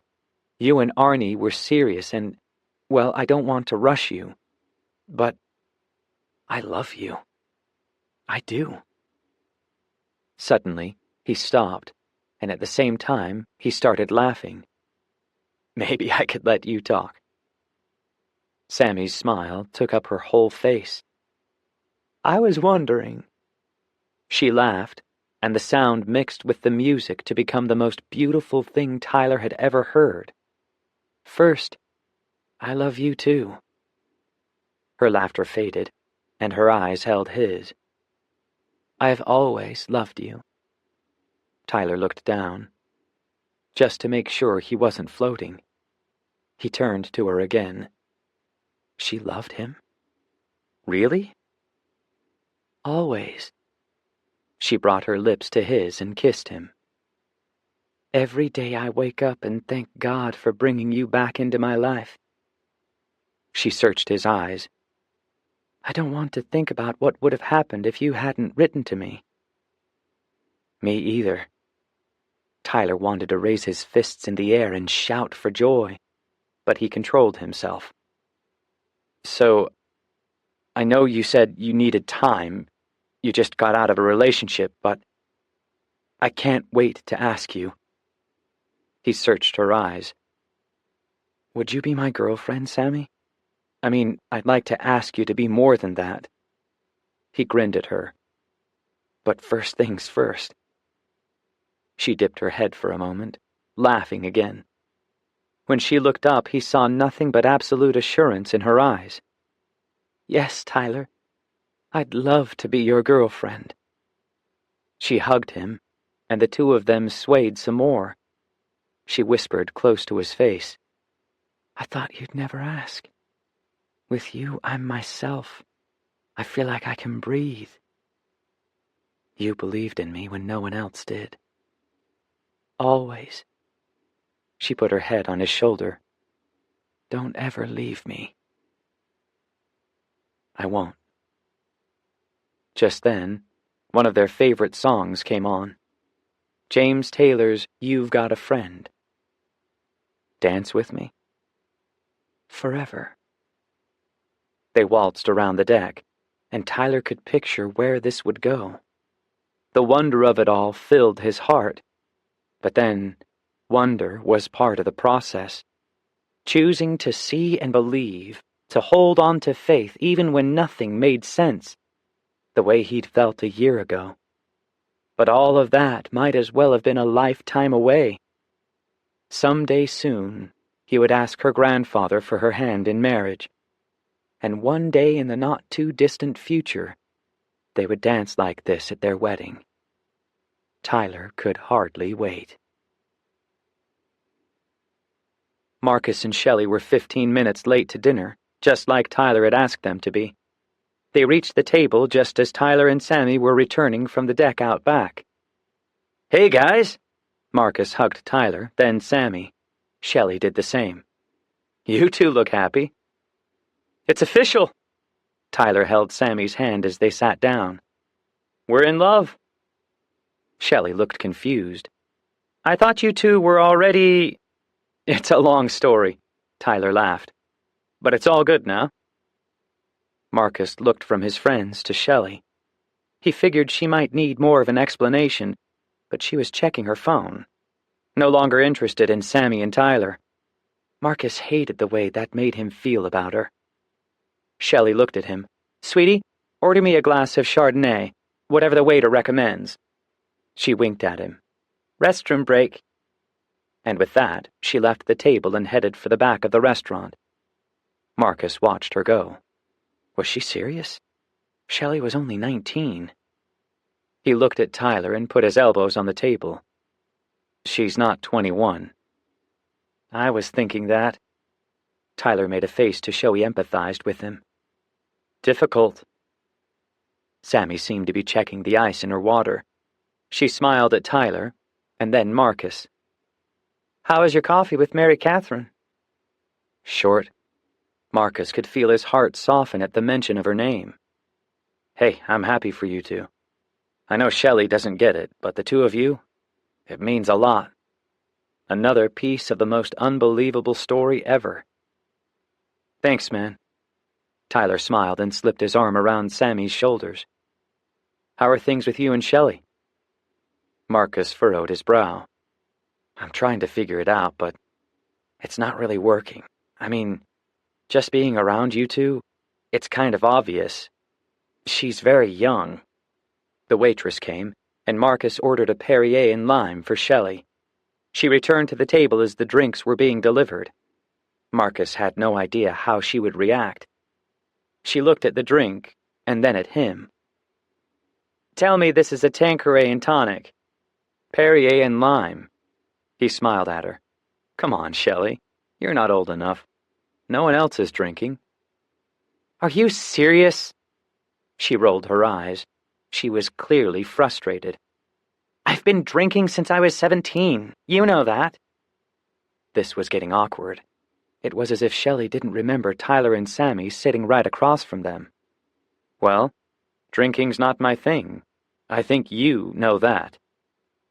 "Fine." She raised one eyebrow at him. "Your loss. I'm a better date after a few glasses of wine." "I'll have to settle for sober." Marcus wished he could dig a tunnel beneath the table, usher Shelley back to the car, and take her home. He smiled weakly at her, and then at his friends. "Are we ready to order?" The entire night continued that way, in fits and starts. Shelley never found the social rhythm that his dates usually found.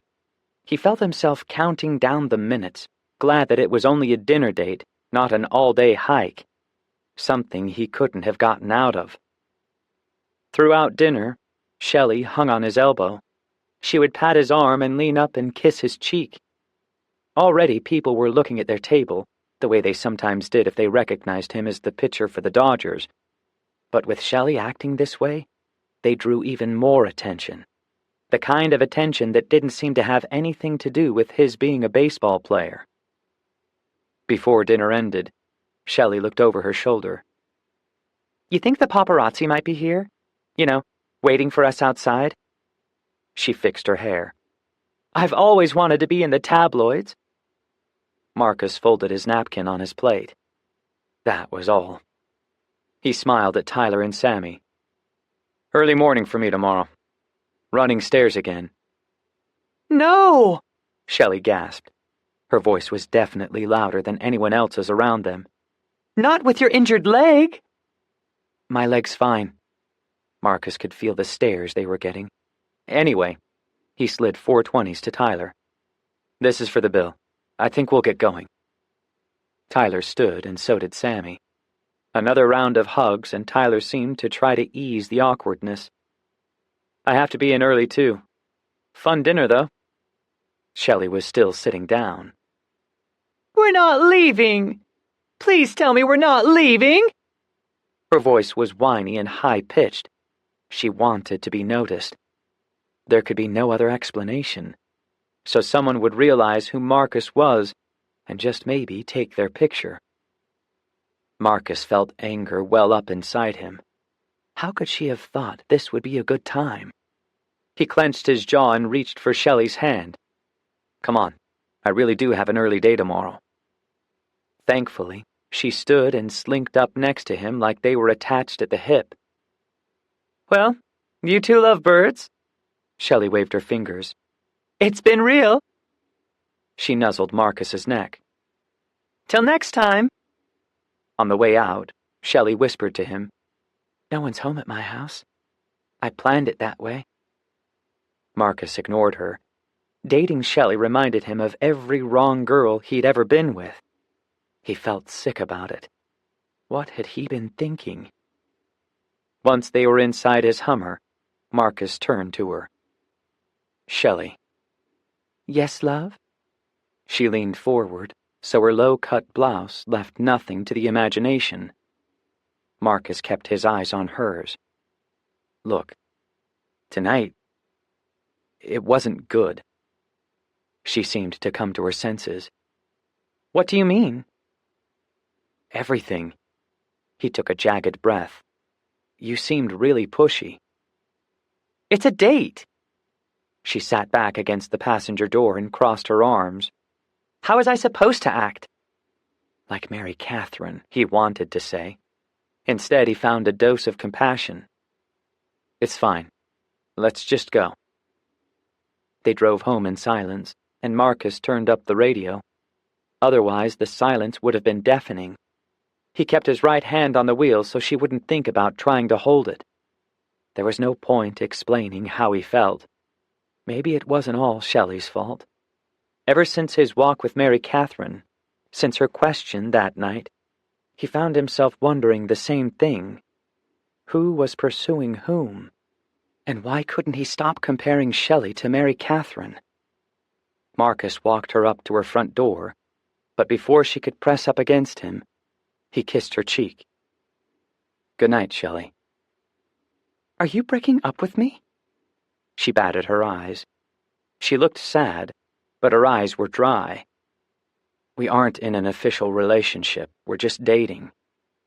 He slipped his hands into his pockets and walked down the stairs. He didn't wait for Shelley's response as he climbed behind the wheel of his SUV and drove off. Only then did he actually feel like he could take a breath.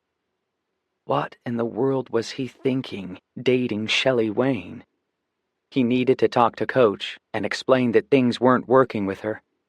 And not just because of Shelley's antics, but because all night long, the face that filled his heart and mind wasn't Shelley's. It was Mary Catherine's. 17. Mary Catherine met Marcus in the parking lot of the police station around noon the next day.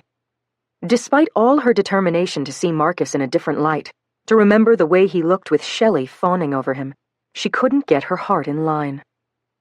From the moment he walked up to her, she felt the heat in her cheeks, felt her heart beating faster than before. The faint smell of his cologne made her breathless. Come on, Mary Catherine. She swallowed, desperate for a grip. I have no idea what to expect. Her voice sounded shaky. She looked up at him as they reached the door of the station. She needed to keep her mind on the matter at hand, learning how to work with the girls during their prison visit. Can I say something before we go in? Marcus stopped and smiled at her. You look beautiful. Just didn't think I should miss the chance to say so. She held her breath for a few seconds. Thank you. Her rebellious heart soared at his compliment. He looked great, too. Dark blue jeans and a white short-sleeved shirt. But Mary Catherine didn't dare say so. Even being attracted to him was wrong. He had a girlfriend, and she had promised God she wasn't going to date, not ever. But then why did she feel like this? And why was Marcus making things more difficult by being so kind?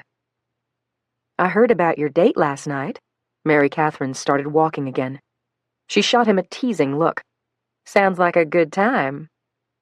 Sammy had spilled all the details back at the apartment last night. About Shelley's request for wine and the way she clung to Marcus throughout the night. Sammy had said Marcus couldn't get out of the restaurant fast enough. Now Marcus rubbed the bridge of his nose and shook his head. She's a lot of work, for sure. Well, Mary Catherine grinned, enjoying the game. As long as she could joke with him, she wouldn't have to worry about why it sometimes seemed he felt attracted to her, too. She tilted her head as if she were genuinely concerned about Shelley and him. I'm sure you two will figure things out. Marcus opened the door for her and they walked inside. At first, he looked like he might disagree about figuring things out with Shelley, but before he could speak, Charlie Kent approached them. Marcus, Mary Catherine. He held out his hand. Great to see you both. Thanks. Marcus took the lead. Our friends will be here too. Sammy Dawson and Tyler Ames. Great. I'm expecting them. He checked a clipboard on the nearest table. He scanned the page. It looks like we have 6 young ladies going through the program and a dozen volunteers. Those are the numbers we like. We won't meet the girls tonight, right? Mary Catherine hadn't been sure about that. No. Officer Kent smiled. They're back at home. Once they agreed to the program, we released them from jail. He frowned. Jail and prison are very different. These girls haven't seen the inside of a prison. This will be an awakening for sure. Sammy and Tyler arrived, and together with the other volunteers, they were ushered into a classroom. Officer Kent led the training. These kids are hard and angry and defeated. The only reason they agreed to this program is it beats serving time. They won't change easily, that's important to know. Mary Catherine pulled her notebook from her purse and scribbled down everything the officer said. Marcus sat next to her, and every once in a while their arms brushed against each other. Mary Catherine discreetly moved her chair a few inches away. His touch was more than she could take. Charlie Kent continued, explaining another reality for these girls. Girls around this age, 13, 14, 15, they've most likely been sexually abused. Many have been raped. More than once for some of them. He leveled his gaze at them. You feel good about yourself if you feed a teenager a healthy meal? Parents of these girls feel good if a teenager doesn't get raped under their roof. He paused. They come from broken homes. There's no supervision much of the time. He told a story where he was talking to the stepmother of a girl who had gone through the program a few years ago. She told me she couldn't understand why her daughter didn't want to be at home. She said, she's been raped by her uncles and cousins, but never at my house. You'd think that would matter to a kid. Mary Catherine couldn't decide if she felt angry or just nauseous. Dear God, what difference can we make with these girls? What's the point?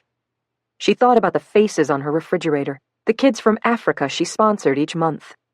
I'd be better off going to their village, building them a home and providing them food and love, she thought. Things were too far gone here. You okay? Marcus whispered to her. He studied her eyes. This is tough. It is, she smiled. Why was he so kind to her? I didn't know it was so bad. Me either. He looked sad. Glad I'm here. She nodded. Charlie Kent explained that another problem was the girls' dishonesty. They lie about everything, just to feel like they have power. They don't want to share the truth, and you can't force them to. Truth makes them feel vulnerable. Remember that when you get to the group share part of the program. They have to talk a long time before the walls fall enough for them to be honest. Great. Mary Catherine wrote the word liar in her notebook. The girls had been raped and used and sucked into gang activity. They were hard and calloused, and they wouldn't tell the truth for a long time, if ever. So what was the point? The training went on for another hour. They talked about the Easttown boys and the West Knights, how the gangs formed, what their purposes were, and how easily the younger kids got drawn into joining. It's all these kids know. Officer Kent folded his arms. Mom was a West Knight, Dad was a West Knight, brother and sister were West Knights. A kid turns 12, there's no question about what his future holds. He'll be a West Knight. Unless someone shoots him first. Mary Catherine tried to table her discouragement. The training was important. They learned that the Easttown boys mainly dealt heroin. West Knights dealt cocaine. Heroin wasn't as costly as cocaine, but the customers were more desperate.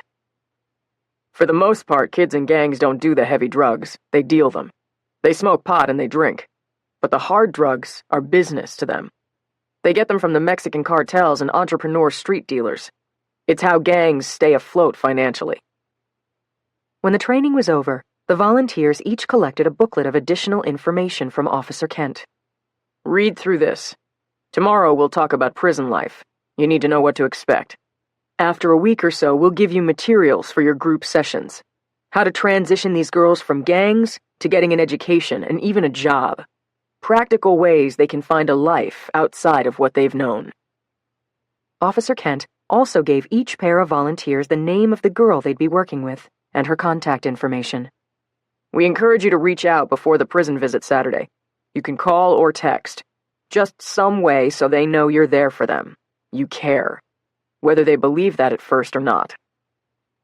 Back outside in the parking lot, Mary Catherine and Marcus met up with Tyler and Sammy. All of them looked drained. That was a lot. Sammy linked arms with Tyler. I didn't feel ready for this before, but I feel way worse now. How can I help a girl who's gone through all that? Who'd you get? Tyler looked from Mary Catherine to Marcus. Lexi Jones. Marcus looked at the information card on the girl. I think Officer Jag arranged that. Mention of the man's name reminded Mary Catherine she hadn't talked to Charlie Kent about Jag. Where exactly did he work, and how was he connected to the local department? She turned to Sammy. What about y'all? I love when you say y'all. Tyler smiled at her. Just for the record. Mary Catherine returned the smile. We know, Sammy laughed. It's that Southern thing. Exactly, she grinned. I can't help it if y'all weren't raised right. About our girl. Tyler looked intently at the information card he and Sammy had been given. Her name is Alicia. She's 14. Arrested for grand theft auto and truancy. Looks like we've got the rougher of the two. Marcus made a face that said how serious things were for Lexi. Our girl's connected to one of the most brutal killers on the street. Again, how are we supposed to help? Sammy looked lost, like she wasn't sure she could go through with it. I think this is where faith comes in. Tyler sighed. I mean, none of us is prepared, but we're willing. I guess we ask God to make up the difference. He's right. Marcus put his hands in his pockets. Maybe we could do that now? I like it. Tyler gave Marcus a friendly slap on the arm. You always have the best ideas, man. The group huddled up, their arms around each other's shoulders. Mary Catherine was between Sammy and Marcus, but all she could feel was the way Marcus's arms felt around her. Strong and warm and secure. She had her arm around his waist. Nothing in all her life had felt so natural and wonderful, so real. God help me. I can't stop these feelings. Mary Catherine closed her eyes, tried everything possible not to think about Marcus beside her. See, God? Nothing works. I can never have this except in random moments. Marcus will never be mine. So please help me keep my distance. Help me keep my wayward heart in line. Tyler started the prayer, and Mary Catherine did everything she could to focus. Tyler asked God to give them supernatural wisdom and protection, that their efforts might truly change the lives of the girls in the program.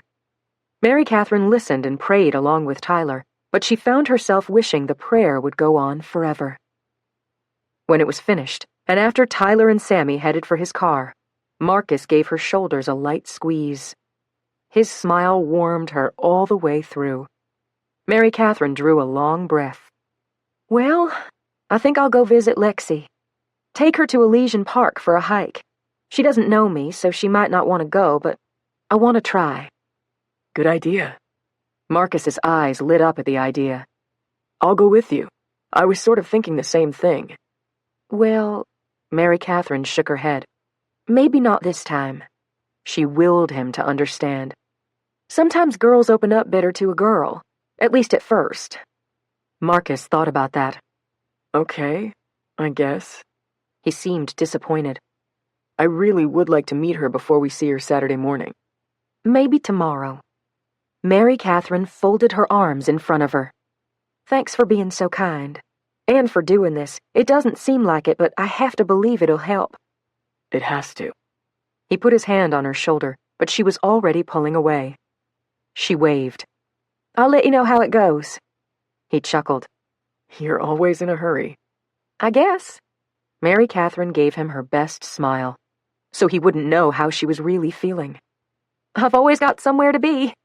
She turned for her car. See you tomorrow. See ya.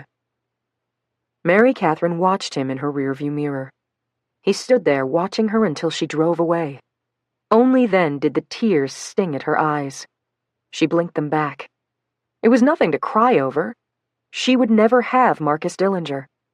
Come on, MC. She wiped her cheeks. Get over it. You're stronger than that. She had no choice, really. Her heart would figure it out eventually.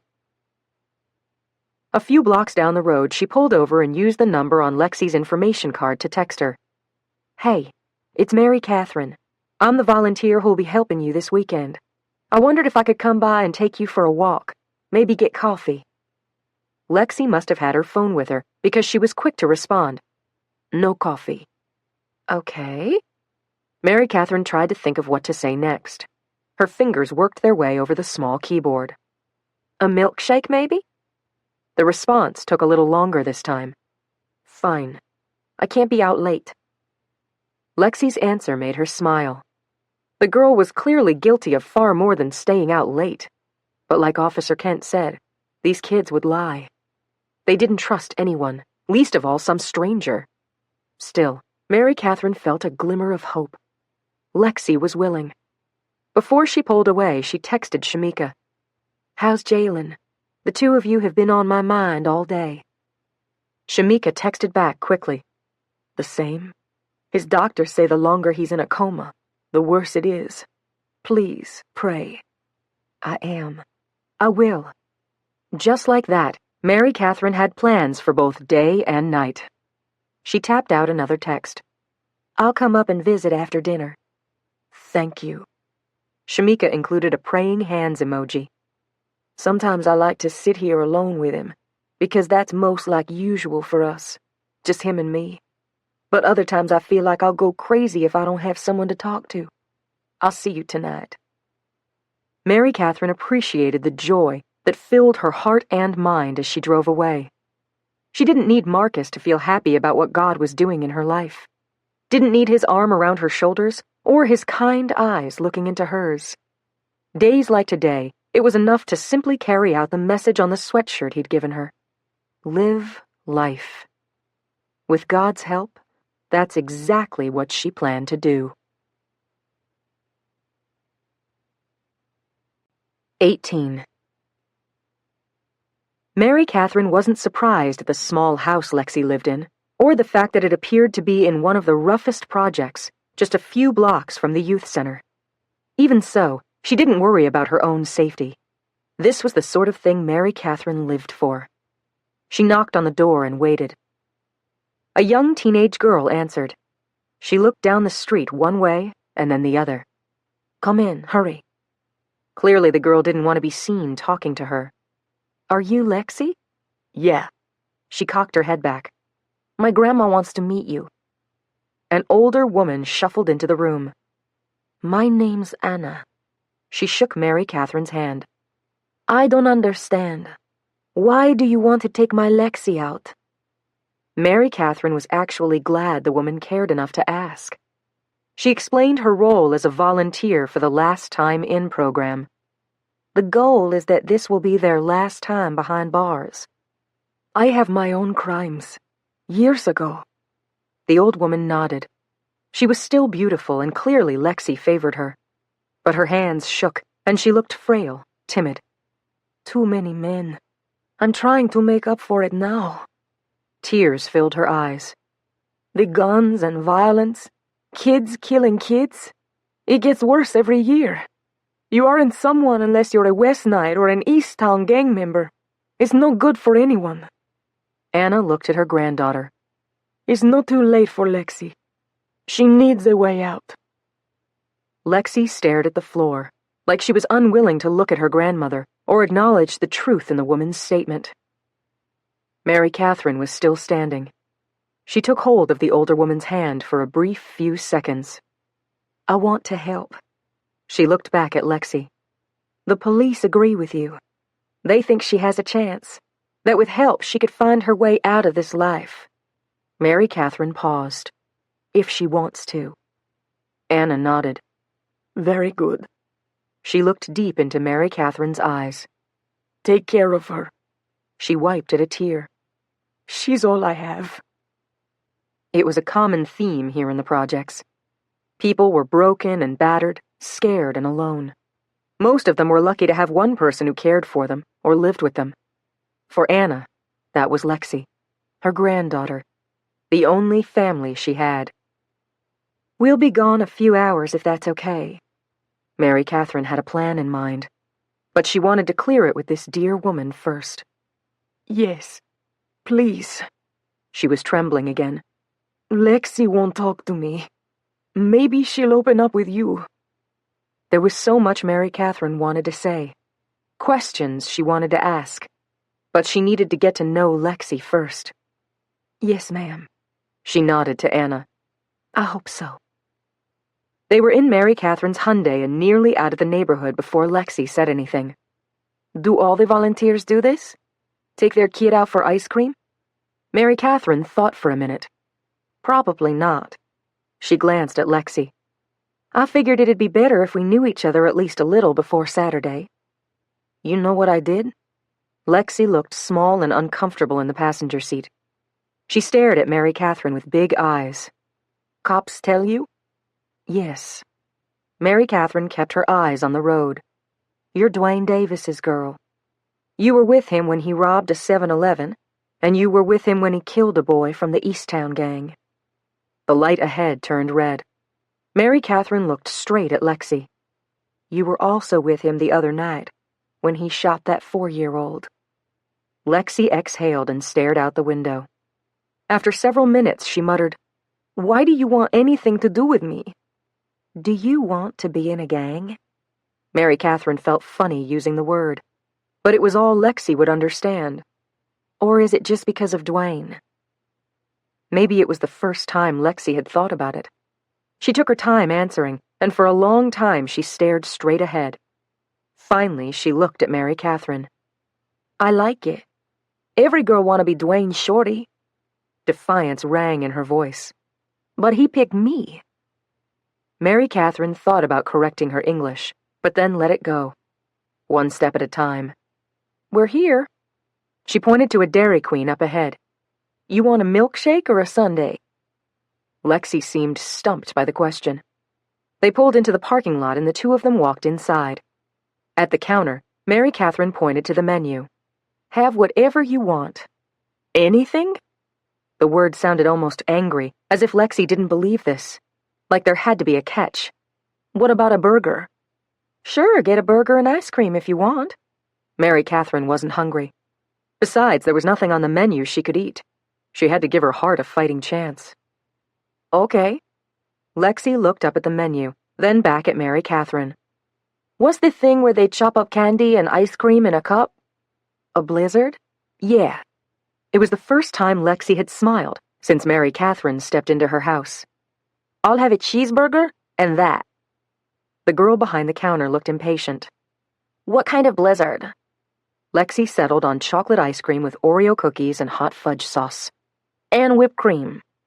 Please, Mary Catherine reminded her. The surprise on Lexi's face was as real as the air they were breathing. She turned back to the cashier. Please. Good, Mary Catherine thought. It's a start. Where are we going? Lexi focused on her blizzard. You said we'd be out for a couple hours. I'm taking you to Elysian Park. It's near Dodger Stadium. Mary Catherine used her GPS to lead the way. The park was another 15 miles from the Dairy Queen. Lexi looked nervous. You been there before? No. They have trails. There'll be people all around. Mary Catherine smiled, her eyes on the road. I thought we could walk for a while, get to know each other. We can leave whenever you want and then I'll take you home. Lexi didn't say anything. Either she didn't have an opinion or she didn't care. 20 minutes later, they parked in the lot at Academy Road and Elysian Park Drive. Mary Catherine had read that the other side of the park could be shady. This part was supposed to have well-marked trails with beautiful views of the city and the stadium. It was a park Tyler and Sammy had told her about. They started up the trail, and Mary Catherine waited until they found their stride. Lexi was still finishing her blizzard. What do you want to tell me, Lexi? She peered over the edge of her cup at Mary Catherine and shrugged. Got nothing to say. This wasn't going to be easy, but the time was worth it. She could feel the girl's guard dropping, even just a little. Why do you want to be Dwayne Davis's girl? Lexi cocked her head back again, doing her best to look tough, no doubt. Dwayne gonna be leader of the gang. That make me famous, too. Mary Catherine resisted the urge to roll her eyes. In Lexi's world, her reason mattered. Mary Catherine was careful to use a gentle tone. Lexi, Dwayne's behind bars. He's not getting out. Not ever. The cockiness in Lexi's expression faded. Suddenly, she looked like a lost little girl. That ain't true. Dwayne told me he was getting out. He's not. Mary Catherine looked at Lexi. They were walking, but their pace was slow. They've got Dwayne on at least 2 counts of murder. Attempted murder, dealing, robbery. I talked to the police, Lexi. They don't believe Dwayne will ever get out. The girl looked at her nearly empty ice cream cup, and at the next trash can she threw away what was left.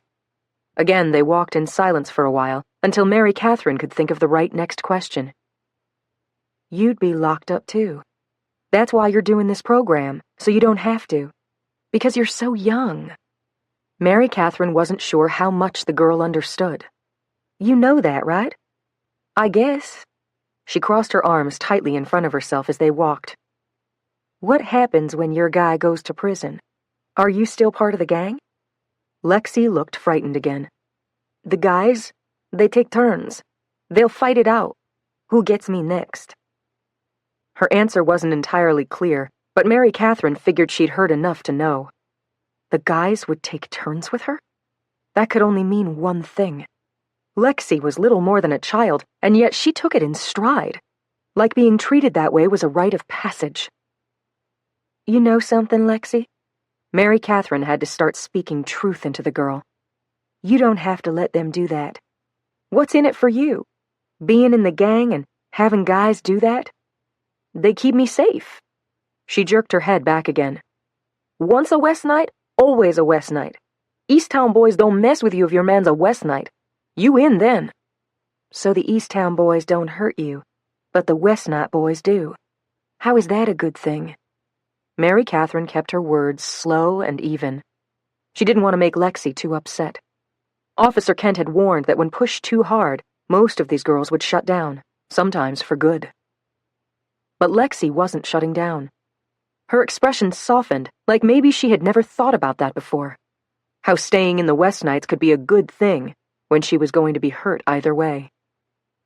Lexi looked up at her. What other choice I got? That's what we're going to try to figure out, me and you. Mary Catherine hesitated. You know who your other volunteer is? The girl looked straight ahead, her steps slow. I get two? You all do. She smiled. The other one is a guy. Marcus Dillinger. Lexi stopped walking. She stared at Mary Catherine and her eyes grew wide. From the Dodgers? The pitcher? Yes. Mary Catherine let that sink in for a few seconds. The one Dwayne tried to kill. No. She started to shake her head. He can't come. He can't see me. She looked over her shoulder like she might run.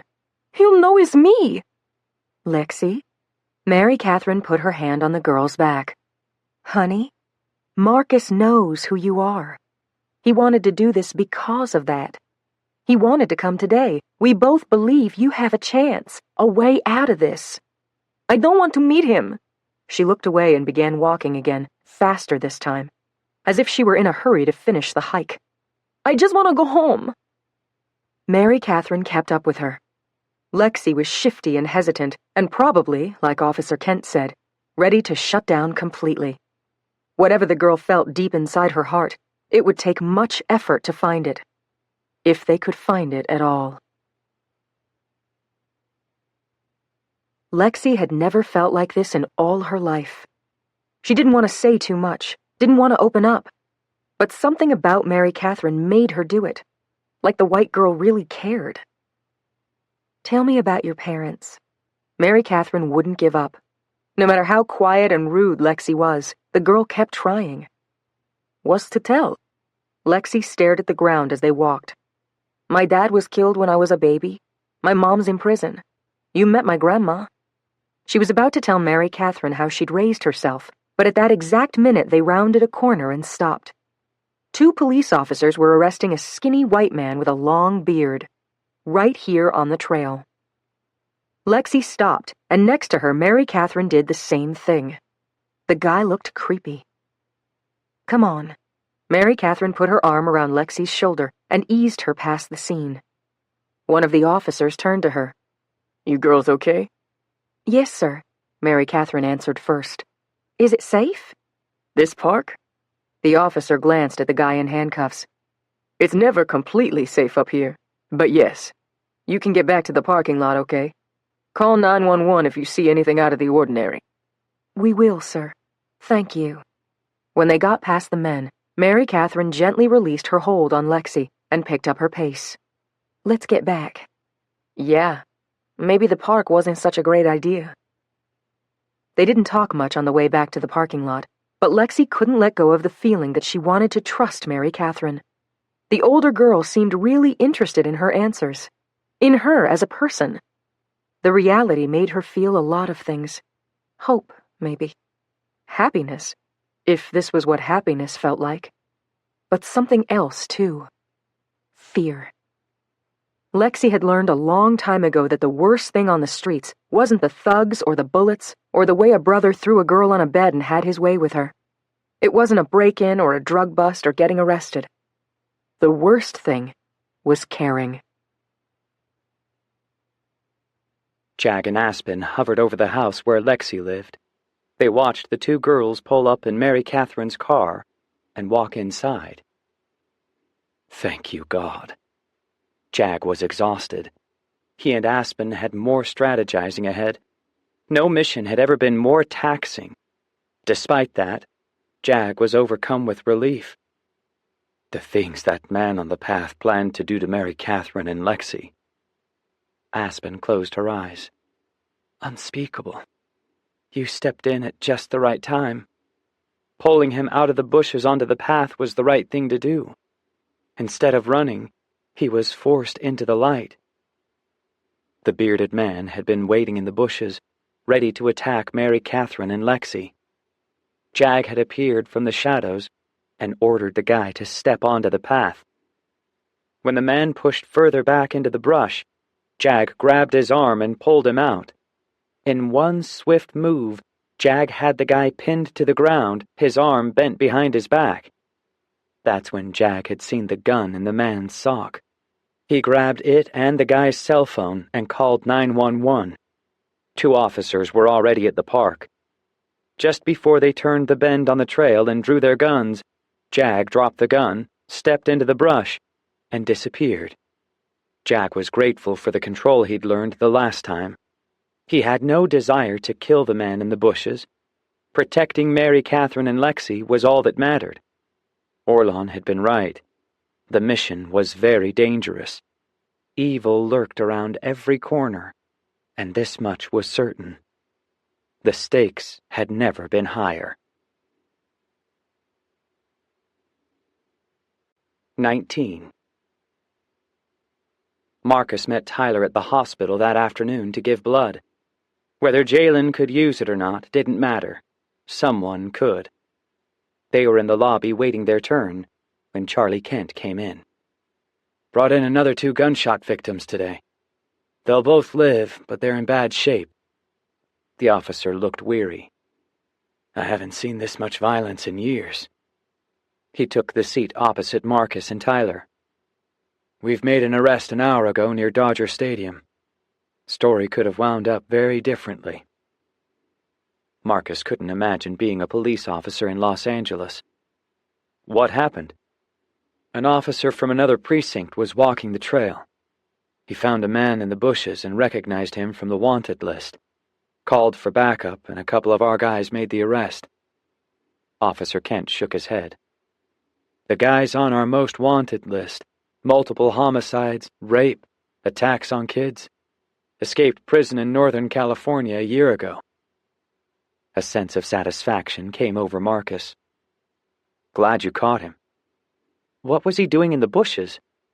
Tyler also seemed gripped by the story. That's the scary part. A couple of girls were walking the trail. A few minutes more, and they would have walked right past the guy. We think he was planning an attack, waiting for the young women to walk by. The pieces came together, and Marcus felt like he was falling, like he couldn't feel his feet beneath him. What park did you say it was? Elysian Park, near Dodger Stadium. Officer Kent stood. You 2 here to see the little boy? Yeah. Marcus stood and shook the officer's hand. Were the girls at the park Mary Catherine and Lexi? He tried to focus. We're giving blood, too. It's something we can do. The officer shook Tyler's hand next. That's how we all feel.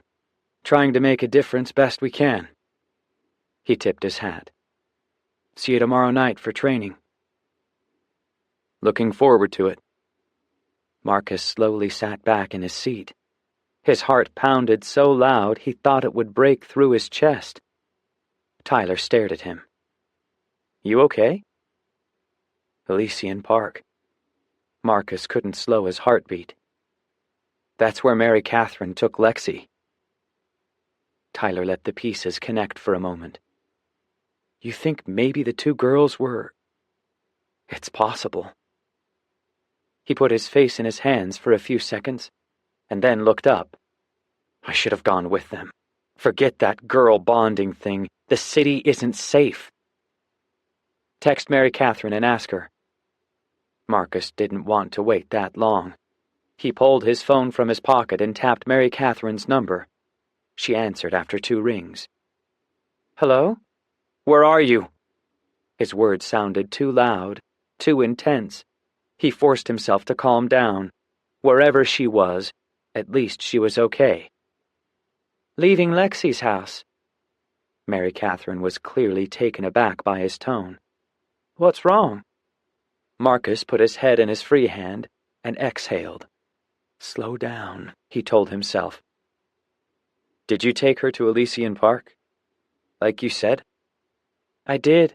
It wasn't perfect, but it was a start. She's tough. Hesitancy still rang in Mary Catherine's words. You sound upset. What happened? Did you see police there? Actually, yes. Mary Catherine paused. 2 officers arrested a man on the path just ahead of us. Kind of creepy. Marcus stood and paced the length of the waiting room and back. He was a very dangerous guy. I just talked to Officer Kent and he said the man might have been lying in wait. For us? It was the first time Mary Catherine sounded fearful. Possibly. Marcus couldn't believe it. Mary Catherine and Lexi had been in danger, and if something had happened... He couldn't finish the thought. God was with you, looking out for you. The officers didn't tell us. Mary Catherine's voice held a fear Marcus hadn't heard from her before. If Lexi had been hurt, I never could have forgiven myself. We had no idea.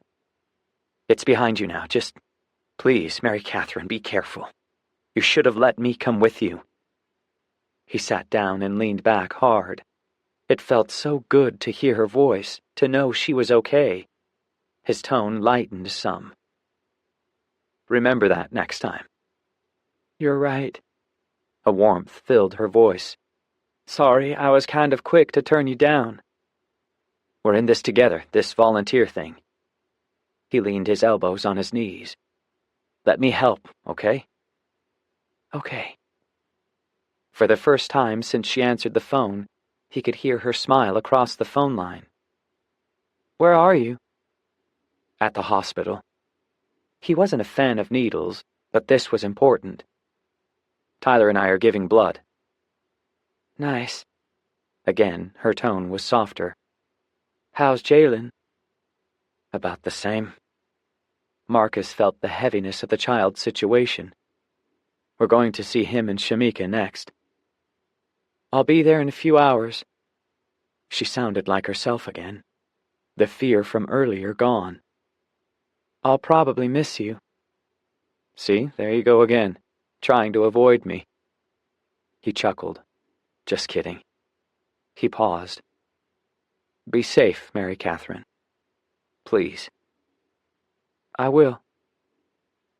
The call ended as Marcus and Tyler were called back. They took cots next to each other, and in no time they were hooked up and watching bags fill with their blood.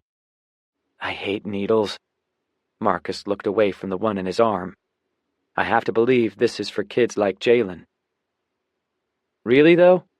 Tyler moved his arm and winced. It'll probably help the 2 gang guys just brought in. Marcus hadn't thought about that.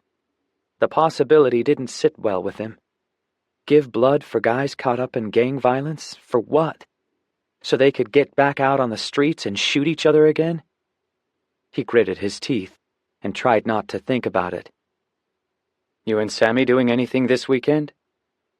He put one arm behind his head so he could see Tyler better. Besides the prison tour, obviously.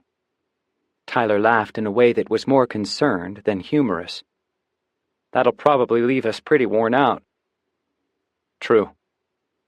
Between donating blood and the prison tour, Tyler was right. Hey, I almost forgot. Tyler faced him. Tomorrow morning, Sammy and Mary Catherine are going to the beach. Supposed to be another warm day like last week. Sounds fun. He uttered a brief laugh. Mary Catherine didn't tell me about it. Well, Sammy did. She asked us both to come. Really? Marcus smiled. Did she check with Mary Catherine? Come on, Dillinger. Tyler laughed. You don't really think MC's trying to avoid you. I mean, she agreed to work with you on the prison program, right? She didn't really have a choice. Marcus gave Tyler a wary look. Remember? A police officer asked her to talk to me about it. Well, don't forget, she could be a little leery, what with Shelley Wayne and all. Marcus sighed. Yeah, about Shelley. He looked out the window and thought about the situation.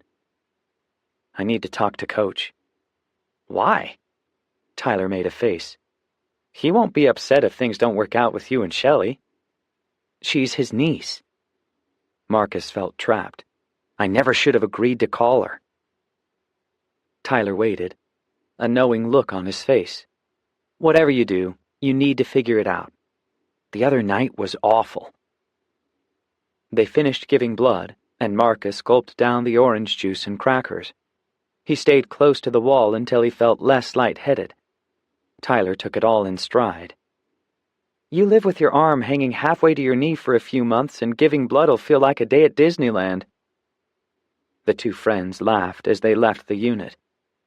But as they reached the elevator and rode it up to the intensive care unit, they grew quiet. I keep praying. Tyler drew a tired breath as they walked down the hall toward the nurse's station. I just wish God would wake the boy up. Tyler had agreed to wait while Marcus visited the boy. Marcus felt the familiar ache in his heart as he reached the child's room. The door was partly open, and Shamika was inside, sitting close to her son, holding his hand and talking softly. She looked up as Marcus stood at the doorway.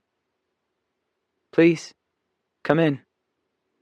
Shamika stood and hugged him. Thank you for coming. How is he? Marcus walked up to the bed and put his hand over the boy's much smaller one. He looked up at the machines, whirring and buzzing and clicking like before. He's still in a coma. Shamika's face looked tear-stained. I'm begging God he might wake up today. She paused, and her voice fell. Doctor says it needs to be soon. For Jalen's brain to work right. The weight of the situation pressed in on Marcus's shoulders and sucked the air from the room. Jalen had been so trusting, so willing to help that night. Is there anything I can do? Do you need any help? Ask people to pray. Please. Her eyes grew watery. I want God to know I'm not giving up. Marcus nodded. I can do that. I'll tell everyone. He needed to do more of that. Of course, he and his friends had been praying. But who else had he asked? More than 500,000 people followed him on Twitter, and he hadn't said a word. He pursed his lips. I promise you, Shamika, I'll get people to pray for your boy. As they left the hospital, Marcus and Tyler were quiet. They didn't talk until they were outside in the parking lot. The whole time, Marcus thought about Twitter. All of Los Angeles knew he'd been shot at. The Times had run the news on the front page, so everyone who followed him on Twitter would have already heard that he'd been a victim of gang violence in his attempt to make the youth center a success. Why hadn't he asked anyone to pray for Jalen? I have an idea. Marcus pulled out his phone. You still on Twitter? Yeah? Tyler hadn't started the car yet. He found his phone in his front pocket and looked at it. I haven't used social media since I came here. Maybe now's the time to start. He opened his Twitter app. You got 140 characters to ask everyone listening to pray for Jalen. Let's do this. Marcus's tweet was simple. There's a little boy fighting for his life in an LA hospital. He took the bullet intended for me. Ask God for a miracle. Hashtag pray for Jalen. Marcus reread his words and then looked out the window. Lord, forgive me for not thinking of asking them sooner. I'm new at this. And please, help Jalen. He needs you more than ever, God. He sent the tweet and looked at Tyler. Done. Me too. Tyler slipped his phone back in his pocket. Let's see what happens. They went to In-N-Out across the street for burgers and talked a little more about Jalen and Shamika and the youth center, and whether they were in over their heads. Marcus thought maybe they were. Halfway through the meal, Marcus checked his Twitter. This is crazy. He couldn't believe it. Almost 100,000 people have retweeted it, and it's only been 20 minutes. Tyler checked his and found a similarly high number of retweets. Marcus stared at his phone and blinked back tears. The gesture meant more than any of his followers could have known. Reading their comments, Marcus could see some of them were doing more than simply retweeting. They promised to pray. At a time when violence seemed the norm and kids didn't seem to care about each other, clearly there were some who actually did. It was a surge of hope Marcus needed, especially since he needed to go by the youth center later and see how things were going. He'd hired a full-time director a week ago, and today the guy had reported that things were calm. Marcus wanted more than calm, of course, but in light of the events this week, calm was an improvement. As they walked to their separate vehicles, Tyler gave him a light punch in the arm. "You're going with me tomorrow morning. To the beach." He slid his phone back in his pocket. "No excuses." He still lived with Tyler, so it'd be easy to go. But Marcus wasn't sure. Someone should ask Mary Catherine. Sammy said she'd be fine. Tyler held up his hands. "Really, man? You're letting the girl intimidate you." "We'll see." Marcus tossed his keys in his hands. "I'll think about it." "We're all friends." He pointed at Marcus. "See you at 9 tomorrow." The discussion was over. Marcus drove to the youth center, and the whole way he debated whether he should go. He thought about Mary Catherine all the time, and found himself counting down the hours till the next time they would see each other. But going with Tyler to the beach felt a little intrusive. Mary Catherine hadn't invited him, no matter what she told Sammy. He tried to put the thought from his mind. At the center, he checked in with the new director.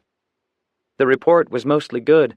Kids were still coming for help with their homework, still showing up to play basketball every night around 7. Lots of them had asked if there would be pizza again this Tuesday. You'd think the shooting would keep them away. Marcus still didn't understand life on the streets. It has no effect at all. The director used to be a football coach at an area high school. He was perfect to manage the youth center. These kids think nothing of a shooting. Very different from the way you and I might see it. The futility stayed with Marcus as he left. He planned on going home and getting in another workout before turning in for the night. But there were too many thoughts battling for his attention. Instead, he drove to Dodger Stadium. Spring training was coming fast. A couple of months at Camelback Ranch in Arizona, and then they'd be in full swing for the season. He was on the roster as their top pitcher again, so his time with Mary Catherine would be infrequent at best. The stadium was empty, the way he expected for a Thursday night in early January. Marcus used his key to get into the back of the facility, and then found a spot near the top of the bleachers. The sun was setting, spreading pink and blue across the sky. Something about being here always helped him think, helped him get his priorities right. He'd been reading his Bible now, ever since the walk with Mary Catherine. He'd bought the e-reader version of the Voice Bible, a new translation designed for people like him. People who had no real experience with Scripture. He could read it any time he wanted right on his phone. This morning, he'd read the book of James. Don't just be hearers of the Word of God. Be doers. The message stayed with him still. The first chapter was the reason he'd asked Tyler to go with him to give blood today. It wasn't enough to wish people well and offer a quick prayer. God's people needed to act. Matthew West had a song about it. Do something. He rested his forearms on his thighs and stared out at the stadium. His surface wound from the bullet was healing. One day soon the place would be packed, people cheering on his team, screaming his name. But what did they know of Marcus Dillinger? Sure, he was clean-cut. He stayed away from drugs and drinking, and he'd given a bunch of money to open a youth center for kids in the inner city. But what about his faith? The question had plagued Marcus many nights, even since he'd known for sure that God was working in his life, that God had answered his challenge back in October.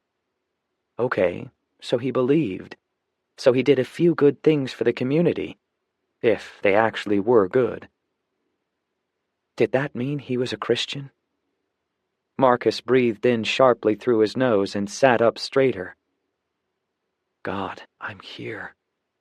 What do you want from me?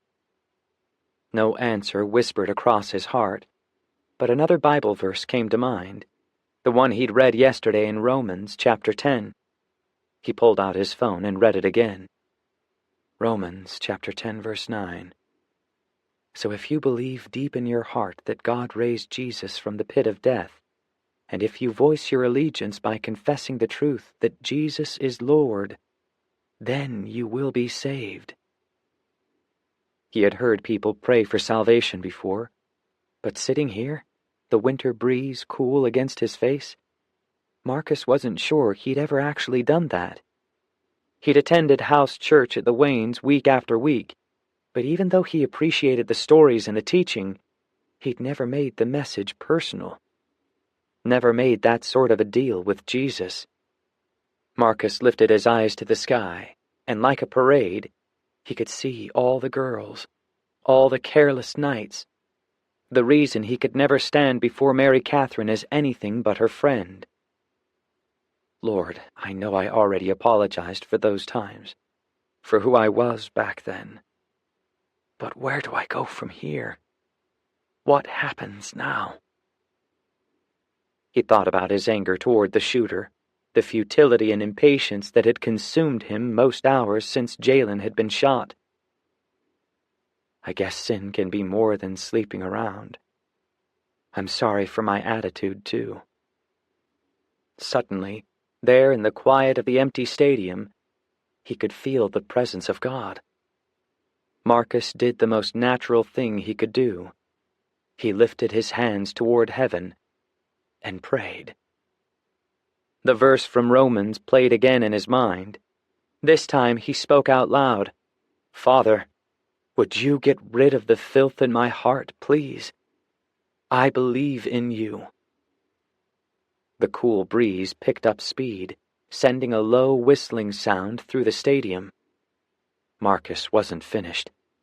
From the depth of my heart, Jesus, I believe you are God, and that you died on the cross and were raised to life for me. His words were quiet, but powerful. I want you to be with me. I want to be saved. I am nothing without you.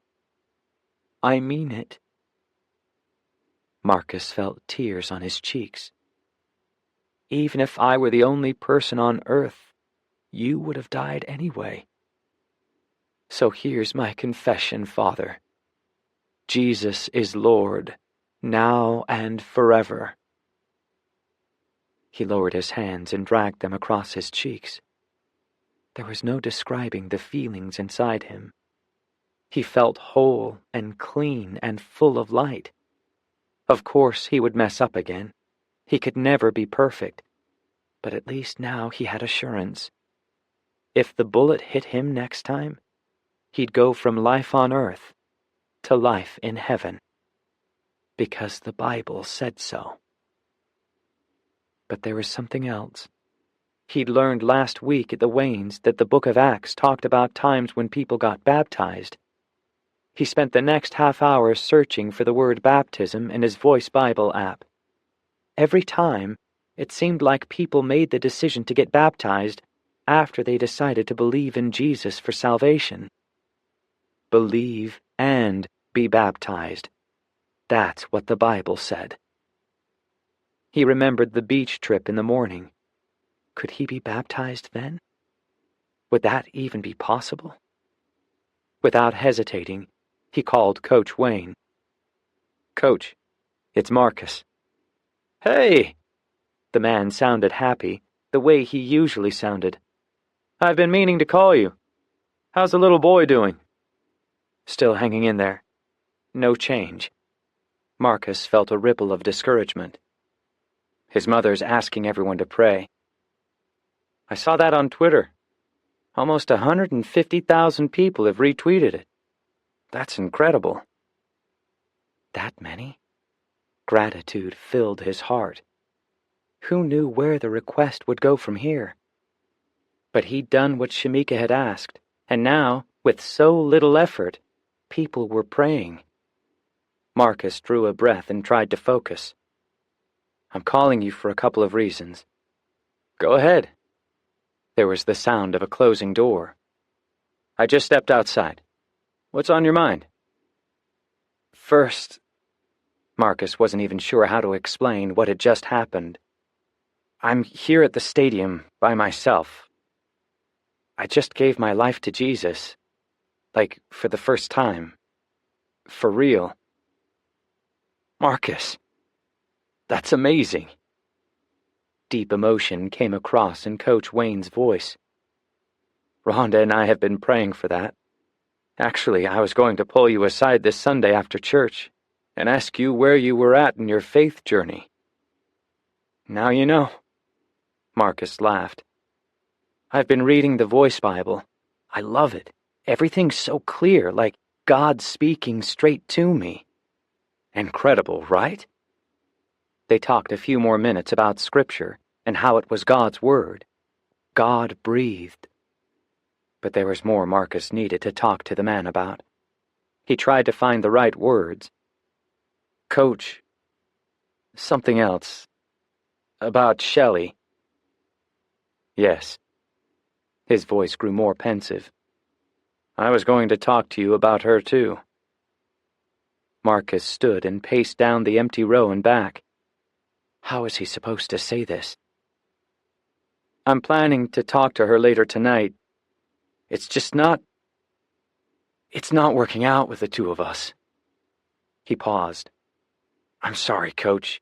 I really didn't mean to get this involved, and now I'm just so sorry. For a moment, there was only silence on the line. Marcus felt a pit in his stomach. Was his coach angry with him? If so, what could he do to make things right? He was about to offer another apology when he heard a light laugh coming from the man. I think you read me all wrong. Coach Wayne sounded almost relieved. I was going to warn you about her. She's always been a little wild. Having her around more lately hasn't been good for our own daughter. He laughed again. I was going to ask if you and Shelley would do your visiting outside of our home. Seriously. Relief washed over him. He'd worried about this for nothing. She looks for trouble, that's for sure. She's my niece, and I pray for her. One of these days, something will get her attention, and she'll need more than her good looks to get by. This time, there was no denying the approval in Coach's voice. Good decision, Marcus. You don't need that sort of distraction. Definitely not. Marcus realized he'd been holding his breath. He exhaled and sat back down. So I guess that's two good choices tonight. Yes. His voice became more serious. I know it won't be easy talking to Shelley, but she'll understand. She's had lots of boyfriends. Thanks, Coach. There's one more thing. Marcus smiled. If you're not busy tomorrow around 9:30, could you meet us at Zuma Beach? Me and Tyler and Sammy and Mary Catherine? Sounds fun. There was a smile in Coach Wayne's voice. Just because? Because I want to get baptized. I wondered if you'd do the honors. Again, there was silence for several seconds. Marcus could practically see the man's face when he finally spoke. It would be one of the greatest honors of my life, Marcus. Rhonda and I will be there. The kids, too. The call ended, and Marcus stared at the sky, soaking in the love and joy and peace that surrounded him. Mary Catherine would want to be there for his baptism. So would the others. There would be no fanfare, no media, no fear of bullets flying. Just him and his closest friends, and the greatest decision Marcus had ever made. The decision to follow Jesus. 20.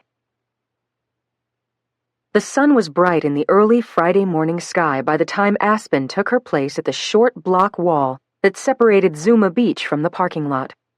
She watched Mary Catherine drive her Hyundai up and park near the wall. Help me, Father. The timing has to be perfect. She could picture her angel team in heaven, watching, all of them praying. Aspen could feel their support. Mary Catherine and Sammy climbed out of the car and grabbed boogie boards, towels, and a few bags. Invisible and silent, Aspen stayed with them as they headed down the sand toward the water. Her job was very specific. It would be nearly impossible to pull it off without being noticed. The girls set up 10 yards from the water, spreading their towels out on the sand. Aspen watched closely, never taking her eyes off Mary Catherine. Finally, it happened. Mary Catherine took her cell phone from her pocket and checked it. Aspen knew why. She was expecting 2 very important phone calls. One from her mother, who had called Mary Catherine the night before to tell her the news that her father's health was failing. Even though they were divorced, her parents cared about each other. Today, the man was in a hospital in Nashville, where doctors were deciding whether he'd need life-saving surgery. The second call, set to come in sometime this morning, would be from Mary Catherine's own doctor. He had studied the tests she'd had done over a week ago, and now he had the results. Aspen watched Mary Catherine turn the ringer on her phone all the way up. Then she set it near the bottom of her towel. What time will the others be here? Mary Catherine checked the time on her phone. It's already 9. About half an hour. Sammy was slipping her wetsuit on. Good, Aspen thought. She needed both girls to take to the water before the Wayne family and Marcus and Tyler arrived. Otherwise, what she was about to do would be impossible. Father, get them in the water. Please draw them in. I don't have much time. Suddenly, in the nearby waves, a pod of dolphins appeared, splashing and chattering among each other. Aspen looked up to heaven and smiled. God was beyond creative. Thank you, Lord. Mary Catherine noticed the dolphins. Look! She tossed her phone on the towel and grabbed her wetsuit from her bag. Hurry! Maybe we can ride with them again. The girls hurried to finish getting dressed, grabbed their boards, and jogged to the surf. They jumped over the white water and made it out to the flat sea just before the breakers.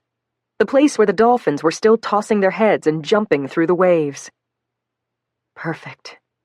Aspen slipped behind the closest lifeguard station and became a jogger. Simple navy shorts and a white tank top. The most discreet jogging outfit she could think to wear. She pulled her hair back with a rubber band from her pocket and studied the scene. The sand felt wonderful on her feet, something angels only experienced on missions. Sand in heaven was different, softer. Aspen scanned the beach. No one else was out here this early. The girls would have to stay distracted if she were going to pull this off. She took a deep breath and began jogging. She eased her way to the shore and started to close the 40-yard gap between her and the place where Mary Catherine's beach towel was set up. Aspen loved this feeling and hated it at the same time. The way her heart pounded was something intrinsically human. But the reason was terrifying. So much was at stake in the next few minutes. Stay distracted. Please.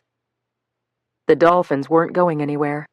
A few more seemed to join in, jumping and splashing not 10 feet from where the girls were riding out on their boogie boards. Hurry, she told herself. Get it done. Aspen was closer now. She kept jogging, her face straight ahead as if she were any normal runner, enjoying any other day. As she neared Mary Catherine's towel, she kept her eyes on the girls. They were still distracted by the dolphins, still too caught up in the moment to notice a jogger on the beach. The plan could work.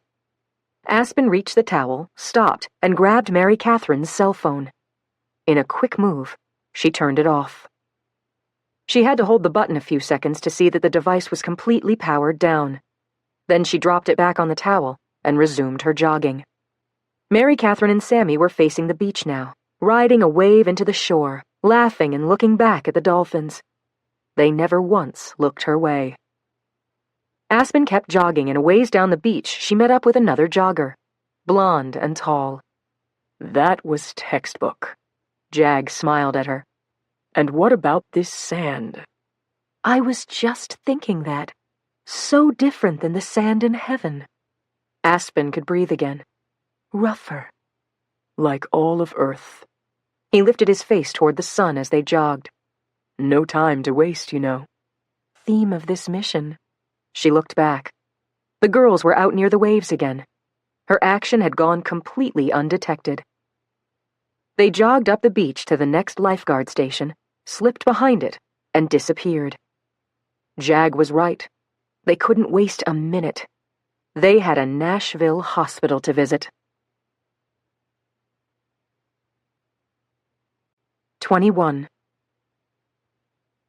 The water felt wonderful, cool and fresh and smooth against Mary Catherine's skin, the part not covered by her wetsuit. All that and a ride with the dolphins. Mary Catherine couldn't stop silently thanking God. Sometime today she expected 2 difficult phone calls. One about her father's health, one about her own. But whatever news she received later, at least they'd had this time out here in the ocean. So far, the morning couldn't have been more perfect. And it was about to get better. She and Sammy had found out late last night that the guys were joining them along with the Wayne family for a very special reason.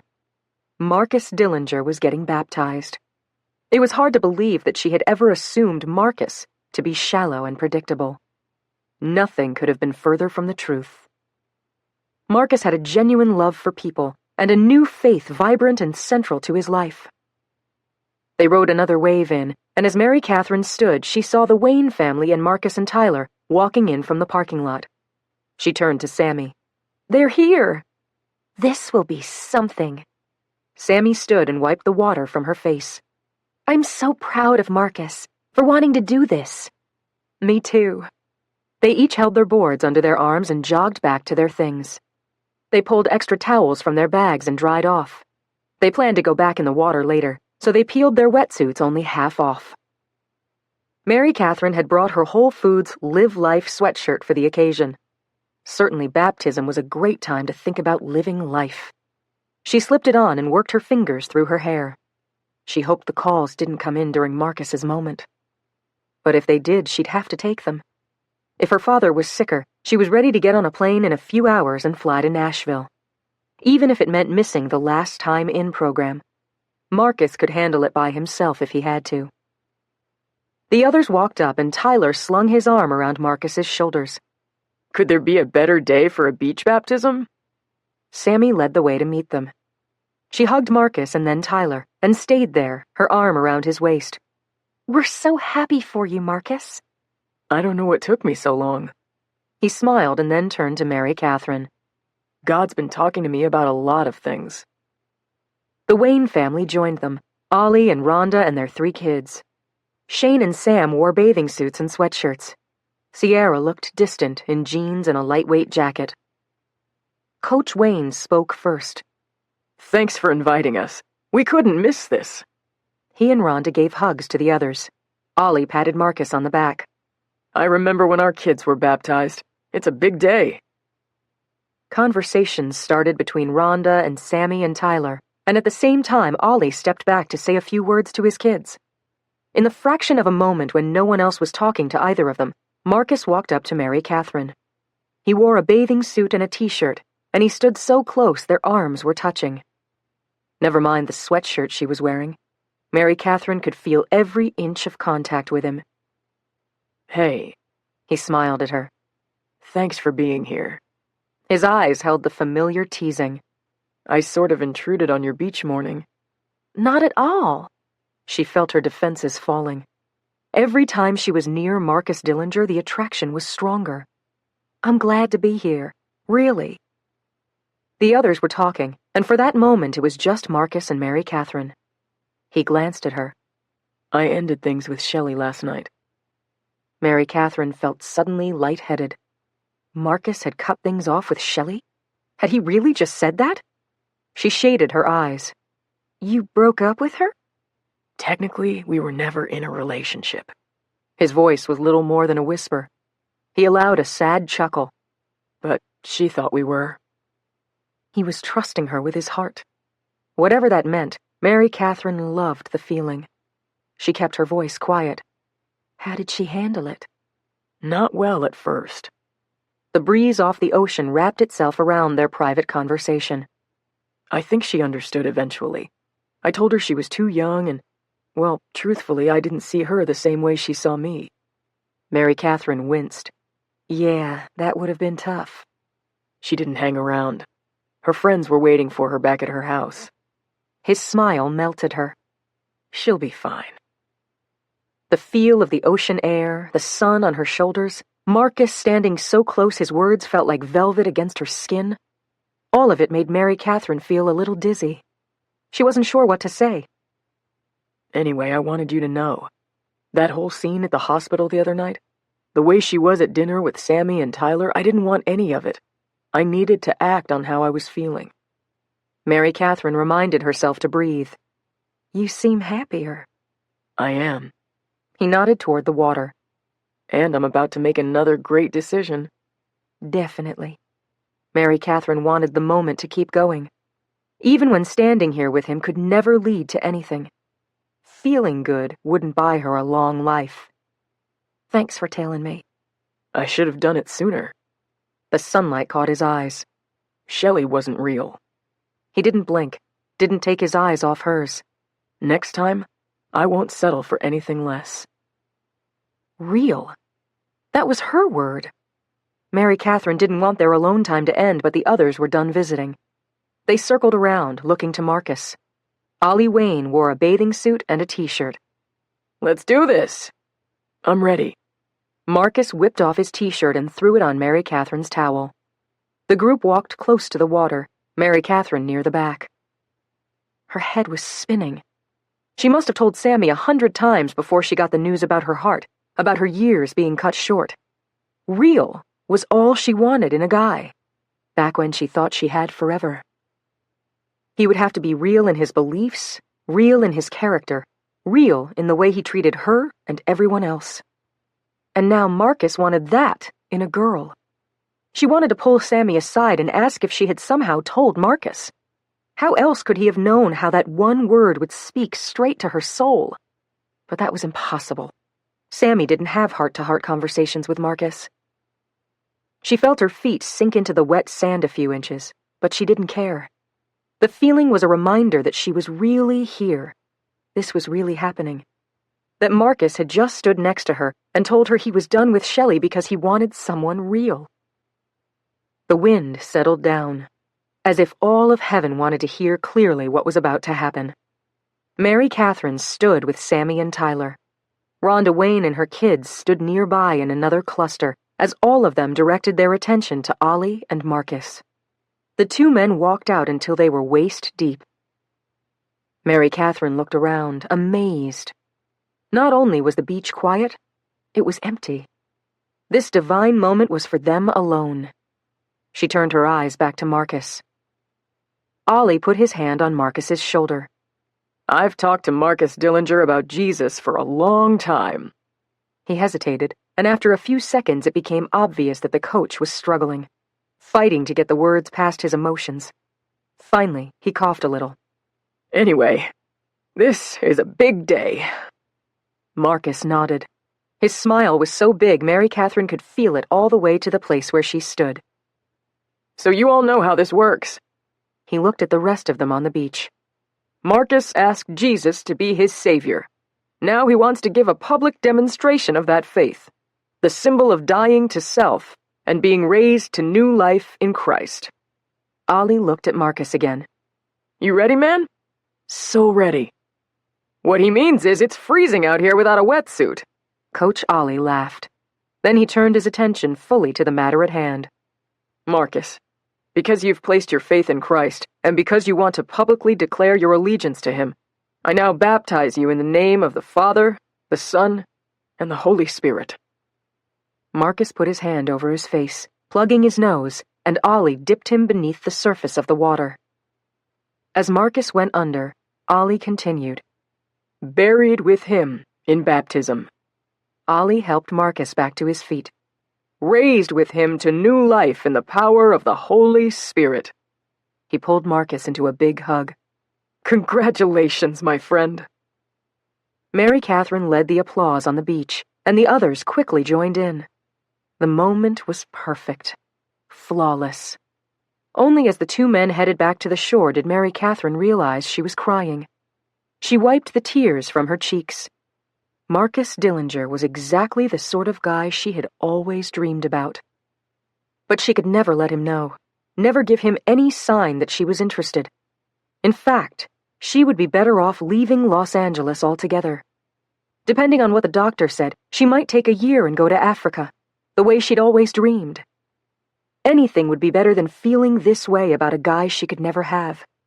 The Wayne family rushed up to Marcus, congratulating him and hugging him. Mary Catherine and Sammy and Tyler waited until he made his way to them. Man, that was beautiful. Tyler gave him a hearty hug. I remember when I was baptized. Had a lot of years without God, but now look at us. Ready to change the world. You got it. Marcus looked exhilarated. The water beaded on his light chocolate skin, and his green eyes flashed with joy. He hugged Sammy next, and then stepped up to Mary Catherine. Every other time they'd been together, she had avoided hugging him, avoided being in his arms, especially when it would only make it that much harder to admit the truth, that they could never be more than friends. But this was not a moment to resist. She put her arms around his cold, wet, bare waist, and he pulled her into a gentle embrace that took her breath.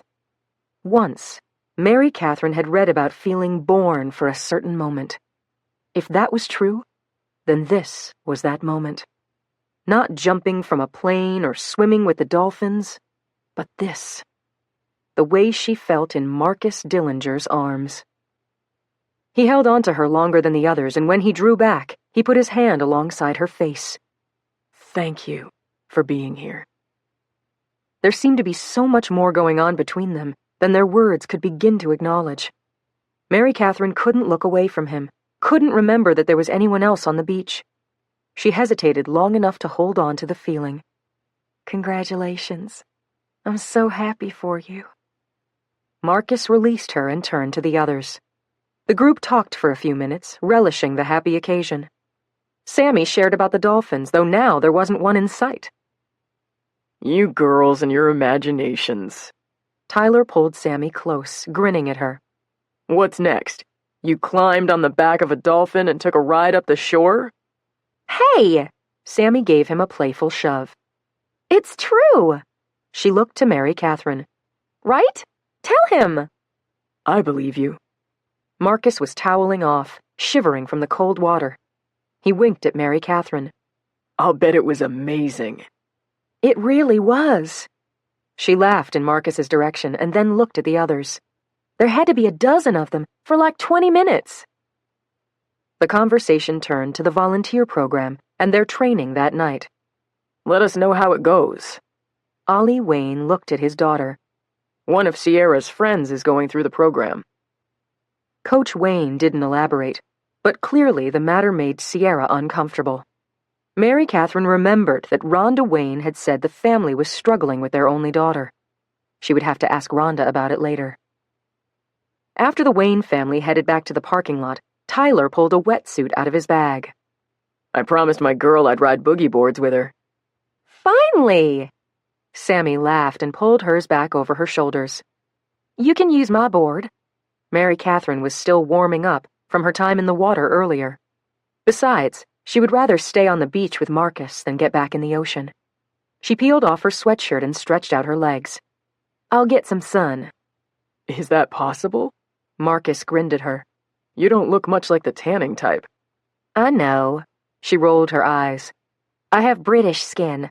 I can actually spend an hour on the beach and look more pale. Marcus laughed. I'll stay here with you. The water's freezing. He sat next to her. Again their arms touched and Marcus smiled at her. You're warm. The sun feels great. She lifted her face to the sky and closed her eyes. Could he tell how hard her heart was beating? Mary Catherine tried to still her nerves. What was she doing? And what was the point? This, whatever this was, couldn't go anywhere. Sitting this close to Marcus was like a form of torture. But it felt too wonderful to even think about stopping. For a while, they sat that way, their arms touching, watching Tyler and Sammy ride the waves. Tyler wasn't very good on the boogie board. No matter how hard he tried, he kept falling off. The scene made for great entertainment, and after a few minutes, Mary Catherine and Marcus were both laughing. "That's my buddy, Mr. Surfer." Marcus laughed again. Then he leaned his head close to hers. "Good thing I don't have a wetsuit. Honestly, I'd be worse than him." "I'd like to see you try, someday." "We'll see." Marcus sighed. "I should probably stick to pitching." "Yeah, maybe." She shot him a teasing look. "If Tyler's any indication, pitchers might not be that great at riding waves." Marcus drew one knee up to his chest and chuckled. He turned so he could see her better, but the move broke the physical connection between them. "So, what do you know about pitchers?" She laughed. "Well, for starters, they might be better on dry land." Her smile came easily. "Oh, and the fact that you're the best." He tilted his head, searching her face, clearly trying to read her. "Have you ever seen me pitch?" Yes. Mary Catherine remembered it well. She had watched on TV as Marcus pitched the winning game of the last World Series. "You're very good." She felt the teasing in her eyes. "I'm actually a baseball fan." "You are?" "Yeah, but not really the Dodgers. I grew up loving the Braves." "The Braves?" He stood and walked a few steps toward the water before returning. "Are you serious? That lousy team?" "Yes!" She laughed out loud. "Definitely the Braves. We used to drive down to Atlanta for a couple of games each year." She loved this, the easy way they had together. It was more fun every time they talked. Nashville has the minor league sounds, but if you wanted the real thing, Atlanta was the place to be. "Okay, then." He grinned. "I guess I can sit by you, since you grew up not knowing better." He settled back on the towel, and this time they sat closer than before. "Very kind of you." The feel of his arm against hers was intoxicating. Mary Catherine had to work to feel the sand beneath her. Otherwise, she would have thought she was floating. "You know, Southern gentlemen and all." "Yes, sir." She milked her accent for all it was worth. "Kind gentleman like you doesn't come around every day." He tipped his head back and laughed. "I love that. I should have been born in the South." He gave her a mock stern look. "That part about not coming around every day? Don't forget it, young lady." Deal. She thought about finding her sunglasses in her bag, but the sun was still at their backs. Their faces still had enough shade to talk without the glare of the sun being a problem. He stretched out his legs again. They were several inches from hers, but with every movement his arm brushed against hers again. They fell quiet, watching Tyler and Sammy. Finally, she felt Marcus inhale. He looked at her. "I keep thinking about the other day. You at Elysian Park with Lexi?" He shook his head and stared at the ocean for a beat before looking back at her. "I don't know what I would have done if something had happened to you." "I'm glad the police were there." She was touched by his concern. "The world can never lose a girl like you, Mary Catherine. You're the rarest kind of real." Her head was spinning again, her heart leaping like the dolphins in the waves earlier. "Thank you." She had the strongest desire to rest her head on his shoulder. But she couldn't. This was all pretend. She wasn't being fair to him or to herself. If they were going to get close like this, she would need to tell him the truth about her heart. Truth she was going to learn more about any minute when her phone rang. "Tell me." His voice was softer now. He looked at her eyes, straight to her aching heart. "Why do you run when I'm around?" "I don't run." She broke eye contact and turned to look at Tyler and Sammy again. "I'm busy, that's all." "No." His fingertips touched the side of her face. He waited until she looked at him. "You're not that busy. Only around me." She wanted to beg him to stop this part of the conversation, stop it before she had no choice but to be honest. She shrugged and smiled. "Of course, you had Shelley, remember?" "She wasn't the problem. You know that." He wasn't giving up. "I just want to know, like, is there someone else?" I know you said you hadn't found that guy, but maybe there's someone you didn't tell me about? A single sad laugh came from her. No, that's not it. She wasn't sure how much longer she could look at him without giving in to her feelings, without forgetting every true thing about her health and her future and letting her heart win. Just this once. So what is it? He lowered his hand and allowed the slightest space between them. You don't like ball players? You're the first one I've been friends with. She let her smile ease up some, enough that she hoped he could see she was being honest. Relationships, they just aren't for me. It's complicated. She didn't wait for him to protest. Maybe I'll explain it someday. She stood and stretched out her hand to him. For now, let's not think about it. Life's too short to worry. He reached out his arm, and their fingers touched and held. The feeling was as familiar as it was consuming, like they'd held hands 1,000 times before. He hesitated and then stood, still holding her hand. He looked down into her eyes, and she could only allow the feeling between them. A heady, wonderful feeling she was sure they were both experiencing. When he spoke, his words were barely louder than the sound of the surf. It feels right, being with you. His words hit their mark. She hesitated and then grinned. Come on. She gently pulled him toward the shore. Don't tell me you're taking me back out into that water. His easy expression said he wasn't going to push the issue, wasn't going to insist on understanding everything about her right now. But he also wasn't going to give up. Yes! She led the way to the surf. It'll be warmer now. They ran to the water. If she had wondered how he felt about her, now she knew. The pull she felt toward him, the way he could look straight through her, Mary Catherine could feel it long after they were waist deep in the water. She knew it because of one thing. Marcus still had hold of her hand. 22. Marcus waited until he and Tyler were halfway home before he laughed out loud. Okay, so what's with that girl? Just when I think I have her figured out, she throws me off again. I thought you might be thinking about her. Tyler laughed too. He leaned against the passenger door and looked at Marcus. Man, you got it bad for her. The whole beach could see. Just a couple of friends celebrating a great day at Zuma. He shook his head and kept his eyes on the road. That's how she sees it. What about that holding hands thing? Tyler was definitely enjoying the banter. She didn't seem to fight that very much. True. He felt baffled. She said she's not into relationships, something like that. Well, maybe you'll actually have to chase her. Tyler grinned. She might be the only single girl in the world who wouldn't jump at the chance to date you. She's definitely on the list.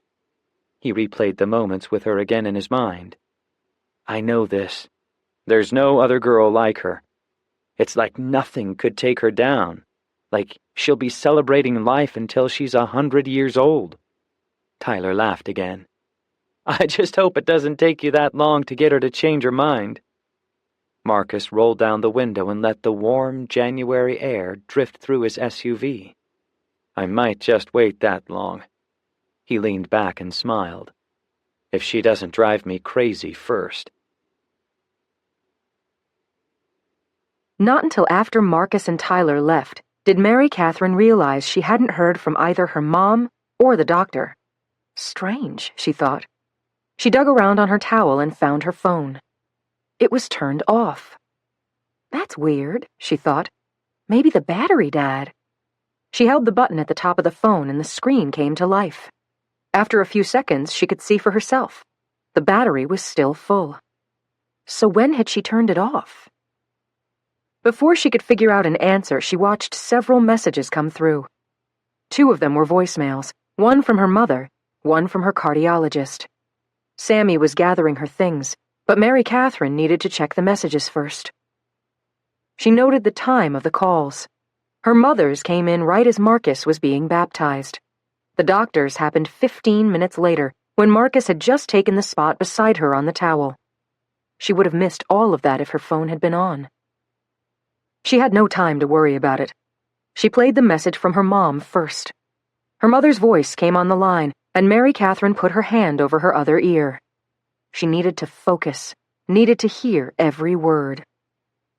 Honey, call me. Good news. That was it.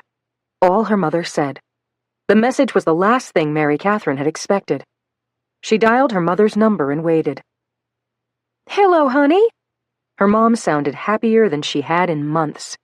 Your father's doing so much better. What happened?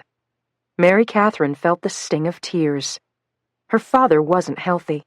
She would need to get out to Nashville again soon, before she could think about a trip to Africa. But for now, he was at least out of danger. Thank you, God. Thank you. Her mom was explaining what had happened, how they'd gotten much closer since his illness, and how she'd been spending more time at the hospital with him. He looked like he'd need heart surgery, and you know your father, with his weight. He's just not a candidate right now. I know. Mary Catherine felt the burden of her father's health again. One day, maybe. Anyway, her mother paused only long enough to catch a quick breath. This new doctor visited us today, a pretty woman. She found a better medication for the IV. It only took an hour and his numbers were so much better. She sounded deeply relieved. Makes me wonder if the woman was an angel. Anyway, just wanted you to know he's good for now. Your dad asked me to tell you that he misses you. We both do. Miss you too. Tell Daddy I love him. I will. Love you too.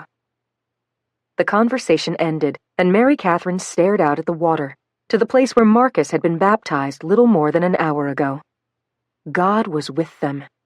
No matter how terribly the week had gone, or what evil existed in the world, the Lord was still at work. He had allowed her divorced parents to find friendship again, and he had sent a doctor to heal her father. Which meant now she could still do the last time in program with Marcus. Mary Catherine stared at her phone. The other message was from her cardiologist. But suddenly, she didn't want to hear it. The news could wait. She only wanted to live in the moment and remember every amazing thing about the morning and her time with Marcus. She stood and walked to the edge of the water, her eyes trained on the horizon. The time with Marcus today had been a dream, better than a dream. He was funny and sensitive, and he wanted to take their friendship deeper, to a place where there were no secrets. Mary Catherine thought about the message waiting for her, the one from the doctor. Her failing health was her greatest secret, the one thing she never wanted to share with Marcus. She didn't want him feeling sorry for her or trying to convince her she was wrong about her decision to stay single. Sammy came up alongside her. How's your dad? He's great. She turned and smiled. Some new doctor came on the scene today and gave him a different medicine. She still couldn't believe the news. He won't need surgery after all. So you can stay with the prison program. Yes. She grew quiet, looking back at the ocean again. Was it obvious? You and Marcus? Sammy laughed quietly. Very. She faced Mary Catherine. Did you tell him? About your heart? No. Mary Catherine wanted to run down the beach, far from the reality of her health. I can't tell him. I shouldn't have told you. Why? Sammy sounded hurt. Don't say that. I won't tell anyone, not even Tyler. She didn't say anything for a few seconds. It's just, with Marcus, you told me you didn't want to date. You might only have 10 years. Remember? I still feel that way. She exhaled and felt the weight of the entire beach on her shoulders. I tried to tell him. What did you say? Sammy wasn't pushing. She was only being a friend. I told him relationships weren't for me. I said it was complicated. Sammy looked surprised. He didn't ask for more of an explanation? He would have. She ignored the hurt inside. I made him go to the water with me instead. The hand-holding? A sparkle started in Sammy's eyes and turned into a smile. It's okay, Mary Catherine. Why do you have to be so hard on yourself? You don't know what's going to happen. You might end up in a rocking chair next to me when you're 80. She hesitated. Only God knows the number of your days. True. She longed for the scenario Sammy described, longed for a reason to believe it was possible. But my heart condition, it's a real thing, Sammy. I can't put that on someone else. Maybe you don't have to. Just wait it out, have fun. She breathed in deep and did a little spin on the sand. Then she angled her face, empathy marking her expression. Isn't that what you taught me? Yes. Mary Catherine smiled. If only it were that easy. In everything but love. Maybe especially in love. Sammy wasn't giving up. There was a pleading in her voice, like she was desperate for Mary Catherine to relax her way of thinking. You told me to visit my old boyfriend when I was in Florida, and look at Tyler and me now. Sammy. Mary Catherine needed her friend to understand. I can't do that to Marcus. Don't you see? He deserves the sort of love that can live on and on. She felt tears choking her, making it impossible to speak. She turned to the ocean again and waited. Sammy came up beside her again. I'm sorry. I didn't mean to make you sad. But you're just friends. You can at least give that much a chance. It's just... She sniffed, still struggling. I feel more. And I can't. Maybe you can. Sammy hesitated.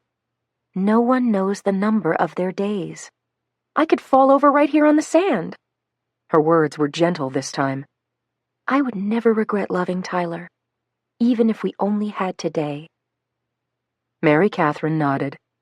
She understood what Sammy meant. She really did. It just wasn't fair to either of them, her or Marcus, to let him think there was a chance at love and a normal life together. Why let something begin when the ending was already written? They'd spent enough time talking about it. Mary Catherine smiled at her friend. Come on, let's get back. She walked slowly to her things and packed them into her bag. Besides, I'm not sure he even likes me. MC, that's the most ridiculous thing I ever... Okay. Mary Catherine laughed, and it felt wonderful for the moment to be light again.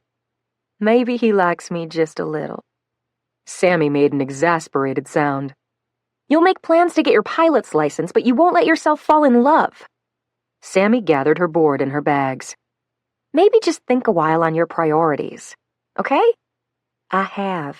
She grinned. Conversation closed. But speaking of priorities, is it your turn to vacuum? Because I think it is. They both started giggling, and then walked in comfortable silence back to the car. Mary Catherine was grateful for Sammy, for a friend who cared and could laugh with her. The ride home didn't include a single mention of Marcus. Mary Catherine was relieved. There really was nothing to say. Nowhere the topic could go. Not until they were back at the apartment and Mary Catherine was in her room did she close the door and listen to the message from her cardiologist. The man's secretary had simply advised her to return the call. Her test results were in. Mary Catherine waited, her hands trembling. If only she could put off the news, put it aside and forget about it. Father, I need you. I can't do this without you. She closed her eyes and waited. After a minute or so, a feeling of peace came over her. Peace enough to make the call. She opened her eyes and tapped the call button. A receptionist answered. Dr. Cohen's office. This is Mary Catherine Clark? She couldn't shake the feeling that the news would be bad. I missed a call from your office earlier? Yes, hold on. The woman sounded efficient. There was no reading her tone. The doctor would like to speak to you. That's fine. Mary Catherine dropped on the edge of her bed and waited. The seconds felt like days. Hello? Mary Catherine? It was Dr. Cohen. He was in his 40s, one of the top cardiologists in Los Angeles. Hi, I missed your call earlier. She paused. Is it about my test results? Yes. He sighed. Not a quick sigh, but the kind that doctors tended to do when the information ahead might be difficult. She closed her eyes again. Whatever it is, God, you're in charge. You know the number of my days. I believe that. Mary Catherine, I'm afraid the results were worse than we expected. Your valve has deteriorated greatly, but more than that, your heart is further enlarged. He paused. I shared your results with a few respected cardiologist friends of mine, one in New York, one in Boston. Mary Catherine slid off the edge of her bed to the floor. She brought her legs to her chest and let her forehead rest on her knees. Okay. Yes? We all came to the same conclusion. Mary Catherine, I'm afraid we'd like to put you on the heart transplant list. The sooner the better. A black hole seemed to open up in the spot where she was sitting. Darker and darker, blacker and blacker. She could feel herself falling into it, and the whole time she was certain of one awful reality. There was no bottom. She would keep falling for the rest of her days. Because this was the worst possible news he could have told her. Mary Catherine, do you understand, dear? Yes, sir. Her voice was soft and shaky. So, what's next? What should I do? We have to have you into the office in the next week or so for a complete checkup. You'll need more tests and blood work, then there'll be a screening exam and some paperwork. All of that before we can get you on the donor list. In the black hole where she was falling, Mary Catherine couldn't catch her breath, couldn't exhale fully. Like she was drowning in her own bedroom. You mean, you want the surgery soon? It's never that easy. He sounded discouraged by the fact. Your heart and valve can go on for probably another 9 months or a year. Even after your appointment, it could be months before we get you on the transplant list. It's a process. Many people never get a donor, Mary Catherine. I need to be honest. She still couldn't believe what he was saying. The transplant she'd expected in the years to come was supposed to be a valve replacement, not a heart transplant. What about Africa? What about helping with the youth center? How was she supposed to get her pilot's license if she was waiting for a heart transplant? Did you hear me? The doctor's words were kind. I'm so sorry, Mary Catherine. I know this must be a shock to you. Frankly, it was a shock to me. That's why I sought the other opinions. He waited a beat. I'm very, very sorry. It's okay. She was still falling, still trying to get a full breath. What about mornings on the beach and swimming with the dolphins? I'll transfer you back to the receptionist. I'd like you to book the appointment as soon as possible. Yes, sir. Mary Catherine couldn't lift her head, couldn't do anything but feel herself falling. What about her brand new job as a graphic designer at Frontline Studios in Santa Monica? She was supposed to be there next year, when their first movie hit theaters. A heart transplant? Sometime before the end of the year? Falling. Mary Catherine stood and steadied herself on the edge of her bed. Then, with her remaining energy, she walked to the window and looked at the blue sky. The beautiful Southern California sky. How could this happen? She thought about her friends. Now she would have to tell Marcus. Not right away, but sometime soon. She'd have to tell all of them. If only she could stop falling. Stop the blackness of the dark hole she'd stepped into. Before the call, she'd thought she had till she was 30. Another 7 years at least. Suddenly 30 felt like an impossible number. Like a gift. Maybe there was some mistake. She felt fine, right? She wasn't short of breath or struggling with chest pains. People waiting for a heart transplant were very sick. Too weak to get out of bed. Mary Catherine clung to the window frame and thought about her morning, about the feel of Marcus's arm against hers. What about moments like that, God? There would be no time to make a difference. No time for learning the guitar or taking voice lessons. She wouldn't live long enough for any of it. Mary Catherine closed her eyes, but the tears came anyway. The blackness was swallowing up the moment, and still she was falling. Everything was different now. Everything would change. And of course there was something else she would have to give up. The thing she only joked about every now and then, and once in a while prayed about. The thing that would absolutely never be possible now. Her 100 years. 23. Lexi couldn't stop shaking. It was the morning of her prison tour. Mary Catherine and Marcus were going to pick her up and take her to the prison an hour away. She stared at her full cereal bowl. She was too scared to eat, too unsure about what was ahead. Why had she agreed to the program? They wouldn't have given her very long at East Lake Juvie, right? Less than a year. Then she'd have been back on the streets. But going to prison, even a day there would be terrible. Prison was the sort of place that took a person in and swallowed them up and never let them see the light of day again. The way prison had done to her mother. Lexi looked at the photo on the wall across from her. She and her mama before the arrest. Lexi stood and walked to the picture. She touched it, running her thumb over their faces. In the photo, her mama's arm was around her shoulders, and their smiles were the same. Their eyes, too. The arrest came the next day, an afternoon Lexi thought about all the time. The day her mama was locked up and sent away. The last day the two of them had seen each other. Lexi might have been maybe 6 in the picture. Her mama maybe 22. Her mom was beautiful and intelligent. She could remember sitting with her mom on the couch that week and watching TV. America's Funniest Home Videos, Lexi could still remember. Her mom was laughing, and so Lexi had laughed too. When she was little, Lexi could remember laughing a lot with her mama. Why had her mom gotten into drugs? She could have done something different with her life, so why didn't she?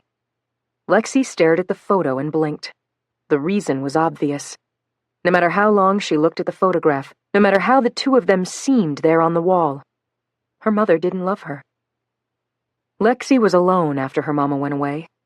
Her grandma tried, but she never knew what was going on in the house. The summer Lexi turned 8 was the first time she remembered the neighbor boy locking her in his bedroom and taking advantage of her. He was 14. At least she thought so. It had happened too many times since then. The bad all blended together. And none of it would have happened if her mama had been around. Mamas are supposed to keep their babies safe. Supposed to keep their babies in school and out of gangs. Lexi felt her anger rising, taking over her heart and soul. If she had a soul. One day when she had babies, she wasn't going to leave them. She would move out of the slums to some nice place like Reseda. Lexi's grandma was from Reseda. Nice town in the San Fernando Valley. Gradually, a resolve built in her. She had prayed to God for help, and he'd given her the chance at this program. It was a little late to start wishing she'd served time instead. If she was going to make a change for her own kids one day, then this was the only way. The last time in program. Whatever happened today, she could deal with it. Her grandma's Bible was open again on the other side of the table, the way it was always open. Hate evil, cling to good. That's what the blonde police officer had told her. And then he'd showed up again, right when Dwayne was going to kill her. A sick feeling slammed into Lexi's stomach.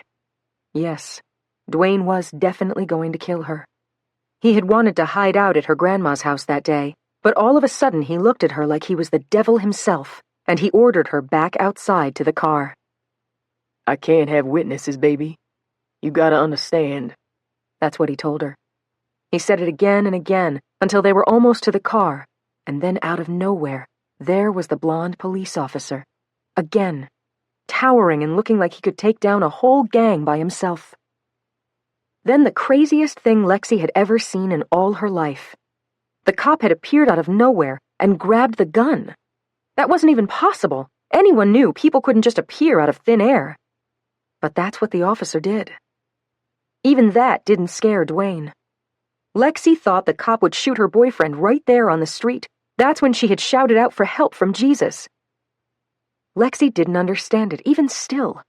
Didn't know why she had called out the name Jesus, but something about that moment seemed to change things for the cop. Like he blinked a few times and he took his finger off the trigger.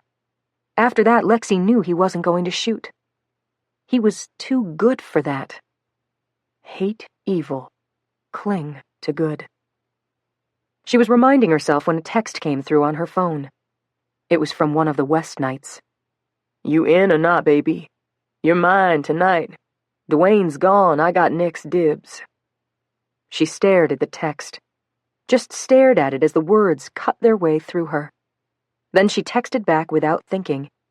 I'm in. She looked at it, and her heart felt hard and dead again.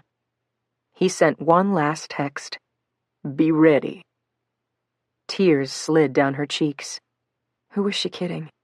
She would never have kids if she could help it. But if she did, she'd be just like her mama. How could she not? She was too far into the West Nights to back out now. There would be no babies, no family, no little house in Reseda. No life different from the one her mama gave her. No way to hate evil when it was a part of the air she breathed. The time in prison today would not be her last time in. It would be a preview.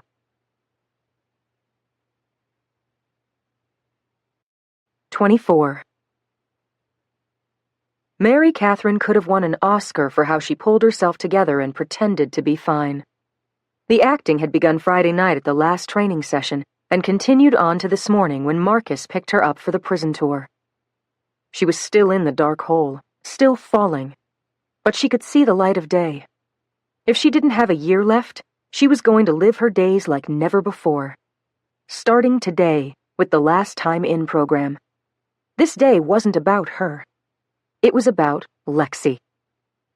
In the driver's seat beside her, Marcus seemed somehow aware that she was different. You sure you're okay? He'd asked her twice already. Sorry, it's just something in your eyes. A smile lifted the corners of her lips. I'm fine. Just tired. I was up late reading. Your pilot's manual? He grinned at her. No, a novel. She told him the name. My favorite author just had a book come out. I can't put it down. At least that much was true. I didn't know you were into reading. It sounded forced, like he was trying to believe her. Me too. I love fiction. You do not. She laughed, and he could feel the doubt in her eyes. He raised his brow and pointed to himself. Are you saying athletes don't read? Not many of them. Even in light of her news, something about being with him made her forget everything but the moment. I take exception to that statement. He tipped his baseball cap to her. This Southern gentleman loves to read. For real. His eyes stayed on the road. When you finish this book that kept you up so late, I want to read it. He glanced at her. Deal? She was still laughing. Deal. The mood stayed light as they drove to Lexi's, but after they picked her up, it changed. Lexi seemed completely shut down, more than she'd been the other day. Mary Catherine sat in the front seat next to Marcus and tried. How were the last few days? Silence. Lexi? She kept her tone kind. I know this isn't easy, but please answer me. Silence. Okay, then tell me about your grandma. How does she feel about you going for the prison tour today? Again, nothing. Marcus reached over and gently touched Mary Catherine's leg. Then he shook his head briefly, as if to say it wasn't worth it. He mouthed the word later. Then he turned the radio to the local Christian station. Francesca Battistelli came on. The song was a new one Mary Catherine loved, called If We're Honest. She hoped Lexi was listening to the words. Mary Catherine sang along. Truth is harder than a lie. The dark seems safer than the light. As the song played out, a thought occurred to her. The words applied to her own life as much as they applied to Lexi's. Mary Catherine leaned back and let the lyrics wash over her. She loved every song by Francesca. This one, and the one that had first given her hope that God might have more time for her than the doctors believed. The song was called 100 More Years. Mary Catherine looked out the window while the song played. Despite her best efforts at ignoring her own situation and trying to make today about Lexi, she felt the tears. Life wasn't fair for her or for Lexi. Neither of them would likely ever have the lives they'd dreamed about. Mary Catherine's teardrops spilled down her cheeks before she could do anything to stop them. She wiped them with the back of her hand, careful not to catch Marcus's attention. But he must have seen, because he reached out and took hold of her hand. He let the song play on, right to the last line. If we're honest. Mary Catherine loved how her hand felt in Marcus's, loved that he would reach out and comfort her when he saw her tears. She smiled at him, no longer embarrassed by her watery eyes. Life was not all laughter and mornings at the beach. It was okay to cry. The music switched, and it was Matthew West's Strong Enough. Mary Catherine sniffed and settled into her seat. Crying might have been allowed, but it wasn't possible during Matthew's song. She sang along, quietly at first. You must think I'm strong to give me what I'm going through. Then, to her surprise, Marcus began to sing too, louder and more off-key than her. We'd make quite a duo for America's Got Talent.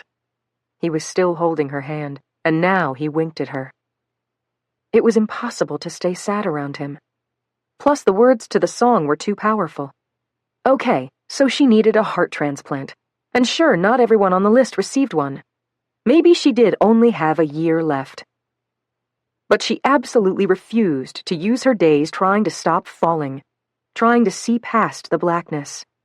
There would be time to cry, yes, but she had to believe in the message of the song, especially with Marcus singing it at the top of his lungs beside her, that God was strong enough for her, strong enough for Lexi. After a minute, he released her hand and pretended to sing into a microphone. I'm ready for 15 minutes. From the back seat, Lexi said her first words of the morning. Maybe not yet. Hey now. He looked at her in the rearview mirror. You barely know me. Still. Lexi sounded disgusted. But it was a start. A way to connect. A bridge they could maybe cross again later today. The rest of the drive was upbeat, and Mary Catherine didn't have to pretend to be okay. She actually felt it. Not until they reached the prison and started across the parking lot did Lexi hesitate. I feel sick. Maybe we should turn back. Mary Catherine stopped with her, and so did Marcus. The prison loomed in the near distance, a monolithic structure made of block walls and razor wire. Everything about it looked intimidating. No wonder Lexi felt sick. She was probably terrified, something they'd gone over in training. Mary Catherine put her hand softly on Lexi's shoulder. Lexi, we'll be with you. The girl didn't jerk away. Mary Catherine smiled. You'll be fine. I promise. Yeah. Marcus's voice was light and easy. Another tool they'd picked up in training. Besides, I can't sing in there. Marcus had removed his baseball cap and left it in his Hummer. He peered at Lexi, clearly trying to see past her walls. It's just a tour. Lexi gave him a rude look. I know. Whatever spurred her forward, she started walking again. Come on.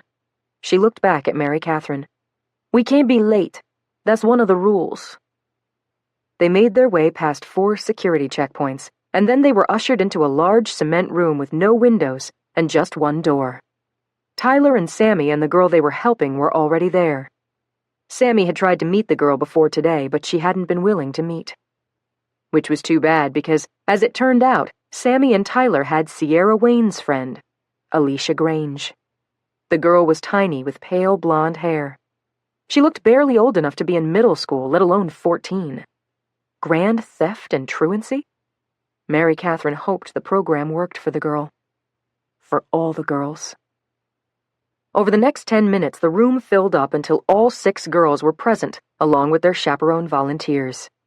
At exactly 10 o'clock, the door opened and 6 prison guards pushed their way in. All of them seemed angry and put out, upset they had to be there. This was part of the plan. Mary Catherine knew it. So did all the volunteers. But it was another thing to see the angry guards coming at them. Mary Catherine had to remind herself that these were volunteers, that no matter how it looked in this moment, these men and women cared very much for the girls in the program. As for the volunteers, they would be advocates for the teens, people the teens could turn to when the reality of the prison visit became too much. That was one of the differences between Last Time In and Scared Straight. The point was to build connections between the teens and the volunteers. That way the volunteers would have a better chance of helping the teens stay off the streets in the days and weeks, even years to come. At least, that was the hope. Mary Catherine tried not to think about the years she might not have to influence Lexi. The guards moved toward them. They had their clubs out, and 2 of them were slapping them against their hands. Here we go, Mary Catherine thought. She stood close to Marcus, with Lexi standing in front of them. Already she was shaking. Got a bunch of girls want to spend their lives in here, that right? the biggest prison guard lunged forward, so his face was inches from the first girl. You want to be here? You gonna be a career criminal, Missy? No. That's no, sir, he screamed at her face. Say it. No, sir. The girl's voice could barely be heard. Louder. He couldn't have been more than an inch from her. Say it louder. No, sir. I don't want to be a career criminal, sir. The guard stepped back, his face an angry twist of knots. That's better. Mary Catherine had to remember to breathe. She could feel Lexi backing up, getting closer to her. Even in the first few minutes, Mary Catherine felt like the program was starting to work. Lexi was feeling a trust connection with her. And the tour hadn't even started. The other prison guards stepped into the action. Each of them went to a different girl. A muscled guard moved up to Lexi. You guys leader of the gang, right? Lexi didn't answer. She cocked her head back the way she'd done when Mary Catherine first met her. We got a smart one here, do we? He moved closer to her. You dating the leader of the gang? Talk to me, gang girl. You've got no rights in here. He ain't the leader yet. Her words were soft, her eyes directed at the blank wall at the other end of the room. He's not the leader yet, sir. He enunciated each word for her. Lexi put her hands over her ears. He's not the leader yet, sir. She still didn't sound very loud. The officer towered over her, his physical presence intimidating to everyone in the room. Next time you forget, you'll do push-ups. For a brief moment, Lexi looked back at Mary Catherine. Terror flashed in her eyes.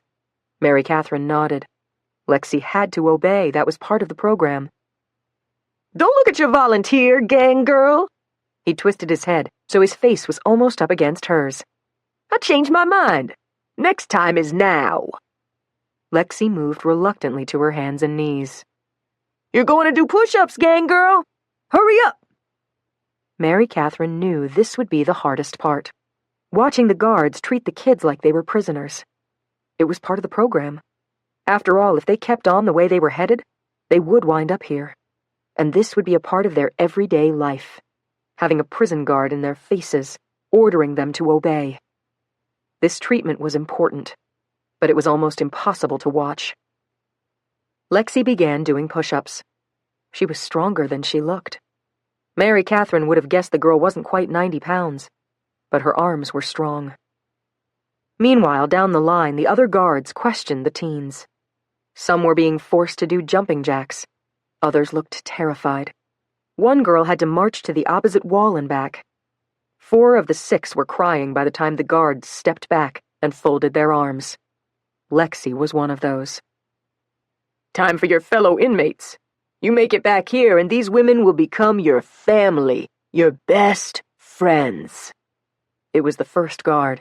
He was still bellowing, still lunging toward the girls with every other word. You don't want to know everything they'll become to you. He looked at his fellow guards. Right? You don't want to know. One of the guards shook her head. We'll let them tell you. The shortest officer walked to the door. Follow me. Marcus put his hand on the small of Mary Catherine's back as they walked with Lexi into the hallway and down a corridor. On the way, they passed a row of cells, and every one they passed was teeming with angry women. The inmates pressed up against the bars, shouting obscenities and gesturing to the girls. Mary Catherine wanted to turn back. She could only imagine how Lexi and the other girls must feel. Please, God, let this work. It's so hard. Please speak to Lexi at the depths of her soul.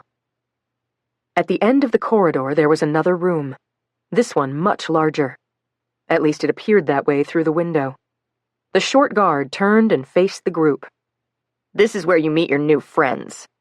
She unlocked the door. All around the room, the guards unlocked the doors of the smaller cells, and the inmates joined the group in the open space. The area had 4 cement tables, built into the floor, each of them with attached cement benches. Otherwise, the room was empty.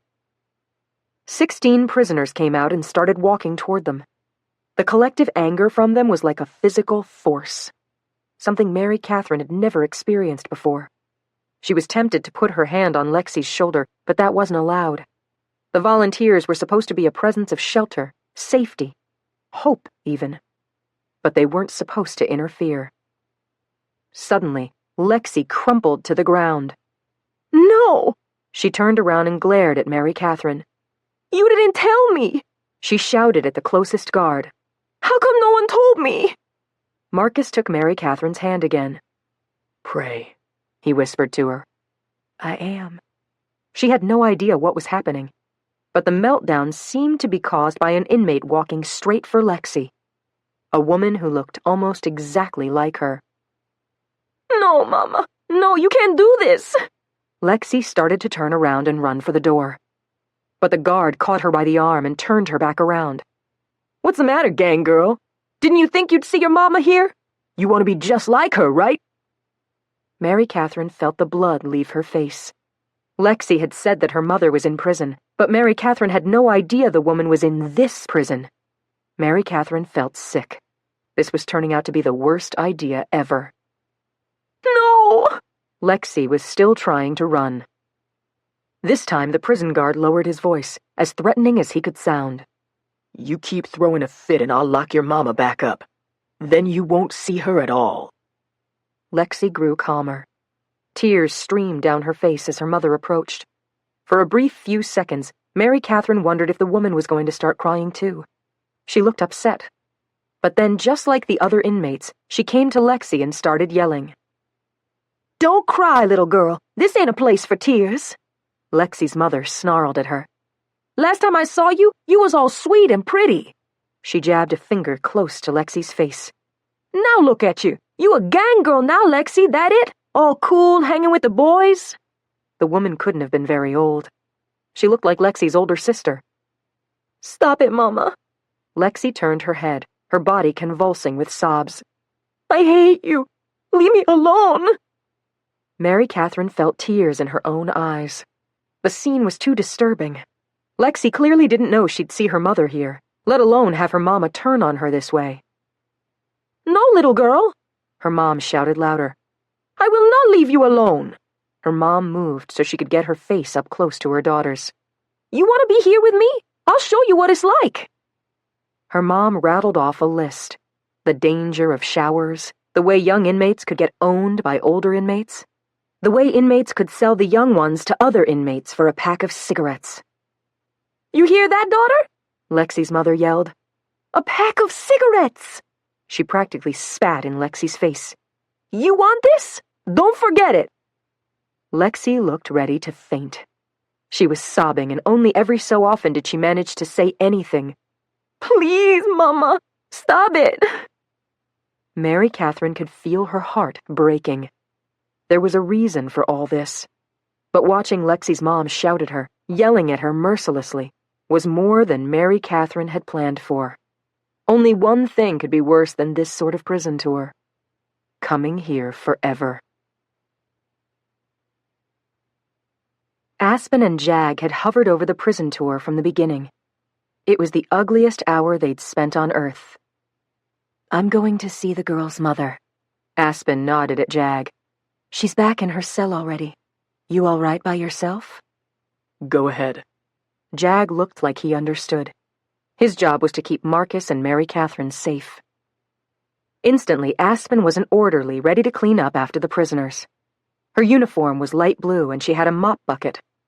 She walked out of a janitor's closet and passed a few cells to the one where Lexi's mother was. The woman was alone, her back to the others. She was crying. Aspen slipped into the cell and shut the door behind her. What's wrong, Camila? The woman spun around. Everything angry and hateful about the way she'd looked earlier was gone. She took a step back. Who are you? I'm new. Aspen had one hand on her mop. Gotta clean up, but I heard you crying. It took a minute for Camila Hernandez to believe she wasn't in danger, that Aspen didn't want anything from her. Aspen started moving the mop slowly over the floor, so she wouldn't raise Camila's suspicions. This moment was for Camila alone. You didn't answer me. Aspen moved her mop slowly in a circle between them. What's wrong? Why are you crying? Camila melted against the back wall of her cell. My girl. She was in there. I haven't seen her in so many years. Aspen slowed the mop. You wanted to be with her, right? I did. She covered her face with her hands. I love her so much. I never stopped loving her. This is the last place I want to see her. Aspen and Jag had figured this was going to happen. They knew Lexi's mother was an inmate here. And now Aspen felt herself hurting for Camila. You're doing the right thing. Don't give up. Aspen set the mop aside and went to Camila. She took hold of the woman's hands. Write your daughter a letter. Do it now. Do you have paper and a pen? The woman sniffed. I do. She pulled a small plastic box from beneath her bunk. In here. You write it. I'll make sure she gets it. Aspen took a step back. Your daughter will know you love her. I miss her so much. Camila allowed another wave of tears. I wanted to run up and hug her. I missed everything. All her growing up years. I'm the worst mama ever. No. Aspen wanted Camila to hear her. You're doing everything you can to keep her out of this place. That makes you a loving mother. Camila shook her head. She'll hate me forever. Write the letter. Aspen needed to go. Lunch would be over soon and she couldn't be caught. For a long time, Camila only stared at the paper and pen. Then she sniffed and nodded. I will. She lifted hesitant eyes to Aspen. Can you help me? She looked embarrassed. I'm not that good a writer. Aspen felt her heart melt. Yes. She took the paper and pen from Camila. Tell me what you want to say. Okay, I'll try. The woman struggled to find the right words, but in the end, the message was all hers. Camila seemed calmer. You'll make sure she gets it? I promise. Aspen hesitated. You ever pray, Camila? I want to learn. There's a Bible study once a week in your cell block. Did you know that? Monday nights. I never go. Start. Aspen smiled at her. God has plans for you, Camila. Even now. Even here. The woman looked dazed, like the news was hard to believe. Aspen couldn't wait another minute. She nodded. I'll get the letter to Lexi. With that, Aspen stepped out of the cell and back into the closet and disappeared. 25. Mary Catherine wanted nothing more than to take Lexi in her arms and comfort her.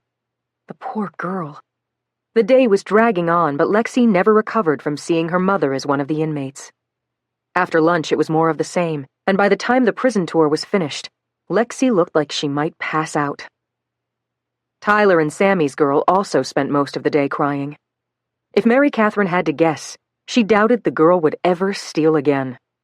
School probably looked like a dream vacation compared with this. Marcus stayed by Mary Catherine's side as they ushered Lexi through the main space and into the corridor. They were halfway to the holding room where they'd started when a woman mopping the floors stopped Mary Catherine. I got something for you. What? She stopped. The woman looked familiar, but she couldn't place her. Here. The orderly kept her eyes averted. She handed Mary Catherine a folded piece of notepaper. This is for Lexi. Then the woman put her head down and kept mopping. The group was still moving, so Mary Catherine had no choice but to keep walking. Did you see that? She whispered to Marcus. What? He looked behind them and back at her. That woman. She was mopping the floor. Mary Catherine held up the letter. She handed me this, said it was for Lexi. Marcus looked back again. There's no one there. She was just... Mary Catherine turned around and stopped for a second. Where is she? She handed me the note like 5 seconds ago. Maybe she stepped into a closet. You know, to put the mop away. Mary Catherine started walking again, backward, and then turned around. Lexi was a ways ahead of them. That's so weird. She gave Marcus a puzzled look. She looked familiar, too. They reached the first checkpoint. None of them had been allowed to bring in phones or purses or anything else. Now they were checked again, and Mary Catherine produced the letter. "This is a letter for our participant, from her mother." The prison guard took the letter, opened it, and read it. He shrugged. Fine. He nodded to Mary Catherine as he handed it back. Put it in your pocket. Anyone asks you, tell them Sykes said it was okay. "Thank you, sir." Mary Catherine could only imagine what Lexi's mother might have written to her. How she had gotten the letter to the orderly, and how the orderly had known to get it to Mary Catherine made no sense at all.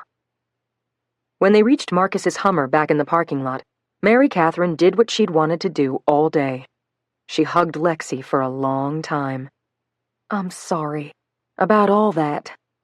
Lexi resisted the hug. "I didn't know my mama was going to be there. Someone should have told me." We didn't know either. Marcus stood on her other side. I'm sorry, too. Today was brutal. "Yeah." Lexi slid past them and climbed into the back seat of the SUV. They were on the freeway before the girl spoke again. "What happened to the boy?" Her tone was softer than before. "The one Dwayne shot?" He's still in the hospital. Marcus looked in the rearview mirror. He's in bad shape. Everyone's praying for him. Lexi started crying again. Mary Catherine could hear her. Even through her tears, she managed to speak. "Can we pray for him? Right now? Please?" "We can." Mary Catherine turned around best she could in her seat. "Father, we've asked you before, but now we come to you again with Lexi. Lord, please give Jalen a miracle. Please wake him up, and by your divine touch, would you please heal his brain? Let him talk to his mama again, and let him live the way he did before. We know it's a lot, God, but you can walk on water. You can calm the seas with a whisper." Her voice was raw with emotion. "We believe you can do this. In Jesus' name, amen." Through her tears, Lexi managed 2 simple words. "Thank you." In the front seat, Mary Catherine doubted the girl was used to saying thank you. The last time in program was working, like the training promised. But Mary Catherine had wondered if anything would pierce the darkness that surrounded Lexi Jones. Until now. Mary Catherine waited until they were 15 minutes from home before she pulled out the letter. "Your mama wrote you something. She had someone give it to me before we left." At first, Lexi didn't seem like she was going to let them know she cared. She didn't respond for 5 minutes. Then she muttered, "What's the letter say?" "You can read it." "No." Lexi hesitated. "How about you read it? I'm not that good at letters." It occurred to Mary Catherine at the same time it must have occurred to Marcus. Lexi couldn't read. At least not very many words. Otherwise, she never would have wanted 2 people she still didn't know well to read the letter from her mother. Before Mary Catherine opened it, she looked back at Lexi. "Has your mother written you before?" Never. She raised her chin. "I have to hear it to believe it." "Okay."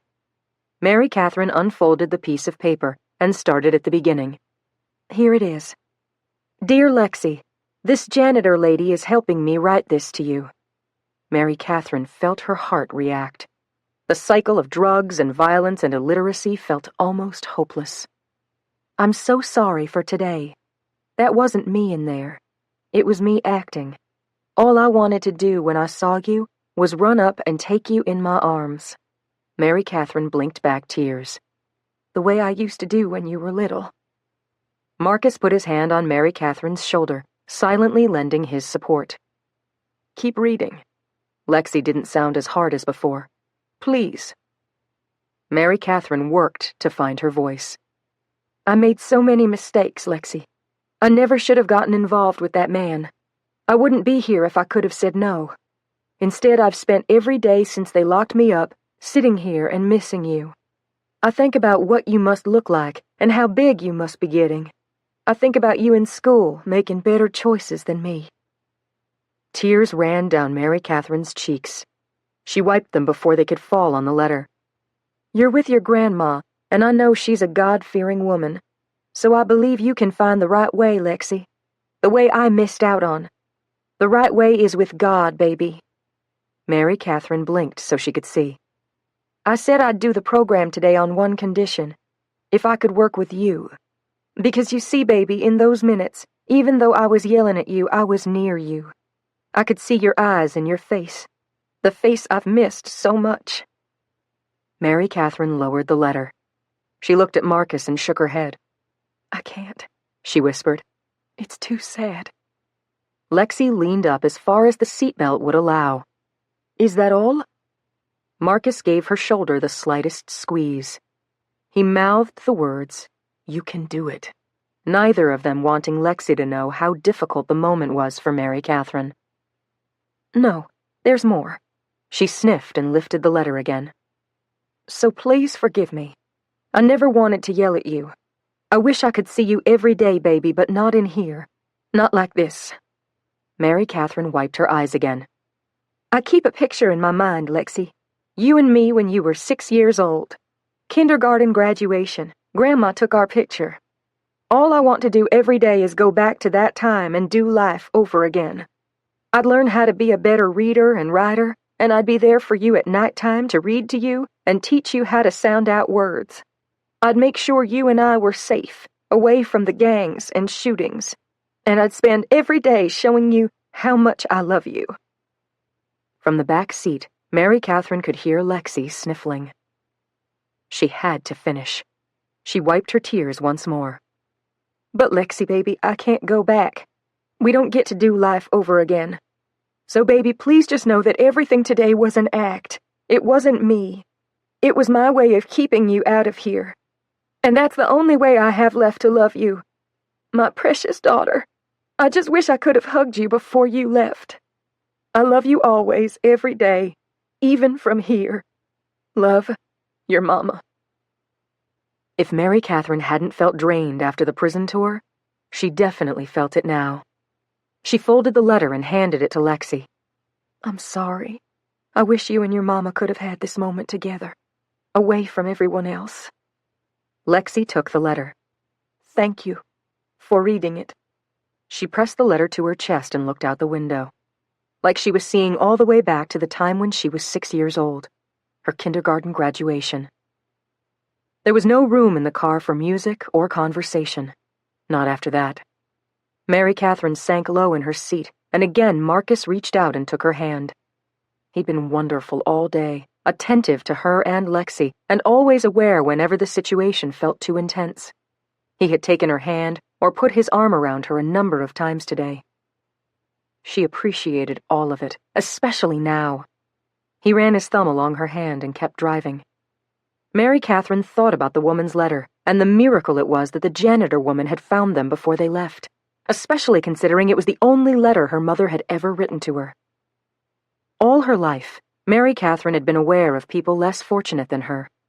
While her parents dined at the country club, she would go with her youth group friends to serve dinner at the Nashville Rescue Mission. Her parents would vacation at Atlantis in the Bahamas, but when they started taking 2 or 3 trips there each year, Mary Catherine opted for mission trips to Africa and Guatemala instead. Still, never in that time had she thought about this segment of life. The people behind bars. How desperate and defeating to wake up every day in those small cells. And then to know that the extent of your freedom involved the common space on the other side of the cold metal bars. More than that, Mary Catherine had never thought about the families those prisoners had left behind. Yes, they all had done something to deserve punishment. Crimes against people and society. There was a reason they were in prison. But what about Lexi? What had she done wrong? Her daddy was dead before her 3rd birthday, and her mom was serving time before she stepped foot in 1st grade. No wonder the pattern of crime and punishment continued in the inner city. Kids had no one else to follow.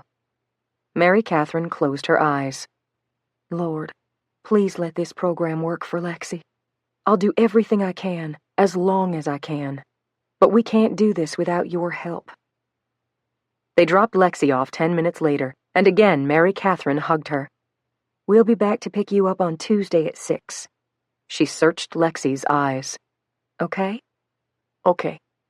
For the first time since Mary Catherine had met the girl, she didn't look defiant. She looked lost and broken.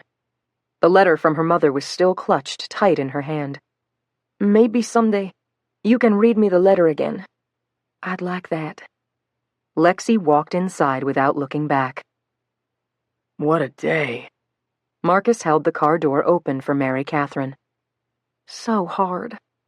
On the way back to her apartment, they didn't say much, but once more Marcus held her hand, as if there was no way to get through a day like this without physical support. As she showered that night and turned in early, she thought about her heart, something she hadn't thought about all day. So what if she didn't have much time left to make a difference? Her life mattered today. It had mattered for Lexi. Right now, that was enough. Jag sat near Jalen's hospital bed. It was Tuesday afternoon, and they'd been keeping watch over the child for nearly 3 days straight. He was off his breathing tube, but he still hadn't woken up. Today, though, something was different. Jag could sense a breakthrough. Something about the aroma of prayer that had made its way to heaven. That had to be it. Orlan had told him and Aspen before the mission began, keep praying. Make sure everyone is praying. There were times Jag wondered what people thought about prayer. Most humans didn't understand it. They thought God was a genie, someone to beg favors off, or a father to turn to when things went wrong. But that wasn't prayer at all. Praying was simply talking to God. Of course, the Lord loved hearing from his people, whether they were believers or not.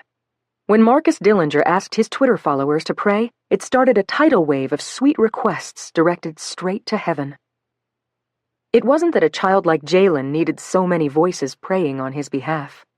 God heard the desperate prayer of a single voice in a dark room. But sometimes, something happened that caused the world to sit up and take notice. A time when miracles could sway a generation to believe in God. Miracles amidst tragedies. And in that way, God would be glorified, which wasn't always easy for people on Earth to see or understand. Do you feel it? Jag looked at Aspen. This mission had kept them busier than either of them had ever imagined. Something's happening with the boy. Yes. Aspen held out her hands. It's God's energy. It's all around us. It'll be any moment now. Jag hovered closer to the boy. Come on, Jalen. Jesus, breathe life into him. Please, Jesus, we need you now. Here. Please. Aspen was praying too, and there in the chair beside the bed, Shamika had never stopped praying. Even when she doubted, she kept seeking God's help, never stopped believing. Suddenly, the boy made the slightest coughing sound. Jag could hear the celebration starting in heaven, the other angels cheering as they watched. Come on, wake up, boy. Jag held his hands over the child's heart. We feel you working, God. Be glorified through Jalen. And with that, the boy began to sputter. His mother was on her feet instantly. Jalen, it's Mama. I'm here, baby. Wake up, Jalen. She began to cry, her voice desperate to see another sign of life from her son. Again, Jalen coughed and his eyes began to blink. They didn't open. It would take a few minutes, but he was coming to. That much was certain. Nurse! Shamika ran to the door and yelled into the hallway. Please, someone come here! My baby is waking up! The miracle was unfolding. Jag felt the sense of deep wonder and awe, the feeling that never grew old, when death was denied the last word. If Jesus were standing here, he'd be crying. Jag was sure. This was the reason he'd died on the cross, so that what was dead might live again. Jalen, baby, I'm here. Shamika hurried back to her son's bed and put her hand alongside his face. Her hands trembled, and her voice was unsteady with the weight of her emotion. She kissed her son's cheek and took hold of his hand. I've missed you so much, Jalen. Please open your eyes, baby. She whispered low near his cheek. Come back to me, sweet boy. I want to see you smile again. God, please bring him back to me. She brought his hand to her lips and kissed it. Jalen, Mama's here. Again, the boy tried to blink his eyes open, and this time his eyelids opened just a hint. Slowly, his lips parted. He peered at Shamika. Mom, I'm hungry. Okay, baby. We'll get you something to eat. Then, without hesitating, Shamika did what most humans forgot to do in a moment like this. She fell to her knees. Jesus, you did this. You gave me my boy back. Thank you, Lord. Thank you. With words and tears, she continued to give praise to Jesus, the one who had brought her son back to life, the one from whom all good things flowed, including this. 26. Marcus wasn't sure what he had expected from the first group meeting with the girls, but he had never imagined this. They met at 6 o'clock that Tuesday in a classroom at the police station, one of the requirements. Tyler and Sammy sat with Alicia, the small blonde girl, and Marcus and Mary Catherine sat with Lexi. Just the 6 of them.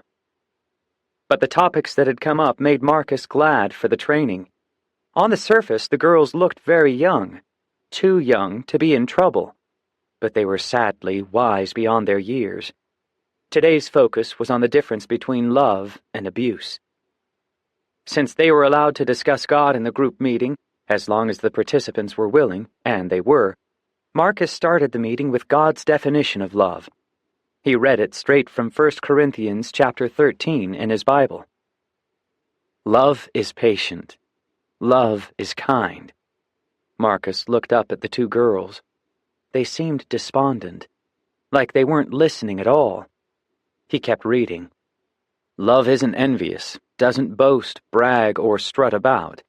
There's no arrogance in love. It's never rude, crude, or indecent. It's not self-absorbed. Love isn't easily upset. Lexi was the first to roll her eyes. Marcus stopped reading and waited for her to speak. Finally, she tossed her hands up. Okay. Hurt filled her tone. You want to talk about love isn't rude? Dwayne's rude all the time. She looked at Alicia on the other side of the table. That's how guys are, right? Definitely. The girl fidgeted, twisting her fingers together, clearly uncomfortable. Love always means someone's angry. For the next half hour, they talked about how for these girls, love felt the exact opposite of how it was described in the Bible. Lexi announced that last week, Dwayne had threatened to kill her. See, Lexi? Mary Catherine's voice was kind. That's what we're talking about today. Dwayne has harmed you emotionally and physically. That's not love. Marcus loved watching Mary Catherine in this setting. It was like she was made for this role. She looked past Lexi's exterior hardness and spoke to the girl's heart. Now that their time together was winding down, both girls had opened up a little. Lexi talked about the guys she'd had before Dwayne, and Alicia talked about her current boyfriend. Though Alicia's crimes involved theft, her relationships had apparently been equally bad for her. Marcus's heart hurt for the young girls. It would take more than 90 minutes to teach them that abuse was not the same as love. But they had made more progress than Marcus dreamed. It was like Officer Kent had told them at the first day of training. These kids were starving for someone to invest in them, to care enough to listen and give guidance. Sure, they'd thrown up 10-foot walls at the beginning. They might do that at every meeting. But eventually, they'd talk. And then there were only 2 rules for the volunteers. Listen, and don't act shocked.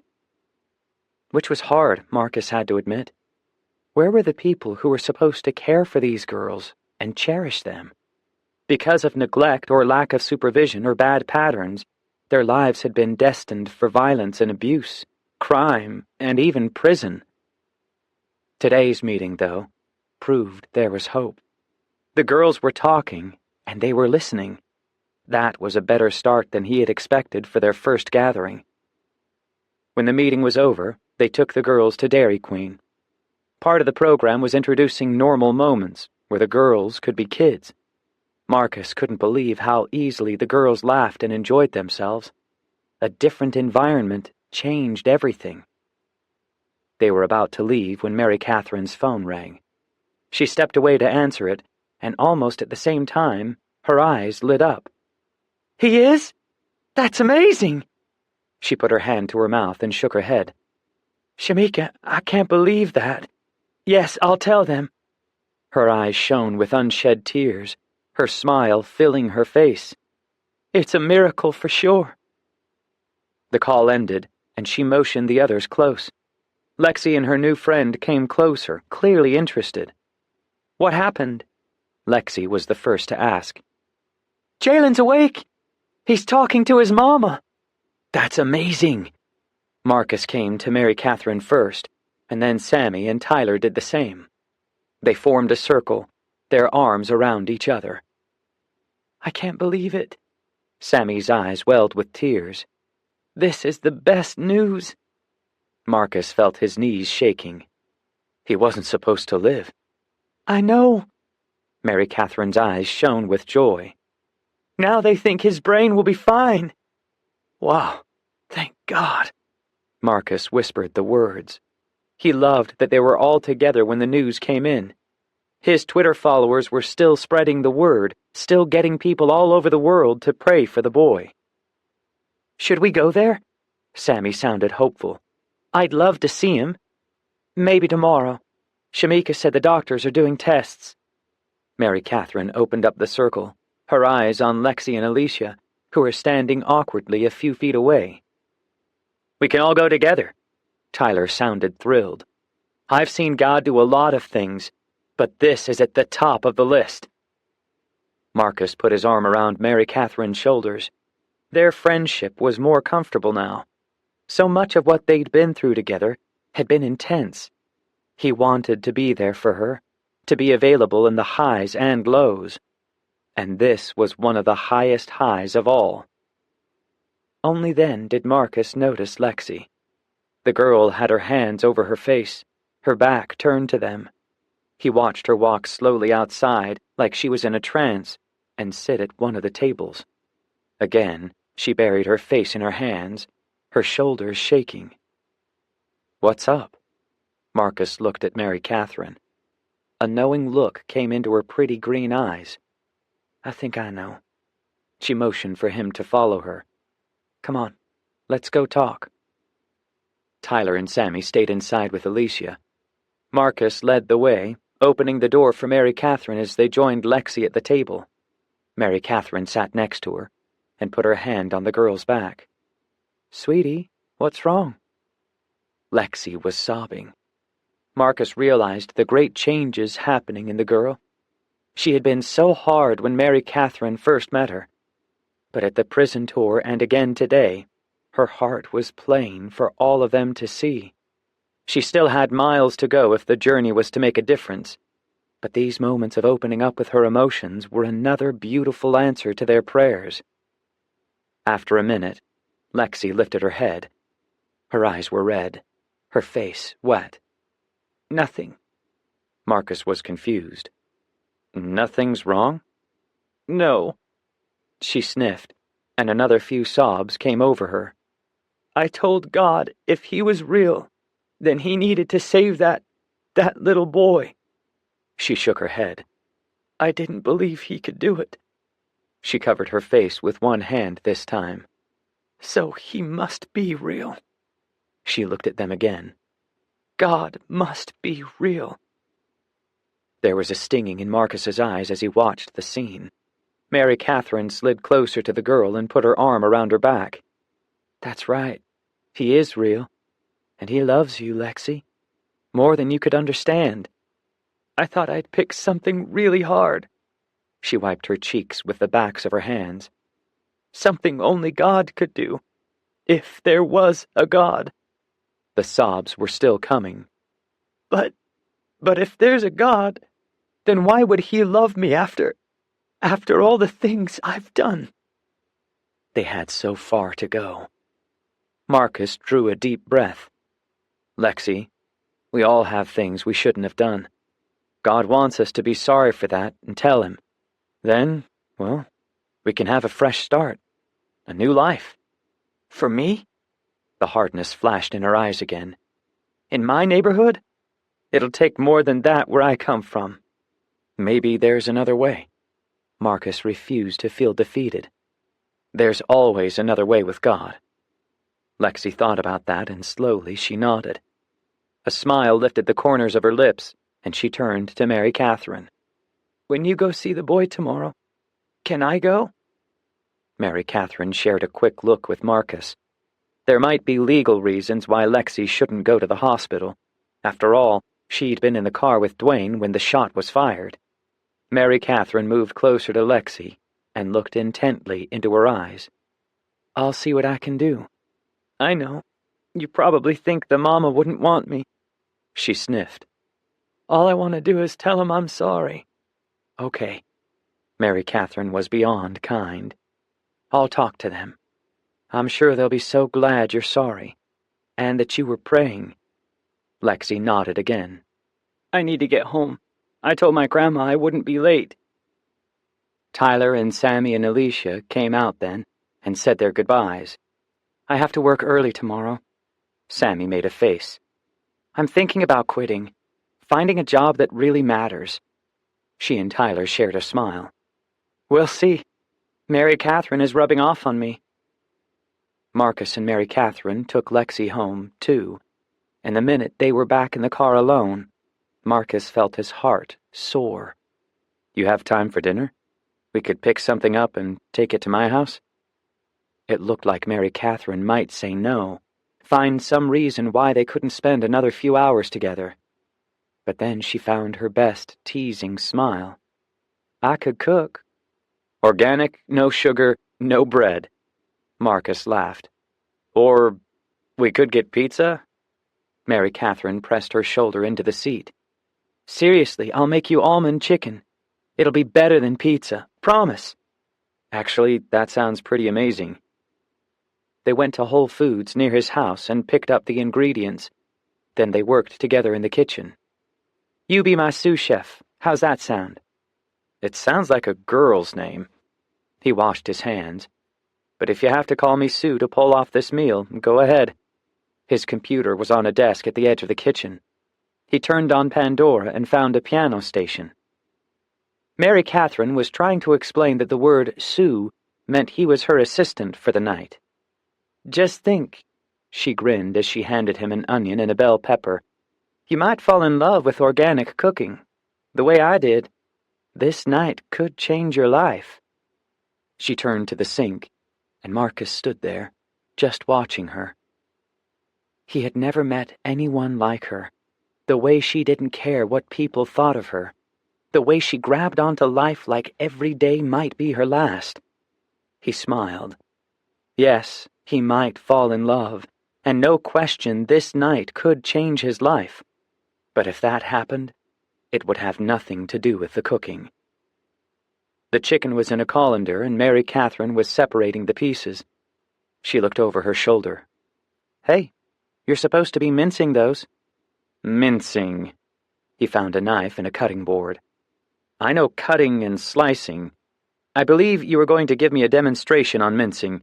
Wasn't that it?" She moved to the adjacent sink, washed her hands, and dried them on a clean towel. "Okay." She came to him, her eyes sparkling. Night had fallen, and it was just the two of them in the house. "Step aside." He did, but not too far. The smell of her perfume filled his senses and made him wish they were more than a couple of friends making dinner together. She took the teaching seriously. "Mincing is smaller, neater." She cut a slice of the onion, and then, using small movements, she turned the slice into tiny squares no bigger than the head of an eraser. "Looks like a lot of work," Marcus laughed. "You sure we can't just slice them?" "It's not hard. Here." She handed him the knife. "You try it." He was utterly aware of her presence, the way their arms touched, the movement of her hands. He took the knife and gave it a try. The work was tedious, but he managed it. "Perfect." She leaned closer, moving the pile of minced onions to the side. "You got it?" He wanted to take her in his arms and dance across the kitchen, forget about the onions and everything but her. Instead, He did a slight bow. Glad it meets your approval, miss. She giggled at him. You sure you weren't raised in the South? I wish. He held her eyes. Maybe I would have met you sooner. His words seemed to touch her deeply. Her laughter softened, and she smiled at him. I would have liked that. Me too. He looked at the onions. Better get cooking. When it came time to prepare the chicken, Mary Catherine made a mixture with almond flour and spices. She dipped each small boneless chicken piece into a bowl of almond milk and then coated it with the almond flour. In the pan, she melted coconut oil and fried the chicken in that. Can I just say... Marcus hadn't smelled something so good in months. You can cook dinner at my house any time. Told you it would change your life. She kept the teasing tone, probably because it was safe and fun, given her determination that she didn't want more than a friendship. Marcus didn't care. He only wanted to be with her. The teasing was fun for him, too. He sautéed the minced vegetables along with sliced zucchini, and they ate out on his deck. The night was unseasonably warm, still 75 when they sat down to eat. It's beautiful here. Mary Catherine looked out over Silver Lake. Sammy told me about the view. You need to come over more often. The meal was perfect, but it was nothing to how wonderful it felt sitting here with her, outside of training or prisons or anything to do with the youth center. It reminded him of that first walk, before the shooting. So, the Wayne family lives around the corner? Mary Catherine grinned at him. No wonder you're so close with them. Rhonda loved you. She really wants to get to know you better. I'd like that. By the way, Marcus held up a bite of the almond chicken. You've sold me. Organic cooking definitely just changed my life. He chuckled. Seriously, I had no idea it would be this good. Food the way God made it actually tastes better. That was one of the things I had to learn. So you really don't eat sugar or bread? Like, ever? Mary Catherine laughed. You make it sound like a punishment. I guess I can't imagine. He took another bite. Tell me you didn't want ice cream earlier. Sure, it tastes good, but I didn't want it. She raised her brow. Sugar causes disease, diabetes, dementia. She gave him a silly look. And yes, I do eat pizza once in a while. I'm not perfect. He stared at her, studying her, memorizing her high cheekbones and the shine in her eyes. Awfully close. She smiled. You're too kind. Just honest. They finished their meal, and the whole time their conversation was easy and fun. Marcus could feel himself falling into her gravity, but he didn't care. The sensation was mesmerizing. Together they carried the dishes in, and Mary Catherine looked back at him. When will Tyler be home? I think he and Sammy went to the movies. He pulled his phone from his pocket and checked the time. Probably not for another hour. Mary Catherine nodded. They worked rinsing their plates and scrubbing pans. The whole time Marcus tried to think of a reason to make her stay. It was just after 9 o'clock. You don't work tomorrow, right? He gave her a hopeful look. I don't. The studio's closed every other Wednesday. She dried her hands on the towel. Can you stay? For a little while? Well... She seemed to struggle with the idea, but then she smiled and slipped her hands in the back pockets of her jeans. I noticed your pool table. She was constantly surprising him. You play? Play? She cocked her chin. I thought about going pro. Decided it would take too much time. The air between them was electric. Marcus was grateful for the distraction of a pool game. Well, then, rack 'em up. Halfway through the first game, Marcus started to laugh. I thought you were kidding. About going pro. Never. She feigned an innocent look. I never tease, Marcus. Not ever. Not about pool, that much is for sure. She was 3 balls ahead of him. You could win a fortune at this. How'd you learn? Played with my dad. Mary Catherine held her cue stick at her side and smiled. It was the way we connected. Marcus shook his head. The man taught you well. They played 2 games, and she won them both. I could suggest best of 5, but I'm afraid that would become best of 7 at this rate. Her laughter mixed with the piano music drifting through the house. Maybe something less competitive. I have backgammon. He nodded toward a shelf in the family room.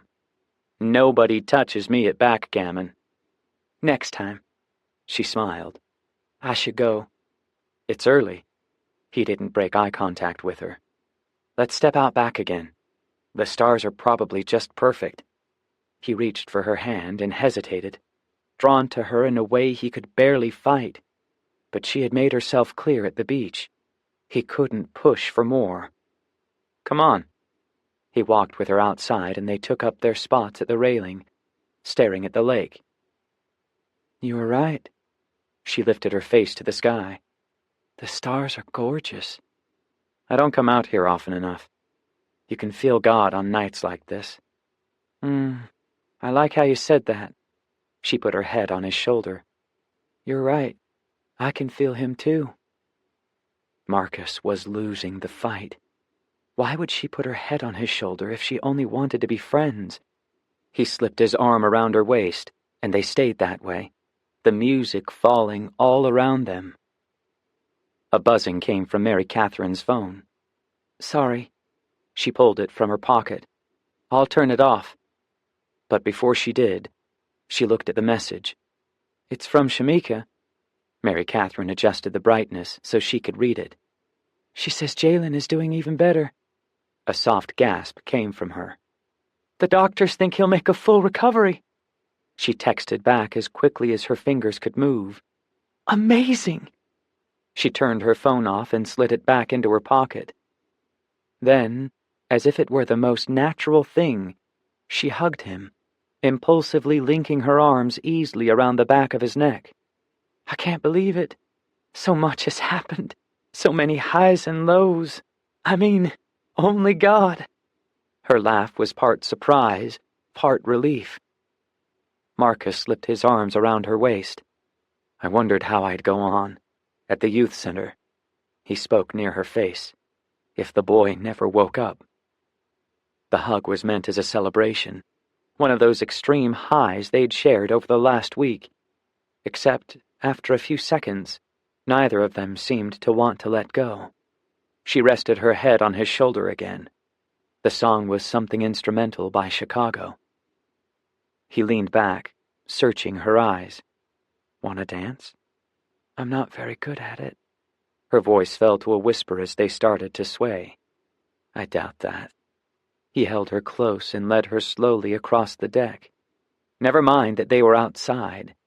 The magic of the moment made him feel drunk with joy. Was this really happening? They were dancing under the stars, and Mary Catherine wasn't fighting him? You, on the other hand, she tilted her face to his. You're quite the dancer. Took it for a year in college. He laughed. Coach thought it would give the pitchers better balance. Did it? He looked at the sky, and then back at her. It gave me this. Well then. She didn't look away. I guess it was worth it. The song was ending, and Marcus could barely breathe. They were back at the railing, and he slowed their movement, stopped their swaying. Mary Catherine. He swallowed. He didn't know what to say. He only wanted this feeling to last forever. She put her head on his chest again. I'm sorry. No. He gently lifted her chin so she would look at him. Don't be sorry. Her eyes told him whatever was happening between them, she was feeling it too. I can't. I'm not. Shh. He took her face in his hands. It was too late to stop, too late to do anything but kiss her, the way he had wanted to kiss her since their walk that night. Slowly, he brought his face to hers. Their lips touched, and the feeling was light and passion and desperation all at the same time. She didn't fight him, didn't try to pull away. Instead, she returned his kiss, working her hand up his neck to the back of his head. Marcus was consumed by her, taken by her in a way that affected his entire being. She moved him, body and soul. He drew back, checking her eyes. "You okay?" "I need to go." Her lips were still parted, her breathing faster than before. "Marcus, I want this." She hung her head, and when she looked up, the sadness in her eyes was greater than the heat a few seconds ago. "I can't. I'm sorry." She leaned up and kissed him again, slowly, deliberately, but it was a goodbye kiss. Marcus could feel the difference. She stepped back. "Take me home, please." He shouldn't have kissed her. Marcus reached for her hand. "I'm sorry, I should have waited." "No." She shook her head. "It's not you, it's me. I can't explain it." She allowed him to hold her hand as they walked in and got her things. On the drive, disappointment greater than the breadth of the sky washed over him. What was wrong with her? When they reached her apartment, Marcus killed the engine and turned to her. "Is it me? You're not attracted to me?" A single laugh escaped her, and she let her head fall back. "Are you serious?" She looked at him, her cheeks slightly redder than before. "I can't even think around you." She took his hand and looked deep into his eyes. "You make me feel like I've never felt." "So," hope shot through Marcus, "maybe we need to take things slower. Stay with Tyler and Sammy, so—" He laughed. "You know, we don't wind up dancing under the stars." The laughter left her, and she looked at her hands for a long few seconds. "It's not that." She angled her face and turned her eyes to him once more. "Please, Marcus, trust me." He wanted to argue, but there wasn't room. She had left him no choice. He climbed out, helped her from her side of the car, and walked with her up to the door. When he hugged her, she let herself linger, but she eased back before either of them might think about another kiss. "Thank you." She smiled, her eyes as sincere as summer. "I had the best night ever." "Me too." He wanted to stop time and make her explain things. How could she slip into her apartment without helping him understand? If they both felt this, then how come— Her smile was marked with longing. "Bye." "Bye." He waited until she shut the door before turning around and heading back to his car. In all his life, he'd never felt like this, the way she made him feel. And since she was as drawn to him as he was to her, he had no idea what the problem was or why she wouldn't tell him. He knew only one thing. He wouldn't give up until she did.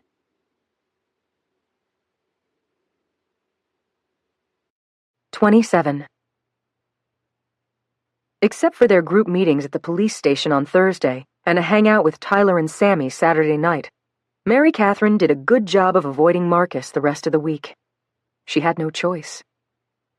Her doctor appointment was that Monday morning, and as she signed in at the office, she knew her hurting heart had nothing to do with her health. The night at Marcus's house had been the best. Mary Catherine had told him the truth. The pull Marcus Dillinger had on her was beyond anything she had ever experienced. She had replayed that night 1,000 times, and always she was sure. There was nothing she would have done differently. He made her laugh and feel, and in his presence all of life was good and right and whole. By the time they stepped out on the deck after the pool games, Mary Catherine didn't care about her damaged heart or the time she didn't have. She had that night. It was all she could think about. The nurse stepped out and called her name. "The doctor will see you first. We'll do paperwork and blood tests later, before you leave." "Yes, ma'am." She followed the woman to a familiar room, changed into a hospital gown, and waited. A few minutes later, Dr. Cohen stepped inside. "Mary Catherine." He shook her hand. His face was masked in shadows. "I'm sorry about all this. He raised his brow and gave a single shake of his head. It took me by surprise. He pulled up a chair and sat down, facing her. A heart transplant is always a possibility for anyone with your condition, but I really thought you'd only need a valve. The internet had given Mary Catherine ample time to research. I wrote down a few questions. She pulled her phone from her purse. Is that okay? Of course. He crossed his arms, waiting. She opened her notes app and started at the top. Why not a valve transplant first? It wouldn't be as invasive and it could buy us more time. She looked at Dr. Cohen. Right? Well, he angled his head one way and then the other, as if he were weighing the possibility. I had a patient last year. Tried to replace his aortic valve and his ascending aorta. Exactly the surgery you would need in that scenario. He gave a sad shake of his head. Young guy, just 20 years old. Suffered a heart attack during the procedure which created more damage. He had to be resuscitated 9 times before we finished operating. The doctor explained that the surgery did such damage to the young man's heart, he was suddenly rushed to the top of the transplant list. Thankfully, he got his heart. He's doing well. Mary Catherine hung on to those last few words. A person with a heart transplant can do well? Yes. Caution sounded in his tone. There are nearly 200,000 patients waiting for a heart. Conditions have to be just right. But if... It's a long road, but yes. We know of heart transplant patients who are still alive 20, 25 years after surgery. It's rare, but possible. Possible. For the first time since the call from the doctor's office a week ago, Mary Catherine didn't feel like she was falling. The blackness that sucked her hope and light and energy cracked, and she could see blue sky again. I guess I didn't know that. It doesn't always work that way. If a patient gets a heart... His brow raised again.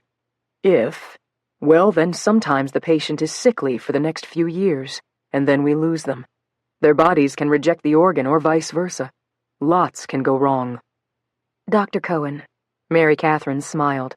You should know me better than that. I'm not a lots can go wrong kind of girl. I believe in the most rare possibilities. They'd been over this before. Remember? Yes. The doctor smiled, patient.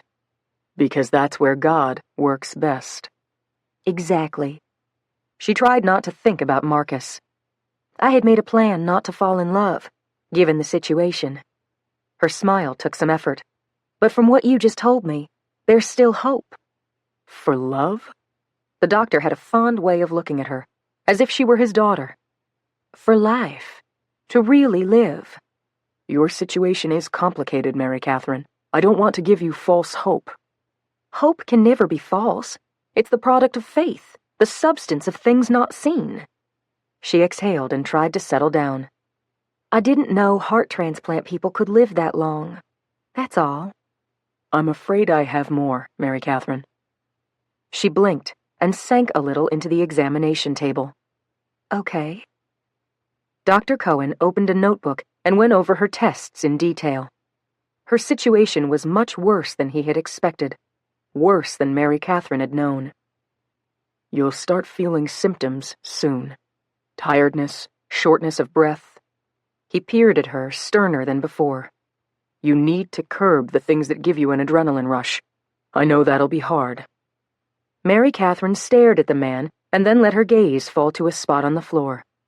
Adrenaline rush? She muttered the words and then looked at him again. Her whole life was an adrenaline rush. Like skydiving? That, obviously. But boogie boarding, sprinting, competitive games, anything that makes your heart work too hard. The darkness was back. You're asking me to quit living? No. He sighed and closed the notebook. Mary Catherine, I'm asking you to take it easy. Be serious about this until we can find you a heart. She nodded, but inside she was falling. Falling the same as before.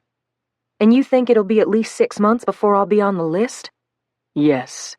He frowned. I'm so sorry.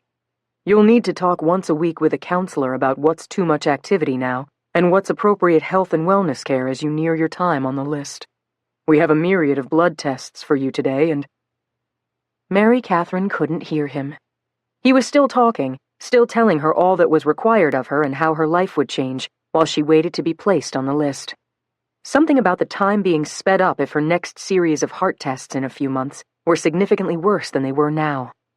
All Mary Catherine could think about was adrenaline and the fact that it had been hurting her heart. The very thing that made her feel alive was taking years off her life. Dr. Cohen was explaining something else, something about how though she wasn't quite sick enough to be on the list, she was getting there quickly. But Mary Catherine was picturing the children on her refrigerator, the ones she sponsored. What if she didn't get a transplant? Or what if she got one and it didn't take? She would never have another time like now to go to Africa, to live there and move among the people and love them the way she had always dreamed. She couldn't have Marcus. That much was certain. At least she could have this. Dr. Cohen? She must have interrupted him because he looked like he was caught mid-sentence. I'm sorry, I have to tell you something. I understand this is difficult. His patience remained. What is it? I'm moving to Africa. In a month. She couldn't pose the idea as a question. He'd never let her go. I'll be living in Uganda for 6 months. She was aware she sounded a bit intense. She softened her tone some. I thought you should know. Mary Catherine, you can't move to Uganda. Not when we're trying to get you on the transplant list. You're doing the test today, right? Any additional tests can be done there. They have a hospital. We can have the results sent to you. Dr. Cohen looked caught off guard. That would be, well, it would be highly unconventional. You'd have to return at a moment's notice. The minute we could get you officially on the transplant list. I understand. A surge of elation rushed through her. Her damaged heart had cost her so much, but it wouldn't cost her this. She would leave California as soon as possible, spend a week with each of her parents, and then fly to Uganda. She was connected with a ministry there, and they were always looking for volunteers. If she had it her way, she would spend the next 6 months building a new orphanage, something that would serve the people for decades, even if she couldn't. I have to tell you, Mary Catherine, I completely recommend against a move to Uganda. With your heart this way. I have no symptoms. I feel wonderful. She thought about dancing with Marcus the other night. Better than wonderful. If I'm going to move to Uganda, I should do it now, before I start to feel whatever you said. Again, he looked stumped. How quickly can a person get home from Uganda? That's what I want you to find out. You'd need a couple days' travel at least. He removed his glasses and massaged his brow. I'm not sure that would get you here quickly enough. I won't wait that long. If I start to feel sick, I'll come home. You understand that this goes against the advice on adrenaline. Dr. Cohen set his notebook on the counter beside him. I ask you to keep things calm, and you tell me you're moving to Uganda. It's a calm place, Dr. Cohen. Really. She grinned. No amusement parks, no skydiving. Very simple. Let's get through your blood tests and paperwork. He stood and pulled his stethoscope to his ears. Let me take a listen. He moved around behind her and pressed the base to her back. Breathe. Mary Catherine filled her lungs. Again. She did as he asked. He spent several minutes listening to her heart through her back, and then through her chest. When he was finished, he exhaled, like someone not willing to keep fighting. No more than 6 months. You got that? Yes, sir. Mary Catherine felt the exhilaration surging in her veins. It wasn't the kind of joy she'd known the other night in Marcus's arms, but it was something better, given the circumstances. It was a plan. She could check one more thing off her dream list, and maybe while she was busy working with kids and babies in Africa, she would get better. Stranger things had happened, right? Look at little Jalen.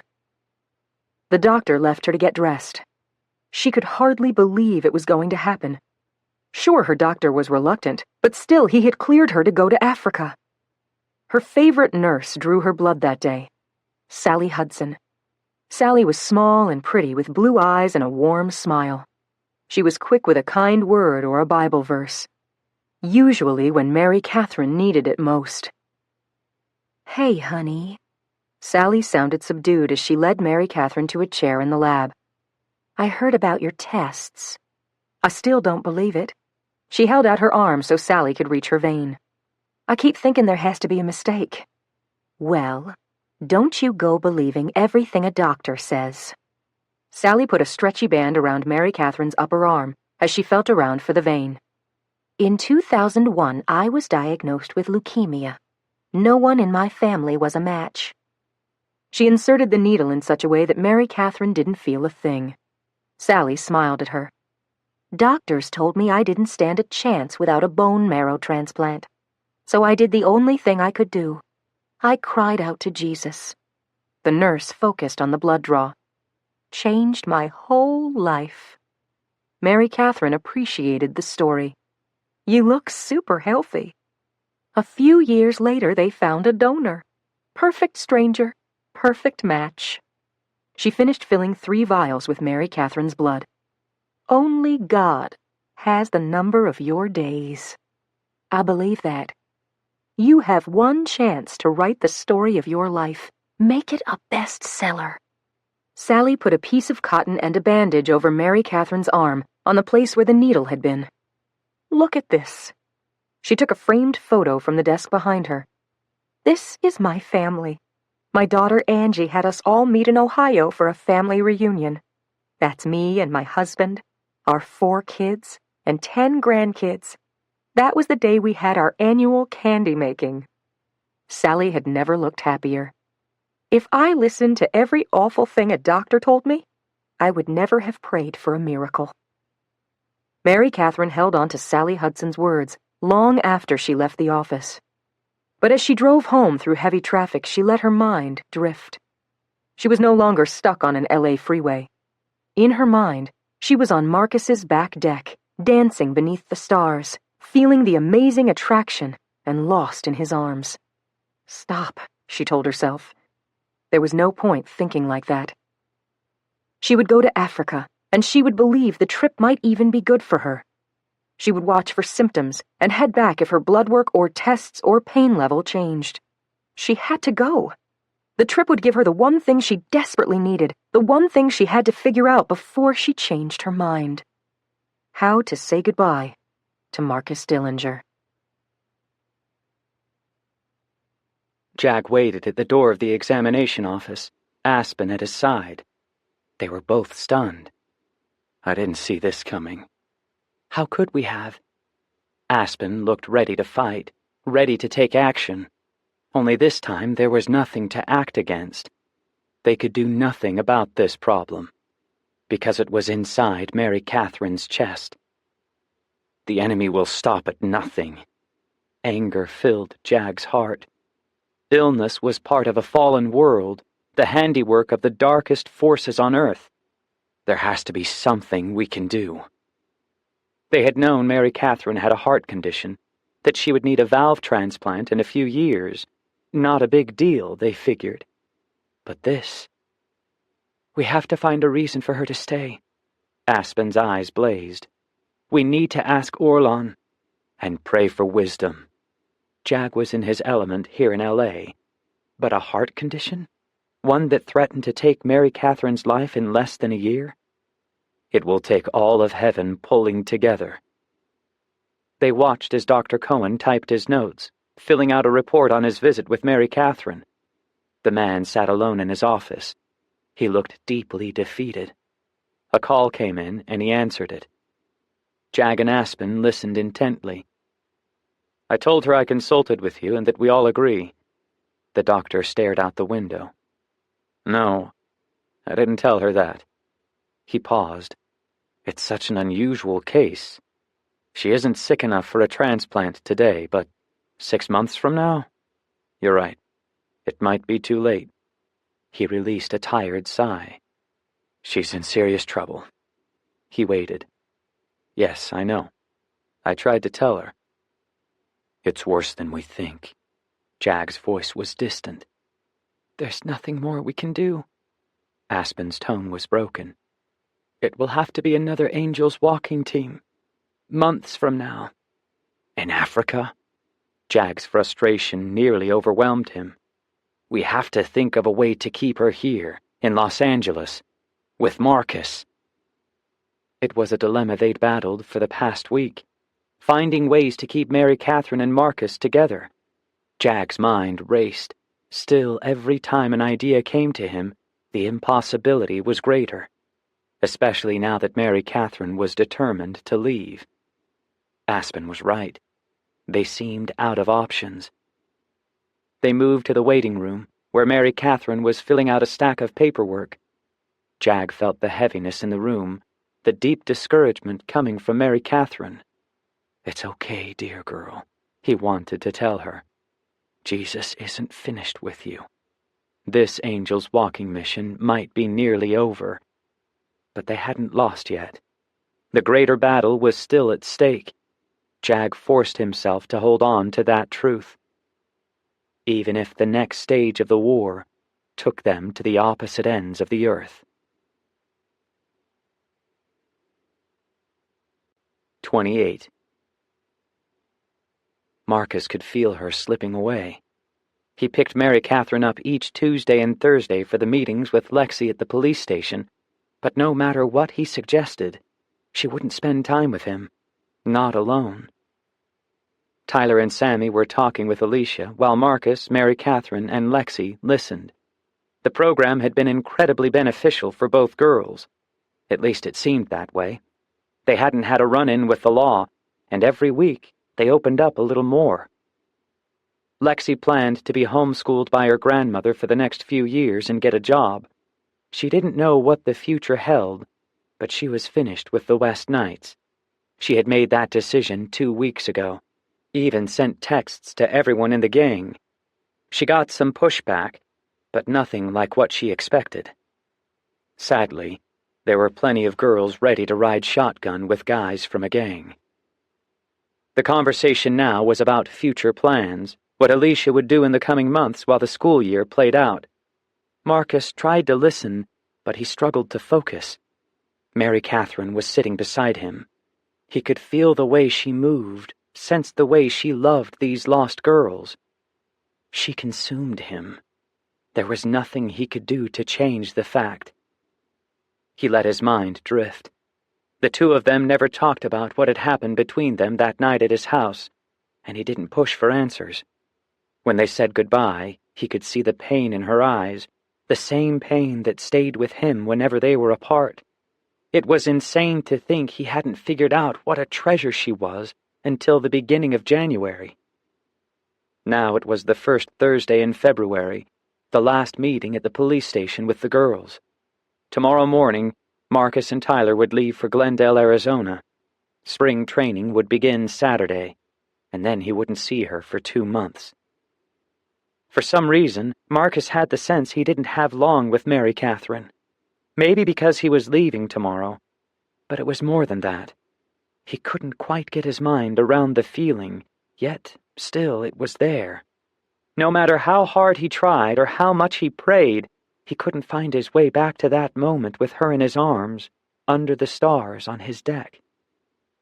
Marcus had thought of 100 scenarios, reasons she wasn't willing to think about dating him, plausible possibilities for why she wouldn't talk to him about it. Some days he figured there must be something going on back in Nashville, something she had to make right before she could move on. Maybe it was someone her parents wanted her to marry. Or maybe that was it. Her parents. Maybe they wouldn't approve of her dating a biracial guy. Whenever that thought crossed his mind, Marcus always dismissed it. If race had been an issue, she would have said something by now. There were times when he thought maybe she had something physically wrong with her, like she couldn't have kids or she was allergic to baseball diamonds. Maybe she'd suffered some traumatic event as a child and she wasn't able to form lasting connections with people. That was a legit disorder, right? Marcus shifted in his seat, his eyes on Alicia, who was still talking. Whatever the reason, there was no denying it. The feeling was there each time they were together, and lately she had kept her distance again, the way she had when they first started hanging out. A few days ago, after the meeting with the girls, Marcus and Mary Catherine took Lexi to the youth center. The new director was doing a great job. His work meant that Marcus could stop by when he wanted to, pay for pizza each week, and still get on with baseball. For now, that was a more realistic setup. That night, they had played a pickup game of basketball with some of the teens who were there. When it was over, he and Mary Catherine had high-fived, but when he tried to hold her hand, she eased away from him. "Gotta get water," she had told him. Sure, she had been out of breath, but that wasn't why she left so quickly. Marcus tried to stay in the moment. Alicia was done talking. She smiled at Tyler and then at Sammy. "Is it okay if I still meet with you? Like, once a month or something?" She looked uncomfortable for the first time that afternoon. "I think I might really need that." Involvement in the program after the first 4 weeks was optional, but all of them were willing to help. At least they'd agreed on that at the beginning. Tyler stroked his chin, clearly trying to find an answer for the girl. "Marcus and I leave in the morning for a few months." He looked at Sammy. "I'll be here." Sammy reached over and patted Alicia's hand. "We can definitely meet." "Me too." Lexi looked from Sammy to Mary Catherine. "Could we maybe all meet?" "I want to." Mary Catherine was quick with her answer. "But I'm not sure about my schedule." Sammy smiled. "I can promise you girls this. I'll be available for both of you. Once or twice a month at least, but let's talk and text more than that." Marcus sat back in his seat and looked at Mary Catherine. Something had just happened, but he couldn't figure out what. Why wasn't Mary Catherine saying anything? How come she didn't offer to meet with the girls? He met her eyes, but she looked away. A sick feeling started in his stomach and quickly moved to his heart. Just like he thought, she was pulling away, not just from him, but from all of them. Whatever else happened, he had to get to the bottom of this, figure out what was wrong and why she was distancing herself. By tomorrow it would be too late to sort out what was happening, to hear what was going on in her heart. So that left just one option. He would have to find out tonight. Mary Catherine couldn't look Marcus in the eyes. They were all four going out to dinner after the final meeting with the girls. She had already told Sammy her plans to move to Africa. She would tell the guys tonight, at the same time. The session ended, and Officer Charlie Kent joined them along with a few new volunteers. Mary Catherine recognized one of the women as Aspen, the neighbor who had pushed Marcus out of the way the night of the shooting at the youth center. Mary Catherine and the woman exchanged a smile. Officer Kent asked the four of them to talk about how they thought the program had gone, and then finally he turned to the girls. "Would either of you like to tell our new volunteers about the difference this time has made?" Mary Catherine didn't expect either of them to say anything. They'd come miles since a month ago, but that didn't mean they would share here. But even as she was telling herself the reasons Lexi wouldn't talk, the girl raised her hand. "I'd like to say something." Lexi sat up straighter. Something else she wouldn't have done at the beginning of the program. "Before, I just always assumed I'd be in prison one day." Her eyes looked tender, like my mama. She turned to Marcus, and then Mary Catherine. "I didn't know I had a choice, but now I know I got someone who cares about me. I don't need to hang with the guys, risking prison and getting killed. I belong somewhere else now." Moments like this, Mary Catherine wondered if she was making the right decision. Maybe she was supposed to stay in Los Angeles and help Lexi. She could stay out of Marcus Dillinger's way and keep from falling in love with him. And never, no matter what, have a night like the one at his house. If she could do that, she could stay. But she would miss her one chance at Africa. When Officer Kent was finished, the group dispersed. Aspen walked up to Mary Catherine. "Remember me? From the youth center that night?" Of course. Mary Catherine would never forget. Marcus was alive today because of this woman. "I wondered if you heard about the latest situation. The kids on the street are talking about the program." Aspen smiled. She put her hand on Mary Catherine's. "You've done a wonderful job." "Thank you." Looking into the woman's eyes was like looking into the ocean. They were that light, that complex. Anyway, Aspen glanced at the door. "There's another dozen girls ready to go through what Lexi did, but we only have a handful of volunteers." Aspen gave Mary Catherine a single sheet of paper. "This describes the need." She smiled. "I told Officer Kent I'd ask you to stay on. You and Sammy. The city really needs you." Mary Catherine looked at Marcus across the room. He was talking to Tyler, his long legs and filled-out shoulders reminding her of what it felt like to be in his embrace. She looked back at Aspen. "I'm afraid I may not be staying in Los Angeles." She took the piece of paper. "I'll keep it in mind, though." "Okay." Aspen didn't move. She looked deep into Mary Catherine's eyes. "Just remember, you don't have to go halfway around the world to find a place to help out. The need is very great right here." She smiled again, and then slipped her purse onto her shoulder and headed for the door. For a few seconds, Mary Catherine wondered how Aspen knew. How was that possible? Had she somehow talked to Sammy? Or was she just guessing, assuming Mary Catherine might be leaving for some sort of mission work? The woman had to still be just outside. Mary Catherine hurried to the door to call after her, but the parking lot was mostly empty. Just a few cars, nothing and no one else. She took a few steps out the door and looked to the left, and then to the right. The woman had already driven away. But her message remained. It was a message Mary Catherine would keep with her, so that she would know there was a place for her here, if she was ever healthy enough to come back and take on work like this again. For now, she didn't dare dream of a time like that. She looked at Marcus again and felt the now familiar hurt. No, she would stay in Uganda until she was sick enough to need a heart. Then she'd come back. Not a day sooner. Marcus made reservations at Gladstone's in Malibu. A bit of a drive, but not bad considering the beautiful winter night. The moon was full, so he requested a table by the window. They arrived a few minutes early and found the place nearly empty.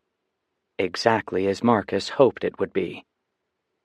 With his and Tyler's flight to Arizona set for the morning, anything that needed to be said had to be said now, tonight.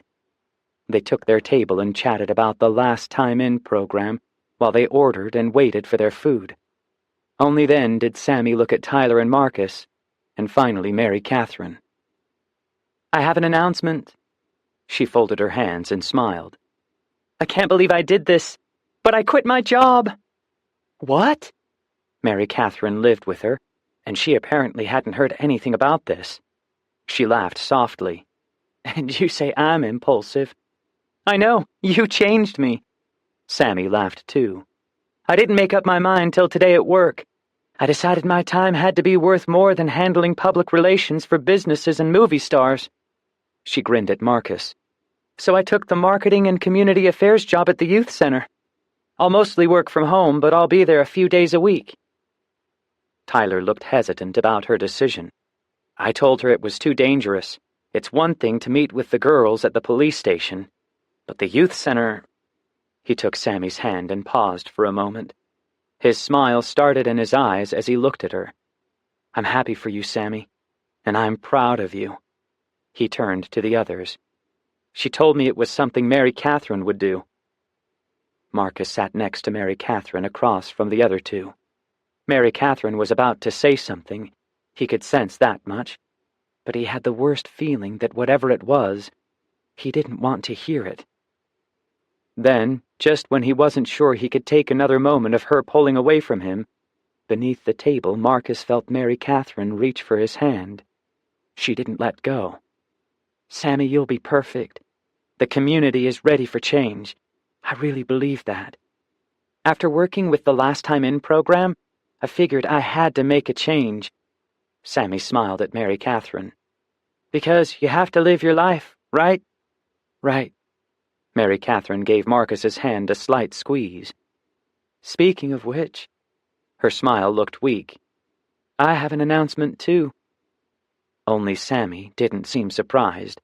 She simply turned approving eyes toward her friend and waited.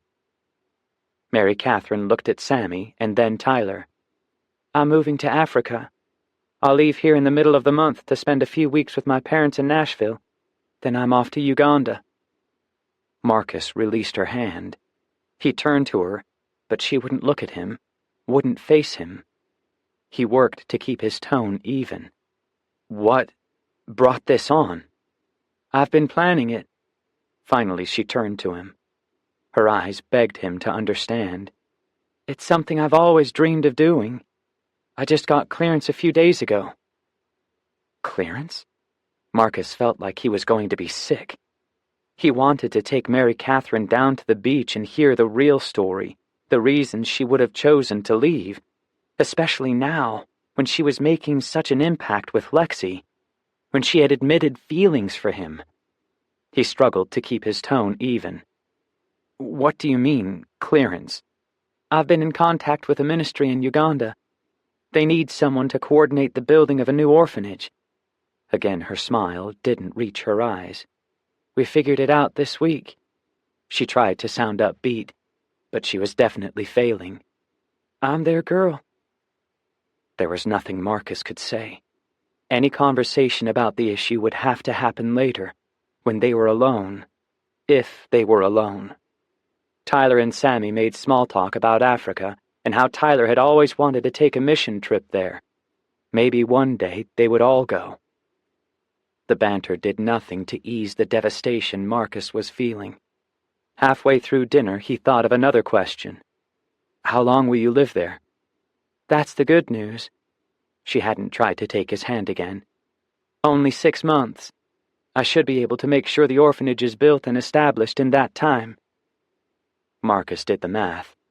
6 months meant she'd be back sometime in August or September, just when baseball season would be wrapping up. Was this why she hadn't wanted a relationship? Because she knew that behind the scenes she was working to move to Uganda? In some ways, the idea was better than the other scenarios Marcus had imagined. He'd be busy pitching and traveling. He was frustrated she hadn't told him sooner, but 6 months away didn't have to be the end of things between them. They could talk and Skype, right? He felt bad for pulling his hand away. He reached for hers, and she willingly let him. This time he slid his fingers between hers, the way they'd never held hands before. She smiled at him, a sad sort of smile, and again her eyes said more than her words could, at least here. Everything will be so different tomorrow. Tyler put his arm around Sammy's shoulders. Sammy told me she might make a trip to Arizona halfway through spring training. He smiled at Mary Catherine. She hoped maybe you'd come with her. Yeah, Mary Catherine frowned. She told me that earlier today. I would have, if the move to Uganda hadn't come through. Marcus wished she'd quit calling it a move. She was taking a trip, nothing more. He wasn't going to let her go, not until she told him she didn't care about him. A somberness hung over the table as they finished eating. Tyler was right. Come tomorrow, everything would be different. But Marcus wasn't finished with tonight. He would drive her home, and they would finish this conversation later. She didn't have to be afraid of being gone for 6 months. He would have waited much longer than that. He could hardly wait to tell her. 29. Mary Catherine was quiet on the drive back to her apartment. Halfway there, Marcus asked if she could come back to his house, so they could talk about her trip. I really can't. They weren't holding hands this time. I have to work tomorrow. Marcus didn't respond. She hated this, hated the look in his eyes. He didn't understand, and she couldn't blame him. The trip to Uganda worked in her favor. Her leaving meant she had one reason why it wasn't an option to give in to their feelings. Their lives were going in different directions. They were both quiet until they reached the apartment. She wanted to talk to him. This was the last time they'd see each other for a long time. Maybe forever, depending on how things went with her heart. She couldn't let him leave here upset with her. Walk me up? That's all? Just walk you up and say goodnight and that's it? He wasn't angry, just confused. She could see that much in his eyes. She understood. The chemistry between them, the attraction and pull, it was undeniable. They had so much in common. She prayed God would give her the words to help them both understand. Sammy's out with Tyler. Mary Catherine smiled at him as they reached her apartment door. Come in, please. He looked relieved. The truth was, neither of them were willing to say goodbye yet. Once they were inside, they sat together on the sofa. The lights in the room were dim, perfect for the farewell ahead. The space between them felt like an ocean. Marcus pulled one leg up so he could face her. Why didn't you tell me? I wasn't sure. Mary Catherine didn't want to hurt him. She had never meant to get involved so quickly. I mean, I always talked about Africa. Not moving there. His tone wasn't antagonistic. He only wanted to make sense of what was happening. It came together quickly. Marcus exhaled, and for a minute he looked away, looked at the apartment and the photos on the walls. You've never asked me inside before. I wanted to. He was dissolving her defenses again. I didn't want either of us to get hurt. That's what this is about? He reached for her hand, and again she let him take it. I'm not worried about getting hurt. What I feel when I'm with you, it goes all the way to my soul. Mary Catherine nodded. I know. She eased her fingers between his. It's that way for me, too, with you.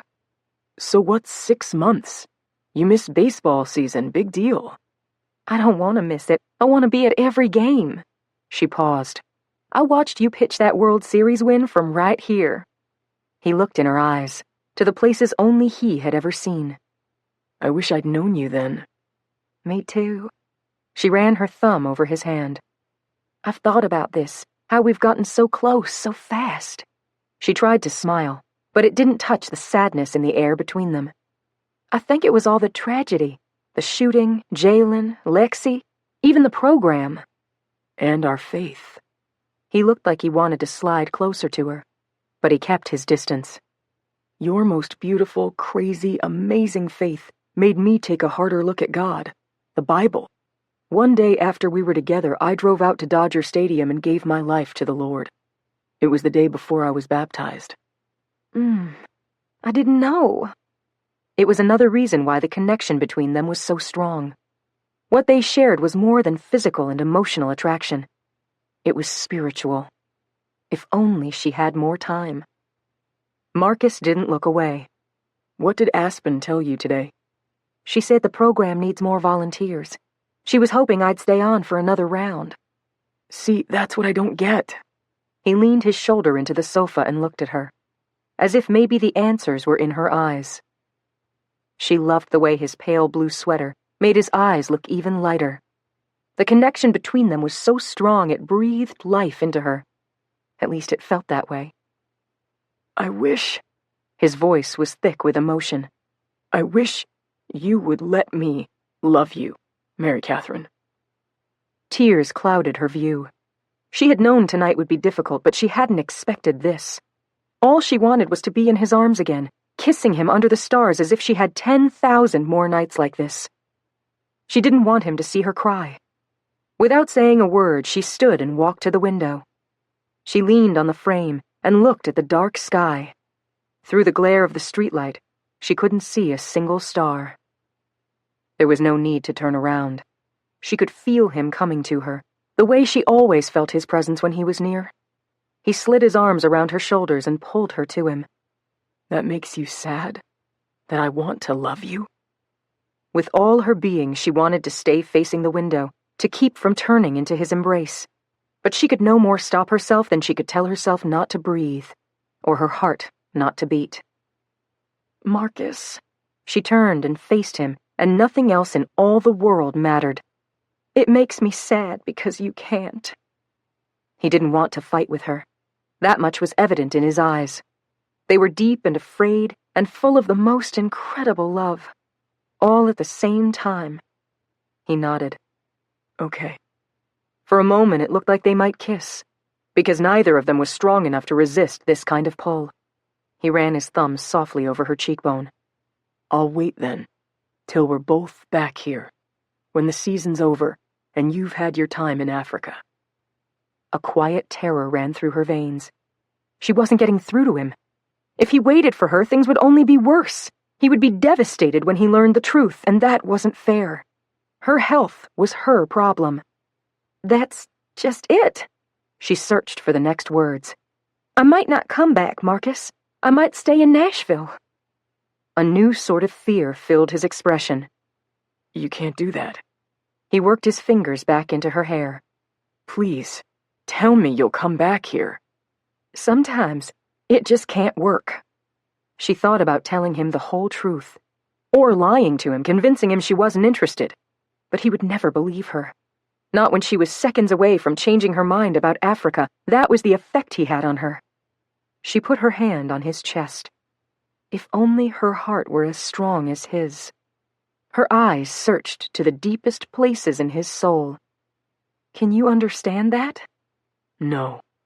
He held her closer, and for a few seconds he brushed the side of his face against hers. I won't understand that. I'll wait for you. And if you don't come back here, Mary Catherine, he looked into her eyes again.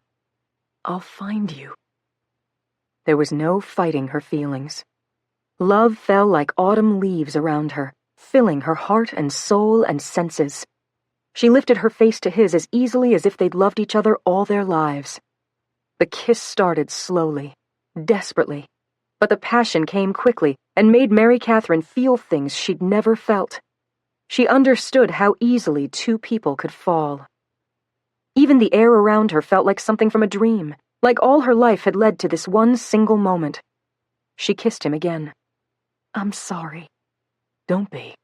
He kissed her jaw and her cheekbone. What if God made us for such a time as this? To be together?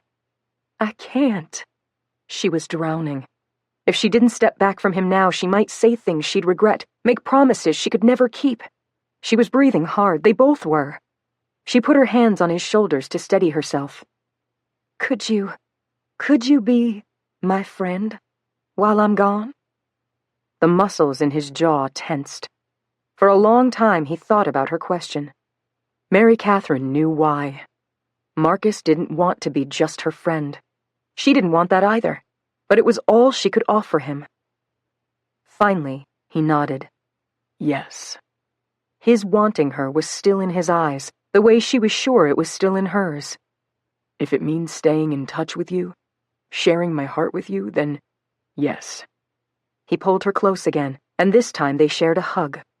Nothing more. He ran his hand over the back of her head. I'll be your friend, Mary Catherine, if that's what you want. The moment was ending. Mary Catherine could sense it. She took a half step back and looked at him one last time, memorizing his face. Tears filled her eyes, and she had to blink to see him clearly. If I was going to love someone, it would be you. She put her hands on either side of his face, and one last time she kissed him. The feeling was different than just a moment ago, because this time, once again, the kiss meant goodbye. I always said I could only love a guy who was real, she smiled. Remember when you said you wanted real? He nodded, never breaking eye contact with her. I meant you. I told you you're the most rare kind of real. You too. I mean it, Marcus. She pressed her fingers beneath her eyes. I've never met a man like you, and for what it's worth, it nearly kills me to say goodbye. He didn't understand. She could see that in his expression, in the depth of his heart. But she'd said all she could say. He mustn't know about her heart. She wouldn't tell him. This night would not turn into an hour of pity, of worrying about her and convincing her not to leave. She had to go to Africa. The move was the one right thing she could do in the little time she had left. She walked with him to the door and stepped outside with him. He hugged her one last time. I'll email you. I'll text and call, whatever way I can get to you. He smiled, but tears glistened in his eyes too. I'll be the best friend you ever had. The sound that came from her was more cry than laugh. I believe it. She allowed herself to get lost in his eyes one last time. This was what she had prayed for, what she had hoped for, that he wouldn't leave here upset or angry. She placed her hand against his cheek. Thank you. There was no need to explain. Marcus was clearly willing himself to understand. He kissed her forehead, and then he stepped back and held up his hand. Bye, Mary Catherine. Bye. The distance between them hurt more with every step he took. She wondered what could possibly be worse. A love that might only last a year, or feeling the pain of watching him go. She stood there until he drove off, and then she didn't try to stop the tears. Her empty arms ached from missing him, and he hadn't been gone 5 minutes. She lifted her face to the sky. I don't like to ask why, God. She hugged herself, the tears still streaming down her face. There's a reason you gave me this heart. I know. A wave of exhaustion came over her. She leaned against the apartment door, and the sobs began to come. Quiet, full-body sobs. She was going to be okay. This was the life God had given her. Soon she would begin to feel symptoms of her failing heart. She would feel tired and short of breath, and she would know the end was near, whether they found a heart for her or not. When that happened, she would let herself relive this night again and again, replaying it from her place in a cold hospital room. And she would feel once more what it felt like, for just an hour, to be loved, really loved. And when the time came to leave this place for heaven, she would do so with a full and healed heart, because she would know at least this much. She had spared Marcus Dillinger the pain of loving her. Marcus couldn't stop the tears. He brushed at them, angry and unsure of everything. Why couldn't she believe him? He would wait for her. 6 months, 6 years, whatever it took. He didn't want to love anyone but her. But if she wanted his friendship, he would give her that. It was his only hope, and probably more than she'd planned on offering him, whatever the reason. Instead of going home that night, he went by Coach's house. He needed to talk in the worst way. He pulled up in front of the Waynes and texted him, "You home?" The response came quickly. "Sure, what's up?" "I'm out front. Can you come here?" The porch light was on in less than a minute, and Coach Wayne stepped out in shorts and a sweatshirt. He walked to the SUV and slid into the passenger seat. "Marcus." "Coach." He looked concerned. "You okay?" Marcus couldn't remember anyone seeing him cry. He kept his composure. "I'm in love with Mary Catherine." Coach Wayne visibly relaxed. He smiled. "That's a good thing, right?" "No." Marcus wasn't sure how to explain the situation. He was still trying to understand it himself. "I mean, she doesn't want me, or she doesn't want love." He looked straight ahead, but all he could see was her face, her green eyes. "She told me she only wants to be friends." His smile faded. "I didn't know." "She's moving to Uganda." Marcus looked at his coach again. "For 6 months." "I knew that. She talked to Rhonda about it." Marcus wished he could have heard that conversation. Hopefully Rhonda Wayne tried to talk Mary Catherine into staying. Not that it mattered now. She was leaving. Her mind was made up. "She said I could keep in touch with her while she's gone." "But you want more than a friendship." "Yes." Marcus kept a rope around his emotions. He needed answers, not pity. "What do you think? Can I be her friend and still pursue her?" "I think so. Ultimately, the one who knows best is God." Coach Wayne gave him a pat on his knee. "If she's part of the plans he has for you, then yes. Chase that girl, Marcus. You'll know when it's time to let her go, if that time comes." Marcus nodded. He liked how Coach said that. There was only one other thing he wanted to do. "Would you pray with me?" "Of course." Coach Wayne kept his hand on Marcus's knee. "Father, you know how we men need to chase. Give Marcus the ability to do both, love and chase, even in the form of a friendship. at least until you make your plans for his life clear. Keep Mary Catherine safe and grow the connection between her and Marcus according to your will. Thank you, God, ahead of time. We trust you in all this. In Jesus' name, amen." Amen. Marcus felt a little better. Thanks. You got it. We can talk more on the plane if you want. He opened the car door. See you in the morning. Marcus drove home, his heart still heavy. He had no idea when he'd see Mary Catherine again. He was back to baseball for now. Back to chasing sunsets. He thought about Shelley and how he hadn't known whether he had pursued her or she had pursued him. The idea sounded ridiculous now. But then, he had never known what it meant to want to pursue a girl until Mary Catherine. If God would allow him to chase after her, he would do so every day, with all his heart. He would pray for her and check in on her often.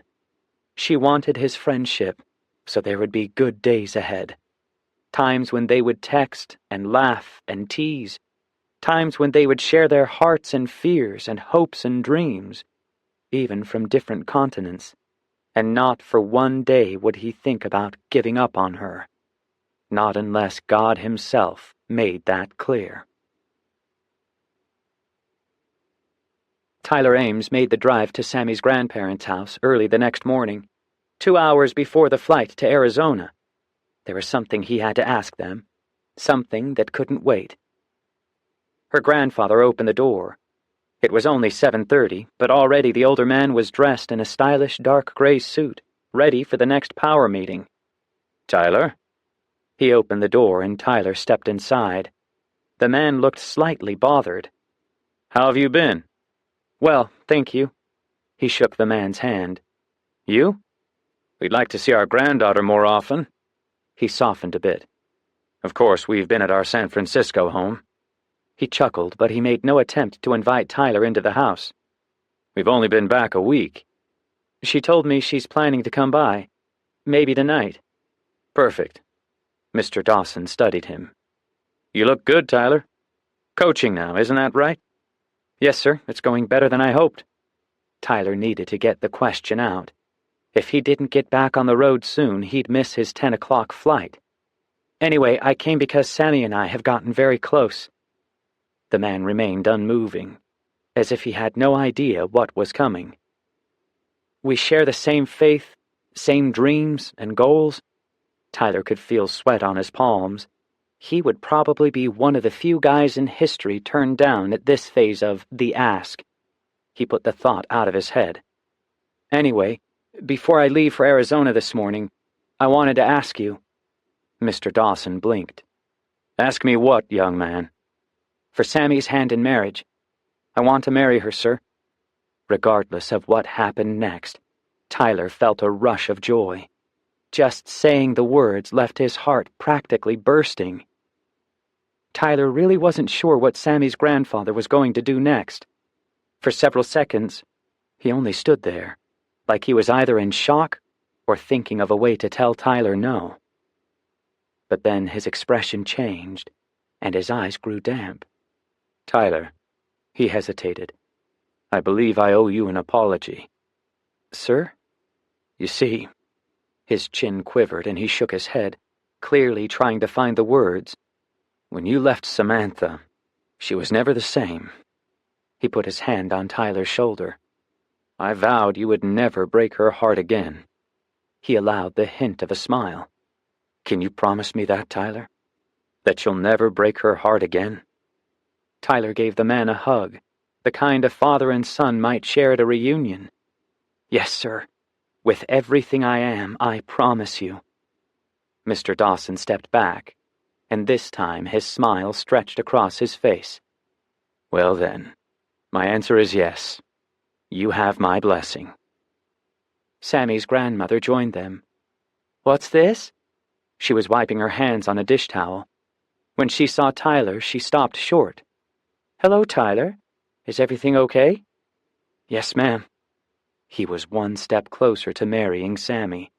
The whole world was okay. I asked your husband's permission to marry Sammy. He hesitated. Samantha. And I said yes. Mr. Dawson put his arm around his wife. Looks like we'll be hosting a wedding. Sammy's grandma hugged him. We're very proud of you, Tyler, of the man you've become. I'm sure Samantha will be very happy. Any idea when you'll ask her? Mr. Dawson crossed his arms. Soon, if I can pull my ideas together. Tyler grinned. He'd never felt so sure of anything. I have spring training first, but sometime after that. He wrapped up the conversation, got back in his car, and headed to the airport. They wouldn't have much money, not at first anyway. His salary with the Dodgers was still entry level, and now she'd taken a job at the youth center. The pay was half what she'd made at the PR firm, but none of that mattered. There was nothing but sunshine and happy days ahead. He was about to ask Sammy Dawson to marry him. Epilogue. Angel Town Meeting. Heaven. Orlon felt the same concern as everyone on his team. The mission had taken a very difficult turn.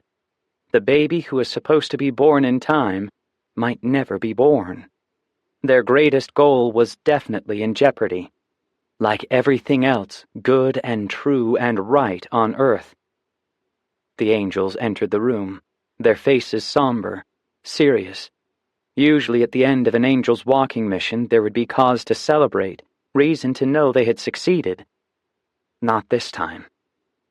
When every angel was accounted for, Orlon moved to the front of the room. I'd like Jag and Aspen to join me. The angels' walking team moved to their places beside him.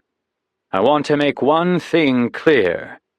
Orlon's voice was strong, resolute. You did not fail this mission. Jag set his jaw, his face slightly raised. If any angel needed this talk, he did. Orlon continued. Jag, you and Aspen were the perfect angels for this mission, just as we all agreed before you left. You were given several tasks and you succeeded in each one of them. He ran through the list. Most of all, you kept Marcus Dillinger alive and saw that his would-be killer was placed behind bars. Jag put his arm around Aspen. The two of them looked down for a few seconds, as if they were remembering the intensity of their time on Earth.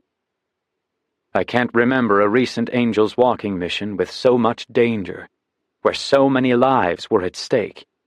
Orlon looked at the other angels. We watched, and we prayed, and now we will give thanks to God for his miraculous intervention, and for the success of the work done by Jag and Aspen. This was one of Orlon's favorite parts of being an angel. Listening to the applause break out through the room, the soft utterances of Jesus' name, and the praise meant to glorify God alone. When the noise settled down, Orlon took a deep breath. Any questions? An angel in the front row raised his hand. Did you ever see Ryan Williams? The little boy you saved the last time you went on an Angels Walking mission? Orlon could tell by the look on Jag's face that the meeting hadn't occurred. He put his hand on Jag's shoulder. The boy's a police officer, just out of the academy. Deep concern filled Jag's eyes. I didn't know. Yes. Orlon looked to the angel who had asked the question. Ryan may be part of another mission. We'll have to see. I'd like to watch when that happens. Jag's tone was proof that the long-ago failed mission still stayed with him. If that's okay. Definitely. Other questions came. Concerns about how Jag was able to control his anger. Orlon was curious about that too. Very simply, I didn't control it. I felt everything a human feels, and in light of the little boy being shot, I wanted to kill. The desire ran through my veins. Jag looked at Orlon. I'm being honest. We know. Orlon was grateful for the way things had turned out. The question was, how did you find control? The name of Jesus. Lexi shouted Jesus' name, and the anger left me, all in a rush. I belonged to him. I couldn't think about acting on my own after that. Orlan felt a sense of pride over Jag's actions. Many angels in the room would have struggled with the same challenge. It was another reason why it was so important to choose the right angels for each mission. Angels walking always came with risks. This one, more than most. Jag and Aspen were dismissed back to their places among the others. The unknown ahead was their greatest problem now. Orlan faced the angels and straightened to his full height. "We must talk about what's next." He hesitated. "The main concern now is Mary Catherine." He let that sink in. "She will go to Africa, and she will get sick. The next stage of our mission will be nearly impossible. There will be very great heartache." Michael had confirmed that much. Orlan looked at their faces. "You are heaven's most prepared angels, experts in matters of the heart. But we will need 2 very experienced angels next time around." The meeting was dismissed, and Orlan spoke to Jag as he left the room. "I'm proud of you. I know how hard this mission was. There wasn't an hour of rest." "Thank you, sir." Jag ran his hand through his blonde hair. "I just wish we could have done something for Mary Catherine." Orlan smiled. "You did?" "Sir?" Jag clearly didn't understand. "You kept Marcus Dillinger alive." With that, Jag smiled and headed after the other angels. When the room was empty, Orlan got down on the golden floor and lay his face to the cold stones. For the next hour, he talked to the Father, begging for wisdom and direction. If they failed the next mission, there would be no going forward. All of heaven and earth would pay the price. Dear reader friend, I promised you this time around I'd share my own angel encounter. Like all interactions with angels, I can't be sure I was really in the presence of a heavenly being. But I know this. There's no other way for me to explain what happened. It was 2007, and I was headed to Atlanta, Georgia for the International Christian Retail Show. That year, my book, Even Now, was up for Book of the Year, the first time a novel had been nominated. Before I left, my mom and dad drove to my house, just to say goodbye. My dad, Ted Kingsbury, was especially emotional. "I wish I could be there," he told me. "I know you're going to win." It was the same way with my dad ever since I was a little girl. He would read what I'd written and rave over it. From the time I was 12, he would tell me, "Someone has to be the next best-selling novelist, Karen. It might as well be you." All my life, my dad believed in me, and that night before I left for Atlanta with my kids, Kelsey and Tyler, my dad was convinced the big award would be mine. The award show happened 2 nights later, and my dad's prediction came true. Even Now was named Book of the Year. Back home, my dad was so excited. He spent the next day talking to my mom and calling my husband, Don. "We need to throw Karen a party," he told them. "Let's think of something." But the party was not to be. That afternoon, my dad suffered a massive heart attack. 1 minute he was talking with my mom, and the next he was out, laid back in his recliner like he'd fallen into a deep sleep. My nephew Andrew was 13 at the time. He was the first to think something was wrong. He called 911 and an operator talked him through giving my father CPR for the next 14 minutes. Keep in mind, my dad was very heavy, and he wasn't on a flat surface. He was in a recliner. By the time paramedics arrived, my dad was blue and unresponsive. Andrew ran into the next room and started sobbing. He thought he'd done something wrong. He believed his grandpa's death would be on his shoulders. The house was chaotic, the paramedics working feverishly on my dad. 10 minutes became 15, and there was talk of calling in the time of death. Suddenly, a police officer rushed into the house. He found my mother and pulled her aside in the next room. "Do you believe in Jesus?" he asked her. "Yes," she cried out. "Yes, we're believers." With a peace-filled intensity, the man looked straight into my mom's eyes. "We're going to pray that God gives your husband life again." He pointed back to where young Andrew was still crying. "We're going to pray because otherwise that boy out there will spend the rest of his life thinking this was his fault." And so the officer took hold of my mom's hands, and he prayed. "Dear God, we ask that the power that raised Lazarus from the dead would breathe life into Ted Kingsbury this very minute. In Jesus' powerful name, amen." The very second the officer said amen, from the other room the head paramedic yelled, "We have a heartbeat." They were able to keep my dad alive all the way to the hospital, where he lived another 6 weeks in ICU. We had time to tell him everything we ever wanted to say. We laughed and remembered every wonderful memory, and we prayed every possible prayer. When he died, our family was at peace, and so was my dad. Later, my mom tried to find the officer who randomly came into the house to pray with her that day. She called the police station and asked the paramedics. No one had ever heard of the man. We came to believe that the officer was an angel, sent in response to so many prayers being cried out on behalf of my dad. An angel, maybe, on an angel's walking mission. Now you know why I allowed Jag to be a police officer. Keep a lookout this fall for Book 3 in the Angels Walking series. Mary Catherine, Marcus, Tyler, and Sammy have so much ahead. The Wayne family, too. Until next time, keep your eyes open. God is working all around us. Sometimes it's just a matter of looking.